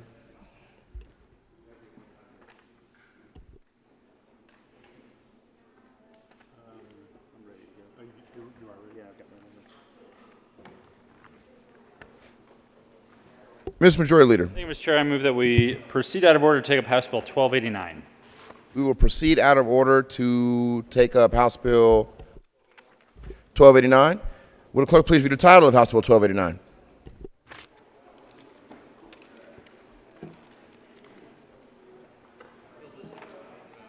House Bill 1289 by Representative Kennedy and Senators Bridges and Priola concerning broadband deployment and connection with codifying the Colorado Broadband Office and the Office of Information Technology, creating the Digital Inclusion Grant Program, the Broadband Stimulus Grant Program, and the Interconnectivity Grant Program, and making appropriation.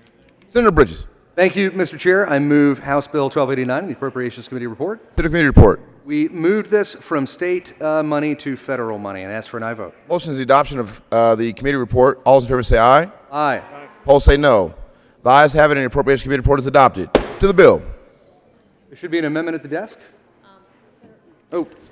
I handed you the single page. No, I was instead of the multi-pages. Which one do you want first? Either one. Dealer's choice. There is an amendment at the desk. Will the clerk please read amendment number 11? Amendment L011. Senator Bridges. Thank you, Mr. Chair. This just corrects an issue with how we call what we call Auraria and the group of institutions at Auraria. Motion is the adoption of amendment L011. Further discussion? Seeing none, all those in favor say aye. Aye. Opposed say no. The ayes have it, and L011 is adopted. To the bill. Senator Bridges. Thank you, Mr. Chair. This There is another amendment at the desk. I move. Will the clerk please read L14? Amendment L014 to House Bill 1289. Senator Bridges. Thank you, Mr. Chair. This amendment came from a conversation with the good senator from Carbondale. It basically says we want to make sure that stuff is available to folks online. Ask for an aye vote. Any discussion on L14? Seeing none, the motion is the adoption of L14. All those in favor say aye. Aye. Opposed say no. The ayes have it, and L14 is adopted. To the bill. There is an amendment at the desk. Will the clerk please read Amendment L15. Amendment L015 to House Bill Senator 1289. Quorum. Thank you, Mr. Chair. I move L01. I got 15 here. Yep, L015, that's the one we're on. Okay. Thank you. To the amendment. Thank you. This actually addresses a problem that I just spoke to in the previous bill. We have a carrier out east in Highway 385 that's needing access for the fiber. It's about 14.8 miles, and they've been negotiating with CDOT on this. And the question came back, well, yeah, we'll have a meeting on July the 7th to talk about your needs. This is exactly what I'm talking about. When our own state agency is an impediment to getting broadband into rural Colorado. And it's very concerning to me that somehow, if it was, as we just talked about, putting into the Aurora campus, that has a priority. When we got to get it to the farm or ranch out in Yuma County, or Montezuma County, or Moffett County, wait for the meeting. We'll talk about it. That's the purpose of L015. Motion is the adoption of Senator Lundin. Thank you, Mr. Chair. I rise in support of the amendment L015. Time and money. You just heard that CDOT can get in the way in terms of timing with regard to getting things done. There's also an imbalance at times on money. I think we need to keep things in alignment. Fees need to be reasonable. Timeframes need to be reasonable. We as government, specifically our departments, need to be reasonable and operate in a business-like fashion. I think this amendment would help us get there. I urge your support of L015. Senator Bridges. Thank you, Mr. Chair. We have a permitting process for all of the various different rights-of-way that are utilizing CDOT property. That is a process that is used by water, by power, by anyone who is attempting to use that. My understanding is that that meeting on July 7th will probably result in exactly what it is that the carrier is looking for. I think to create an entirely different process for one kind of utility instead of other utilities, and I know I'm going to get flack from the lobby for calling this utility, that is not something that we should be doing in this bill, but I welcome the conversation in the future. But as far as the permitting process goes, we have a process. That process is working, and we shouldn't have a separate process just for broadband. Ask for a no. Senator Donovan. Thank you, Mr. Chair. A couple sessions ago, we spent an entire session on figuring out right-of-way access. I do think that CDOT access and CDOT partnership, not only in their right-of-way, but in their fiber capacity, is a critical solution, but it probably needs to be a broader discussion than an amendment on already a Christmas tree of a bill. But it is a problem that we need to be solved. I'm just not sure that this amendment is the solution, but it could be the start of it. Motion is the adoption of L015. All those in favor say aye. Opposed say no. Noes have it. L015 is lost. To the bill. Motion is the adoption of Senator Donovan. Thank you, Mr. Chair.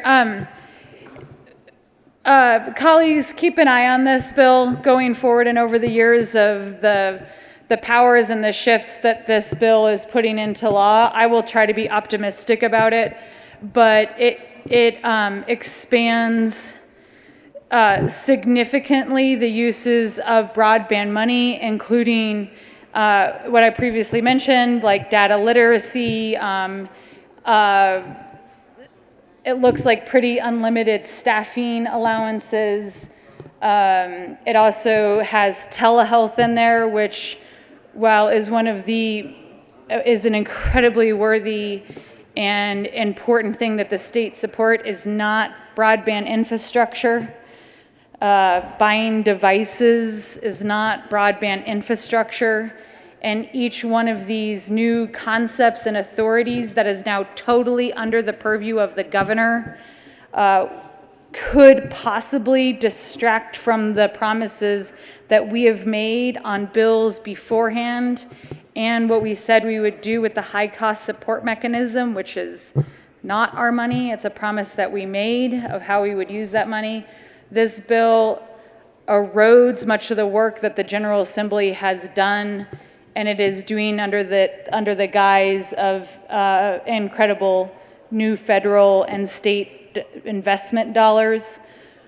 So I will support this bill with optimism, but with grave concern that this body will have to be aware of in the years moving forward. I also think another thing that I would add to the record on this particular bill is, I would say, many folks that have, actually two final things, many folks inside and outside of this building that have previously worked on the goals and have the institutional knowledge of broadband have been uninvited from that conversation that happens. And I can see that saying that on the mic may not be well received. So there is just some of the goal lines that are going to be lost because the people that knew why we had done what we did were not a part of the drafting of these bills. Just to be blatant about it, myself included. Broadband used to be my party. It's not my party anymore. That happens. But people a lot smarter than me and with a lot more history on this topic were also not included in the drafting of what is some of the most significant investments in broadband. I won't even say rural broadband anymore. We're no longer investing in rural broadband with this new policy. I had a second. It's late. I thought the pizza would pull me through to remembering the other piece I wanted to mention, but alas, I am in a pasta coma. Well, I guess I'll unremarkably conclude my comments with a brain freezing on the mic, but would ask colleagues who are attentive to these issues to keep an eye on how this plays out. Oh, we have moved the concept of broadband deployment now to the executive. That is an important change, and for my side of the aisle, why I think you should be concerned with that is because we did have the Broadband Deployment Board and a lot of those discussions under DORA and with the PUC, because we thought within those lengthy debates and conversations as we made this commitment, we thought it was appropriate that telecom be treated more like a utility than as a function like the Office of Outdoor Recreation, than as like a passion project, right? Broadband is not a passion project. Broadband is a critical function. By moving the Broadband Deployment Board and with the extensive authority that this bill now grants, with broadband deployment being under the executive, it is being moved out of a regulatory body away from the PUC. That will significantly impact the way that this issue moves forward. Senator Quorum. Thank you, Mr. Chair. I understand this bill has changed dramatically from the original thought when we were dealing with speeds designated by the state. As my understanding, this federal funding requires a 4 times increase up to 100. We're basically at 25. So I'm still very concerned that rural Colorado is left out of the loop. You know, I guess what we're being told is, good, my friends out there on dial-up, we're going to get to you next year. Hang in there. Motion is the adoption of House Bill 1289. All those in favor say aye. Those opposed say no. The ayes have it. House Bill 1289 is adopted. Will the clerk please read the title for Mr. Majority Leader? Thank you, Mr. President. Well, he's not in the room, so he doesn't care. I don't know, man. It sounded good to me. But yeah. Yeah, I think you should appreciate. Sounds good. My mistake. Thank you, Mr. Chair. I request a senatorial 5. Senatorial 5 has been requested and granted.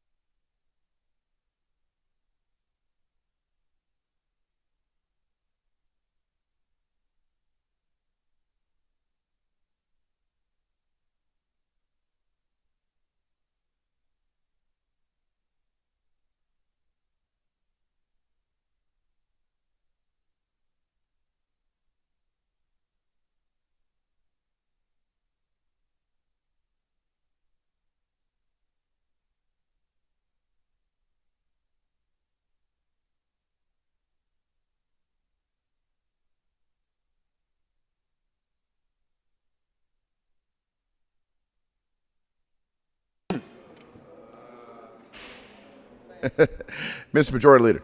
Thank you, Mr. Chair. I move that we proceed out of order to take up House Bill 1264. We will proceed out of order to take up House Bill 1264. Will the clerk please read the title of House Bill 1264? House Bill 1264 by Representatives Sullivan and Young and Senators Coker and Heisey concerning the allocation of state money for workforce development activities to increase the skills of Colorado workers and in connection with making appropriation. Senator Coker. Go ahead. James. Senator Heisey. Thank you, Mr. Chair. I move House Bill 1264 on second reading. And the Appropriations Committee report? And the Appropriations Committee report. To the committee report. Senator Coker. Thank you, Mr. Chair. The Appropriations Committee reviewed, we had an amendment in appropriations to add to the initial intent of the initial bill to not only add funding, but also add to a couple other programs that we'll describe. So I ask for an aye vote on the Appropriations Committee report. The motion is the adoption of the Appropriations Committee report. All those in favor say aye. Aye. Those opposed say no.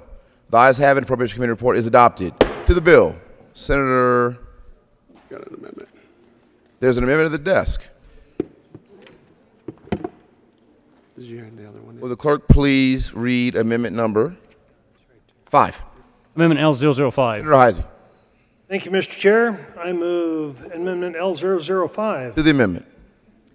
Thank you, Mr. Chair.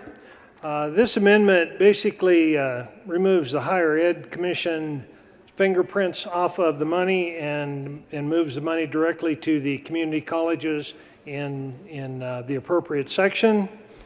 And it strikes having to develop a methodology because it would be competing with the methodology that the community colleges already have in place. So it streamlines the process.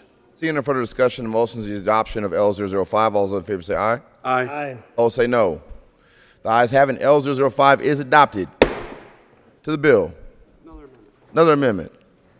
There's an amendment at the desk. Will the clerk please read amendment number 6? L006. Senator Coker. Thank you, Mr. Chair. L006 is a technical amendment. Please move the amendment. Oh, I'm sorry. I move L006. To the amendment. L006 is a technical amendment to fix what L005 added because L005 renamed from the higher ed to the Colorado Community Colleges Board to oversee. That had to be changed throughout the rest of the bill. So they had to change just those two things. And I ask for an aye vote on this. Is there any discussion on L006? Seeing none, the motion is the adoption of L006. All those in favor say aye. Aye. Those opposed say no. The ayes have it. L006 is adopted. To the bill, Senator Coker. Thank you, Mr. Chair. So this amendment, this is a stimulus bill that will include federal stimulus money for upskilling, reskilling, for different workforce boards. There's $17.5 million going to local workforce boards across the state. $17.5 will be allocated to the Colorado Workforce Development Council, used to enhance the statewide workforce ecosystem and grants for statewide workforce innovation initiatives. $10 million goes to the Department of Higher Ed for career and technical education, which the amendment says will be going to the Colorado Community College system to change and upgrade equipment for career technical education. And $5 million goes to the Colorado Department of Education, adult education and literacy programs to help support adult education initiatives, get to adults who do not know how to read or do not have their GED. That's part of upskilling too, so that they can advance in their careers. Motion is the adoption of House Bill 1264. All those in favor say aye. Aye. Opposed, no. The ayes have it. House Bill 1264 is adopted. That's it. That was easy. All right, we're done.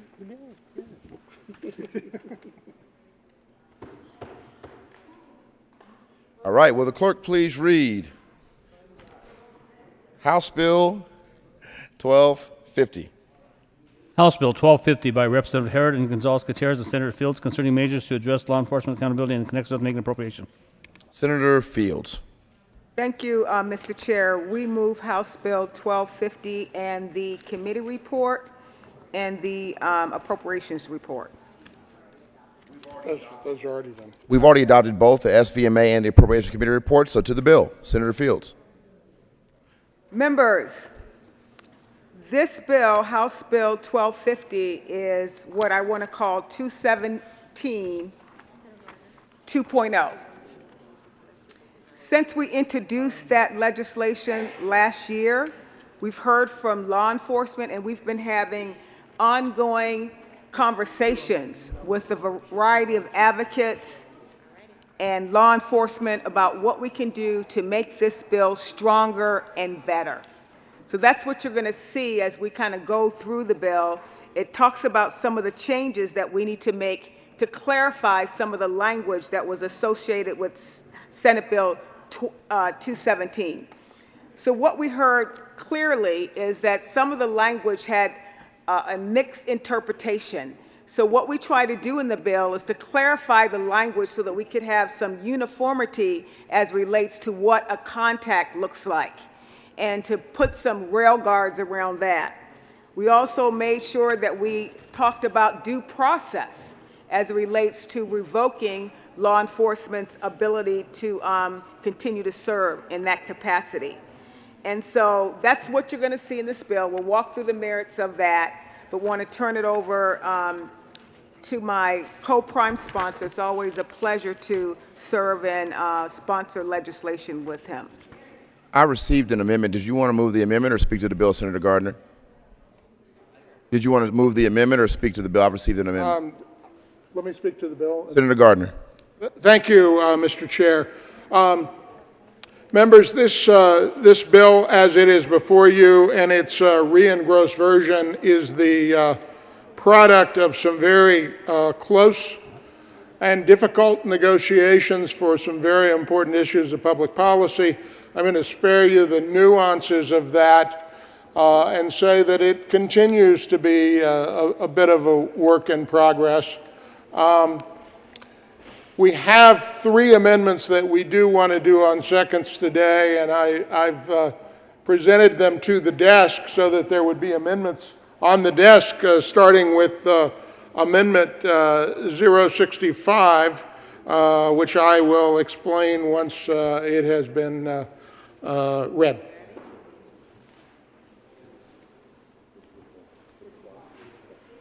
Will the clerk please read L65? Amendment L065. Senator Gardner. Thank you, Mr. Chair. This amendment, Please move the amendment. deals with how to... Senator Gardner, please move the amendment. I'm sorry. I'm sorry. I move L065. To the amendment. Thank you. L065 deals with a set of circumstances regarding peace officers who are involved in an incident and how that would be reported for post-certification.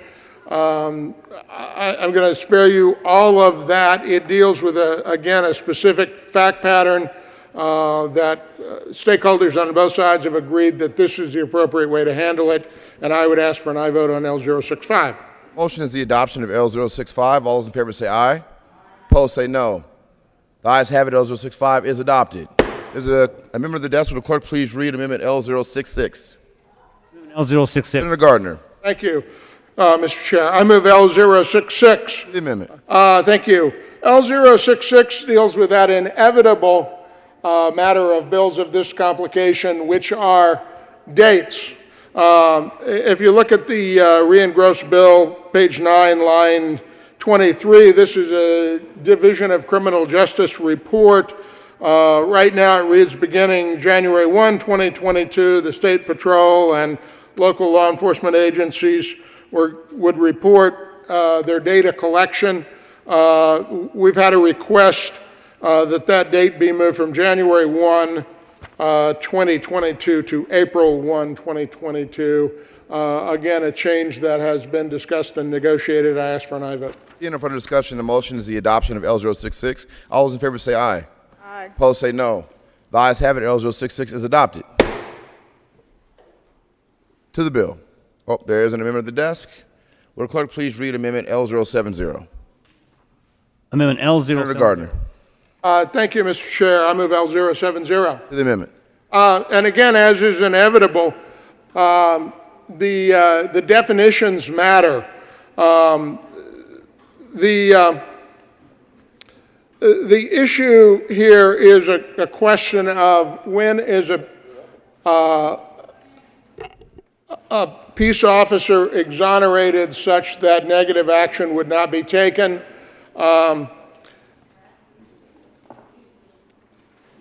I guess I would say about this that a lot of people have looked at me and said, well, exonerated means exonerated, but to lawyers that means a certain set of things and different things in different contexts.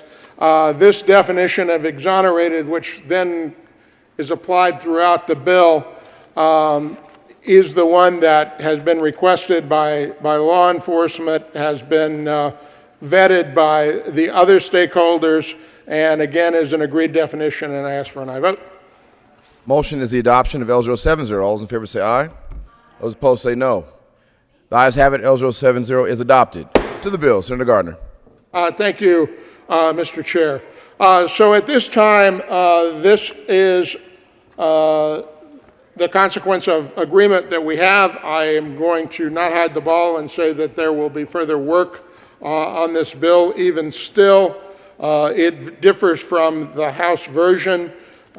We are very proud of the work that has been done in this chamber and are going to stick with that work and do some more. And I ask for your support. I want to be very clear about that to my colleagues on both sides of the aisle. I am asking for an aye vote on House Bill 1250 as amended at this time. Senator Fields. Thank you, Mr. Chair. And I guess just to comment on what was just said by the good country lawyer, is that being a police officer is not easy. It is very difficult work because there's always an element of uncertainty. Sometimes there's an element of surprise. But at the end of the day, the majority of law enforcement officers are maintaining law and order in our state. And so what we've been trying to do throughout the summer and throughout this session is convening really deep conversations on how to get this policy right. It's not perfect, we're still working on it, but this is not anything to say, you know, we're trying to get after the police. They have asked us to make some changes as it relates to transparency, so everyone's going about their work in a standard way. And so that's what this bill attempts to do. So like my co-prime sponsor, I'm asking for an aye vote on this House Bill 1250. Seeing no further discussion, the motion is the adoption of House Bill 1250. All those in favor say aye. Those opposed say no. The ayes have it. House Bill 1250 is adopted.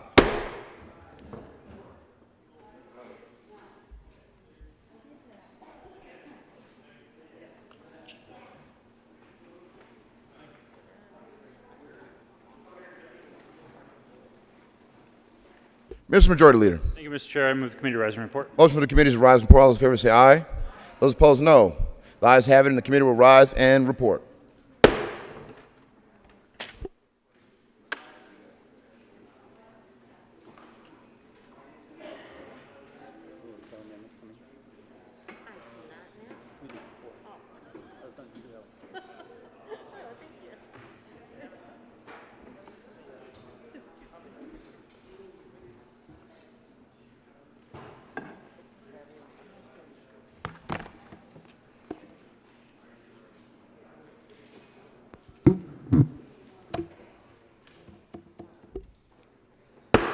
The Senate will come to order. Senator Coleman. Thank you, Mr. President. The committee has met a number of bills in consideration. Will the clerk please read the report? Mr. President, the committee of the whole begs leave to report as had in consideration the following task bills being the second reading thereof makes the following recommendations thereon. Senate Bill 60 as amended. Passed the second reading, ordering gross place counter for third reading and final passage. House Bills 1134, 1171 as amended, 1198 as amended, 1209, 1233, 1276 as amended, 1281, 1294 as amended, 1313, 1314 as amended, 1318, 1289 as amended, 1264 as amended, 1250 as amended. Passed on second reading and ordering rise and place counter for third and final passage. Third reading and final passage. Senator Coleman. Thank you, Mr. President. I move for adoption of the report. Motion is for the adoption of the committee of the whole report. There is an amendment at the desk. Will the clerk please read Amendment 001 to the committee of the whole? Cal Amendment 001 to House Bill 1198. Senator Buckner. Thank you, Mr. President. I move L001. To the amendment, Senator.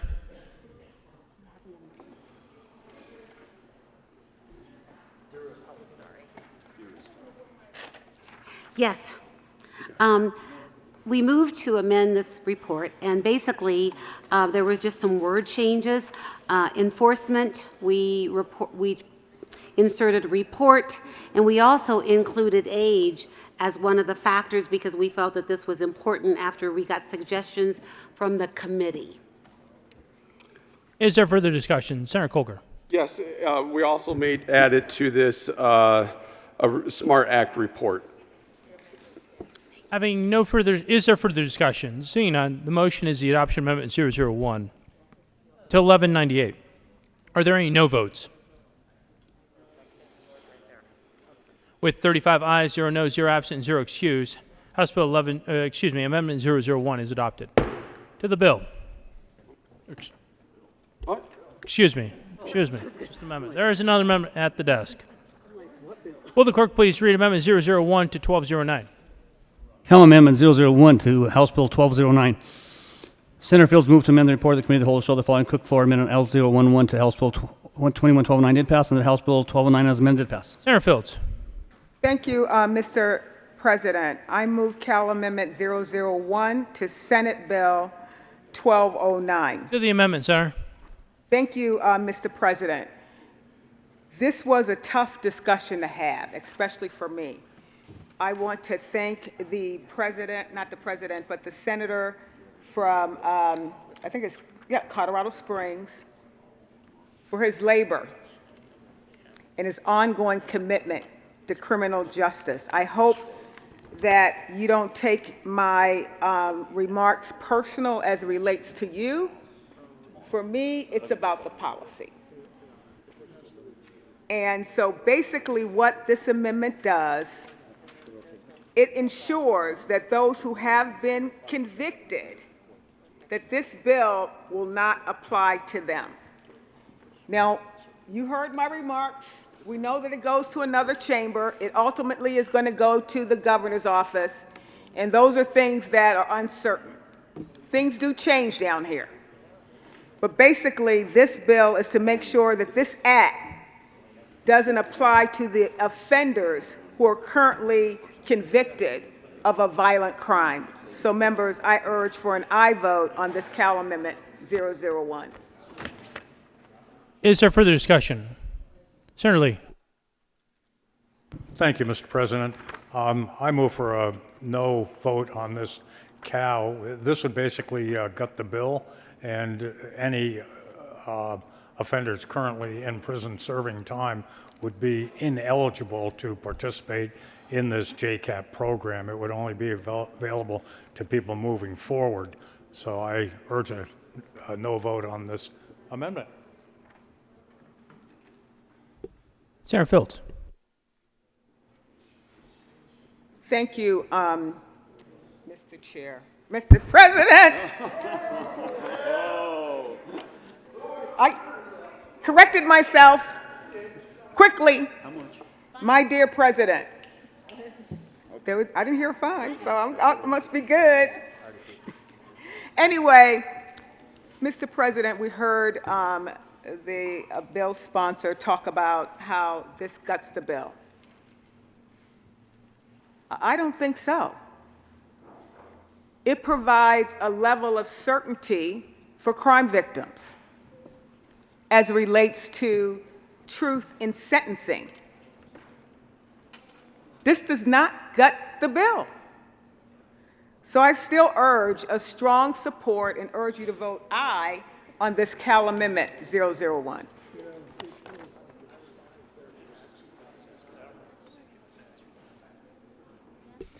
Is there further discussion? Senator Lee. Thank you, Mr. President. The purpose of the bill was to provide an opportunity, a second chance, as it were, for people who committed offenses 20, 30, 35 years ago. And we have a program in existence right now, the Juveniles Convicted as Adults, which was made available following the Supreme Court Holmes ruling, which said that juveniles convicted as adults could not be sentenced to life in prison without the possibility of parole. So we set up this JCAP program in order to provide an opportunity for those young people who were convicted before age 18 to get into a program to learn life skills so that when they did have an opportunity for parole, they would be available to reintegrate into community. What this bill does is expand that program to 18, 19, and 20-year-olds so that that cohort of people can have an opportunity for parole. The people who originally were eligible for the JCAP, all of those people have either moved into the program or don't qualify for the program. So we're just trying to continue this program, which has been successful, to provide another cohort of people to move into it. And those would be people who were 18, 19, or 20 when they committed their crimes. So effectively, JCAP would only continue for the people who are currently in it, and that would be for maybe a couple more years, and then there would be no cohort of people available. Senator Cook. Thank you, Mr. President. As for an aye vote on this Cal amendment, it does not gut the program. The senator is correct. It only affects those of juveniles. This will expand it to adults that are 18, 19, and 20-year-olds. 18, 19, and 20-year-olds that should know murdering and raping young girls is wrong. And so I would ask for an aye vote on this Cal amendment.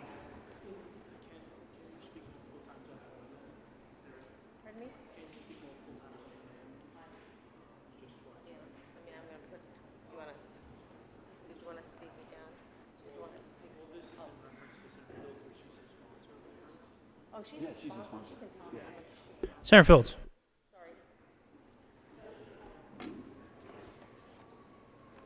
Thank you. Mr. President, my dear President, we heard the bill sponsor talk about those who are 18, 19, and 20. We also heard him talk about how when you're incarcerated, you learn how to control your behavior. That's true. You're in prison. Of course your behavior is going to be controlled. If you were an addict when you went in and you don't have access to drugs, you learn how to be sober. So this idea that being in jail, you control who you are, sometimes it's temporary until you get out. And once you're released and you go back to maybe a familiar environment, whatever that environment is, sometimes you might have a relapse, even though you committed your crime at 18, 19, or 20. I don't think we do a very good job of rehabilitation when you're in prison. I don't think we do enough to make sure that people don't resort back to crime. But to think that just because you go to prison at this age and when you get released after 28 years and you have some good time shaved off of that, doesn't mean that you are going to be totally redeemed.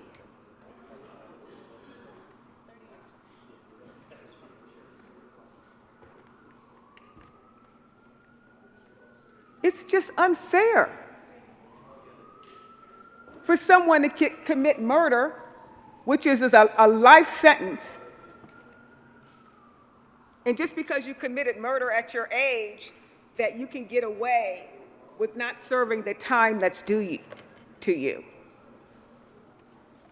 So once again, Mr. President, I'm not going to come up to talk about this Cal anymore, but I do urge an aye vote on this Cal amendment, L001.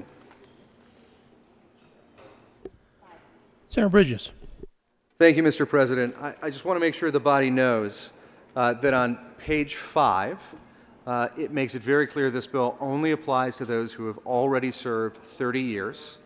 So if we make this bill apply only to those convicted upon the enactment of this bill and who have served for 30 years, it means that this bill will not actually go into effect for anyone effectively for 30 years. Now, I put the effective date of my bills out a year, 2 years, all the time to try and find consensus, to try and move things forward. But 30 years is not just saying, well, we'll give it another year, 2 years, or even 5 years. That's a pretty long time. I would ask for a no vote on the amendment. Having no further discussion, the motion before the body is the adoption of Amendment 001 to 1209. Are there any no votes? Senators Coleman, Hawkes Lewis, Kolker, the Majority Leader, Danielson, Zenzinger, Winter, Gonzalez, Buckner, Lee, Rodriguez, Story, Donovan, Hanson, Moreno,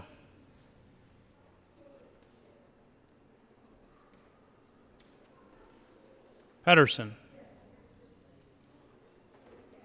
Bridges,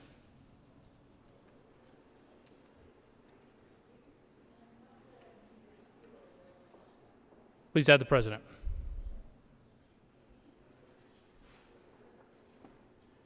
With 17 aye votes, 18 no votes, 0 absent, and 0 excused. Amendment 001 is lost.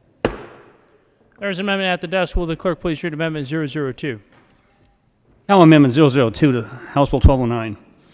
Senator Cook moved to amend the report of the committee of the whole to show the following Cook Floor Amendment L010 to House Bill 1209 did pass on Senator House Cook. Bill. Thank you, Mr. President. I move Cal Amendment 002. To the amendment, sir. Thank you, Mr. President. What this amendment does, it takes out any reference to juveniles in the declaration because they're not juveniles this bill is covering. They're covering adults, 18, 19, and 20-year-olds.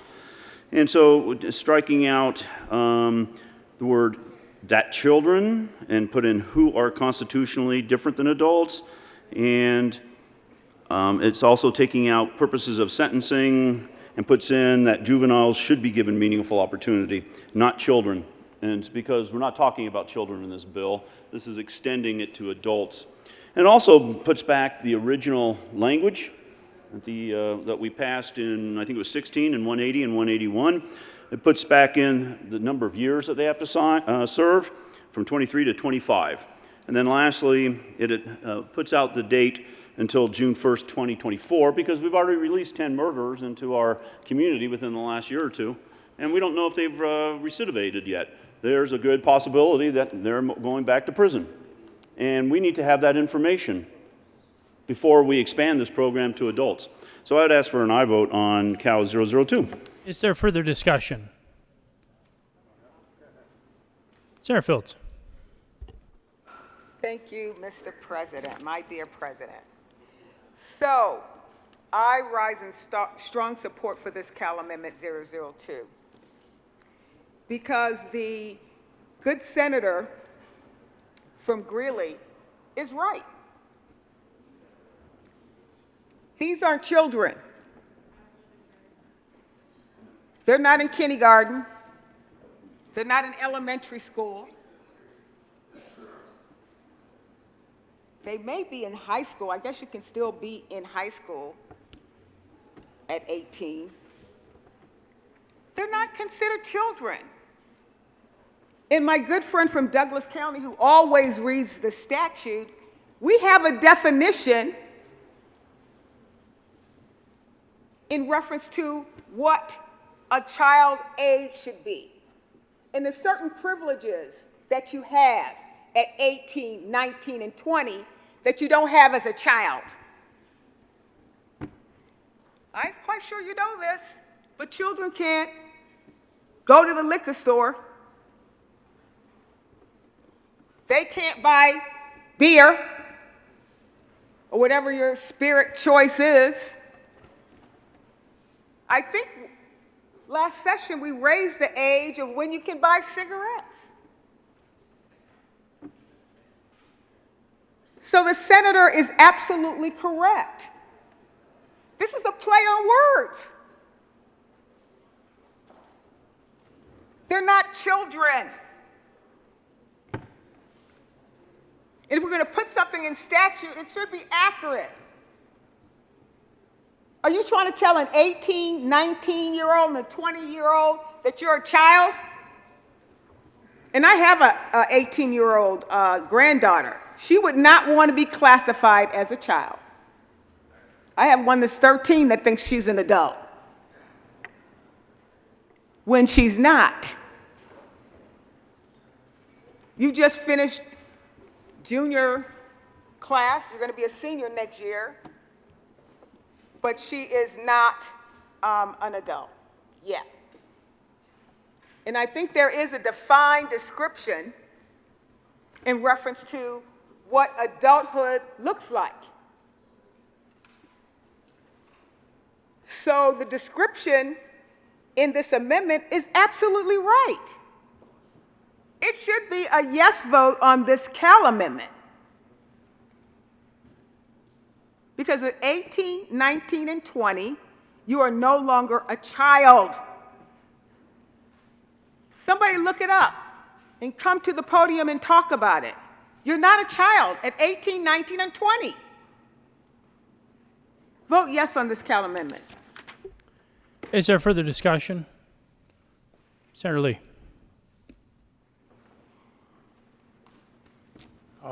Thank you, Mr. President.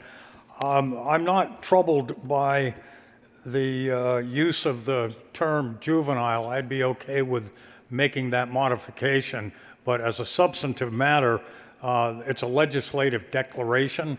I think when the ledge deck was written in the original bill to set up the JCAP program, it was for under 18, and it wasn't changed in this, but it's non-statutory. It's not going to go into the rules. But the other components, when you add a not to page 5, line 21, it says they may not petition for placement in the program. So it precludes people from petitioning into the program. It makes them ineligible to participate into the program. And then on page 6, the line 27, the amendment changes it from 23 to 25 years. It was purposeful to put 23 years in because they're going to spend 3 years in the program and they will be in prison 25 or 26 years before they move on. And similarly with the 28 substituting the 30, it's unnecessary because they'll be in the program in prison for those additional years. So I urge a no vote on the amendment. Having no further discussion, the motion before the body is the adoption of Amendment 002 to the Committee of the Whole. Are there any no votes? Senators Donovan, Hawkes Lewis, Coleman, Bridges, Zenzinger, Rodriguez, Winter, Buckner, Story, Moreno, Hanson. Majority Leader Pedersen, Gonzalez, Kolker,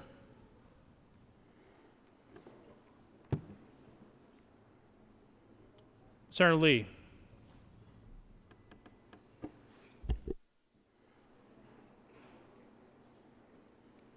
Danielson. Please add the President.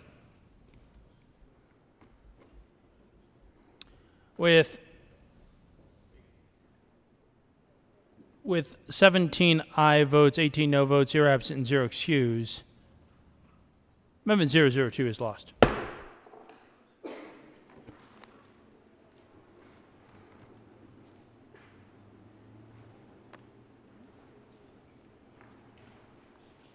There is an amendment at the desk. Will the clerk please read Amendment 003? Amendment 003 to House Bill Mayor Cook. 209. Thank you, Mr. President. I move Cal Amendment 003. To the amendment. Thank you, Mr. President. This is the amendment that we got from the families of murdered victims who said that, hey, we're not sure what a calendar means, calendar year means. It can mean just about anything. And going back to the truth in sentencing, what this says is for the purpose of this section, calendar year means 12 consecutive months without any time for credit deductions.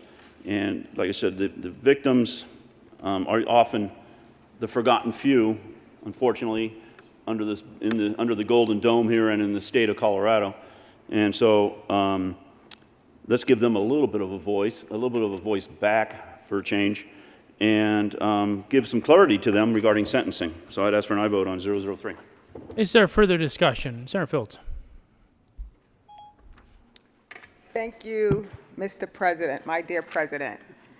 I support this amendment, Cal Amendment 003 to 1209, and the reason I do is because of the remarks I've made earlier, which is that there's no truth in sentencing.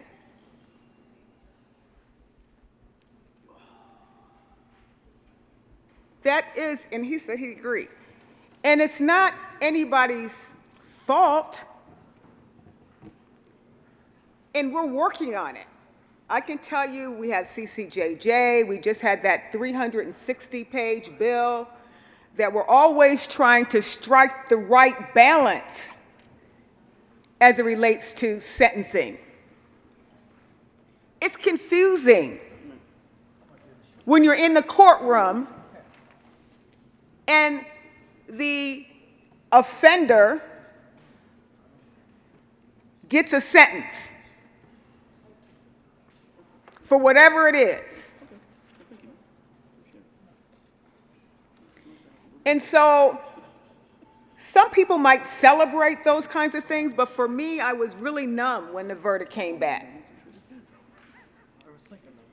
And some people feel like you're never whole again after being a victim of a crime. It doesn't matter what the sentence is, but when the judge comes down and tells you 20 years, 15 years, life in jail without parole, whatever it is, you want to believe what the judge is saying. But you can't. Because they have all this other stuff, like good time. If you get it, go to this program, you go to that program. And people who are incarcerated know what to do to shave off time to the sentence. And so this calendar stuff, thank you. I'm asking for an aye vote to 003. I got a very important message. Senator Lee. Thank you, Mr. President. Well, as a wise man once said to me, not all of your amendments are terrible. So I'm going to support this amendment. Having no further discussion, the motion, Senator Gonzalez. Thank you, Mr. President. I just want to take a moment to acknowledge the words today of the good senator from Aurora. And I just want to acknowledge the very real, raw pain that you speak so powerfully about. The fact that you are able to come and not speak for victims, but to speak as a victim and as a survivor. I want to just acknowledge that for what it is, and thank you for doing that. You and I over the years have had this conversation that we don't always agree on the policy, but that we always do hear each other. And that's what matters, and that's what's important. And on multiple amendments, and over the course of this afternoon, you have spoken quite powerfully. I appreciate that. I will also say that when you were just speaking right now about clarifying what we mean when we talk about a calendar year, it actually reminded me of my dad, because my dad would say, time's a construct. Time is what we make of it. As survivors, as incarcerated people, as senators here in this body, debating a number of bills on what always feels like a real hectic timeline. I just wanted to take a moment and appreciate you. I ask for an aye vote in Cal 3. Having no further discussion, the motion is the adoption of Amendment 003 to the Committee of the Whole. Are there any no votes? With 35 ayes, 0 noes, 0 absent, and 0 excused, Amendment 003 is adopted. Having no additional amendments, the question before the body is the adoption of the Committee of the Whole report. Are there any no votes? With 35 ayes, 0 noes, 0 absent, and 0 excused, that motion is adopted. The Committee of the Whole report is adopted.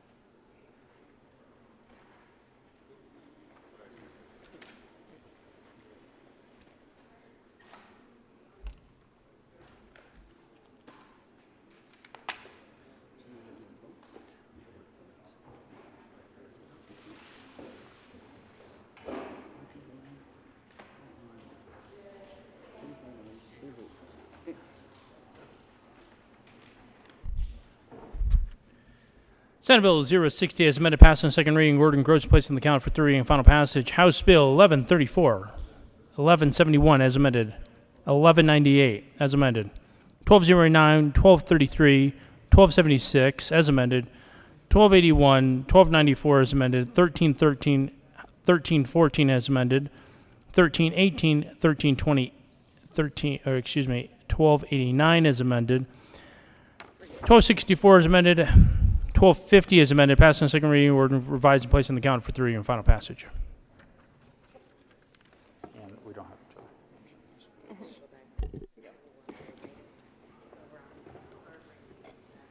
to. Will the clerk please read the title? Third reading of bill's final passage. Will the clerk please read the title to House Bill 1071?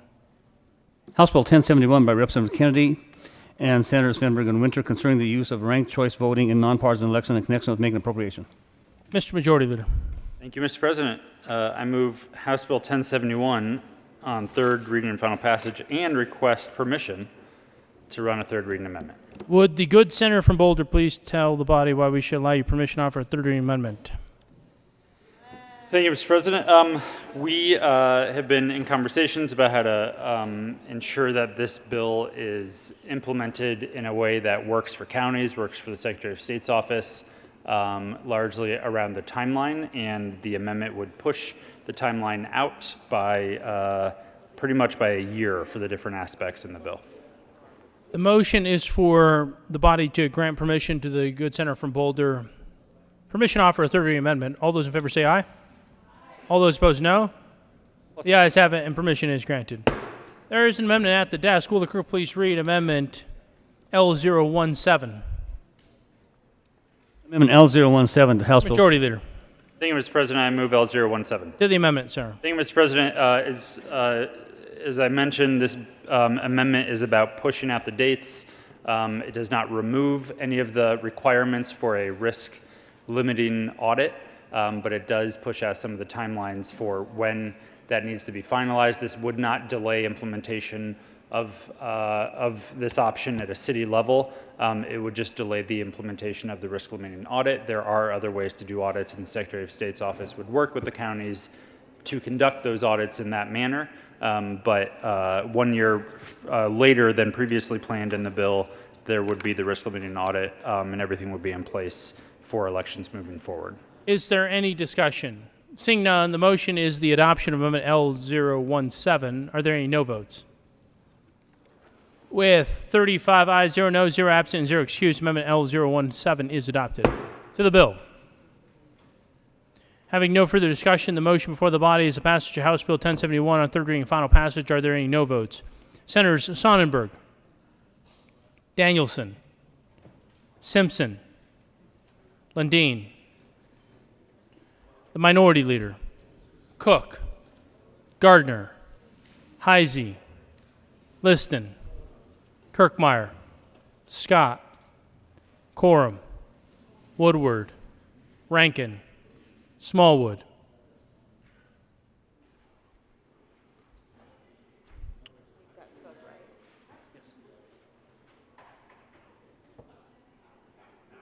With 20 ayes, 15 no votes, 0 absent, 0 excused, House Bill 1071 is passed. Co-sponsors.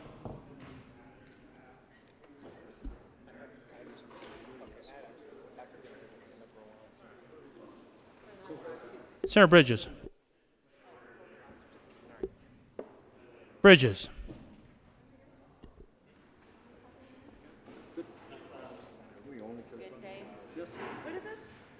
Co-sponsors on House Bill 1071. Gonzalez. Lean co-sponsor.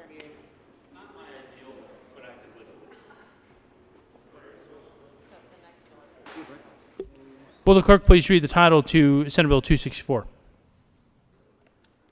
Senate Bill 264 by Senator Hansen. Mr. Majority Leader. Thank you, Mr. President. I move Senate Bill 264 lay over until later today. Sorry. You have heard the motion. All those in favor say aye. All those opposed, no. The ayes have it, and the motion is adopted, and Senate Bill 264 will lay over until later today. Lo siento. Introduction of bills. Bill 1324 by Representative Pelton and Roberts and Senators Rodriguez and Heisey concerning measures to facilitate the use of innovative energy technologies by investor-owned utilities in Colorado in connection therewith authorizing the Public Utilities Commission to review and approve investor-owned utilities applications for low-emission innovative energy technologies based on meeting specified criteria. State Veterans and Military Affairs.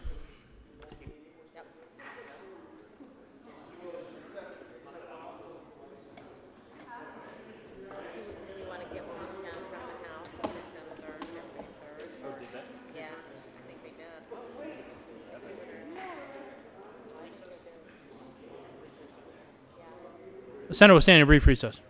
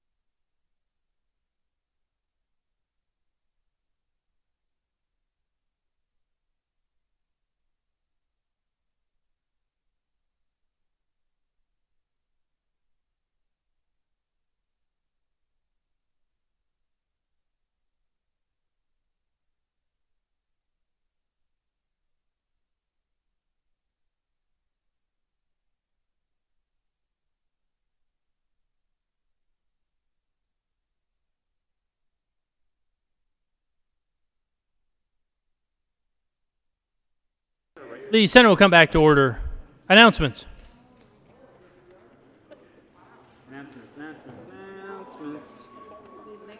Mr. Minority Leader. Thank you, Mr. President. Congratulations to the Colorado Avalanche. They're 6-0 in the playoffs. Woo! Let's work hard tonight so that we can be home tomorrow night to watch them win Game 3 of this series and be 7-0. Go Avs!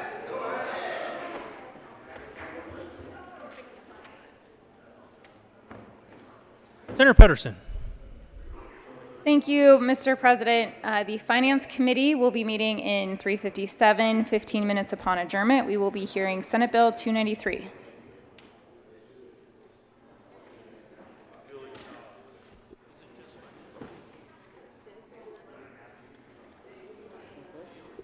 And confirmations for the AQCC. Senator Gonzalez. Thank you, Mr. President. The State Veterans and Military Affairs Committee will be meeting at 3 o'clock in the old Supreme Court to consider a bill that was just introduced. The number I don't remember, but it's 1324. It's the one bill. Good times, everybody. We'll see you in 15 minutes. Senator Hansen. Thank you very much, Mr. President. Announcement for Senate appropriations. We will hear a number of bills this afternoon upon the completion of finance. Those include House Bill 1005, 1014, 1101, 1111, 1261, 1271, 1285, 1286, and Senate Bill 293 if it is successful in finance. Senator Gonzalez.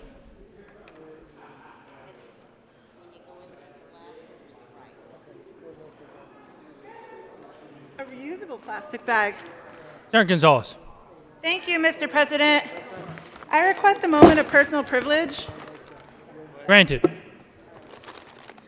Colleagues, I'd like to ask you, what could be better than a reusable plastic bag? From HEB. A reusable plastic bag with Selena on it. What could be better than a reusable plastic bag with Selena on it? A reusable plastic bag with paletas. There are 50 here. They won't be here for very long. So, paletas, otherwise known as brown people popsicles.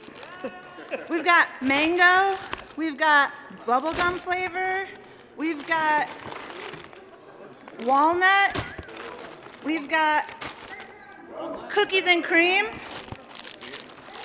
Just like Donald Trump and Face Salad. There's one behind your back.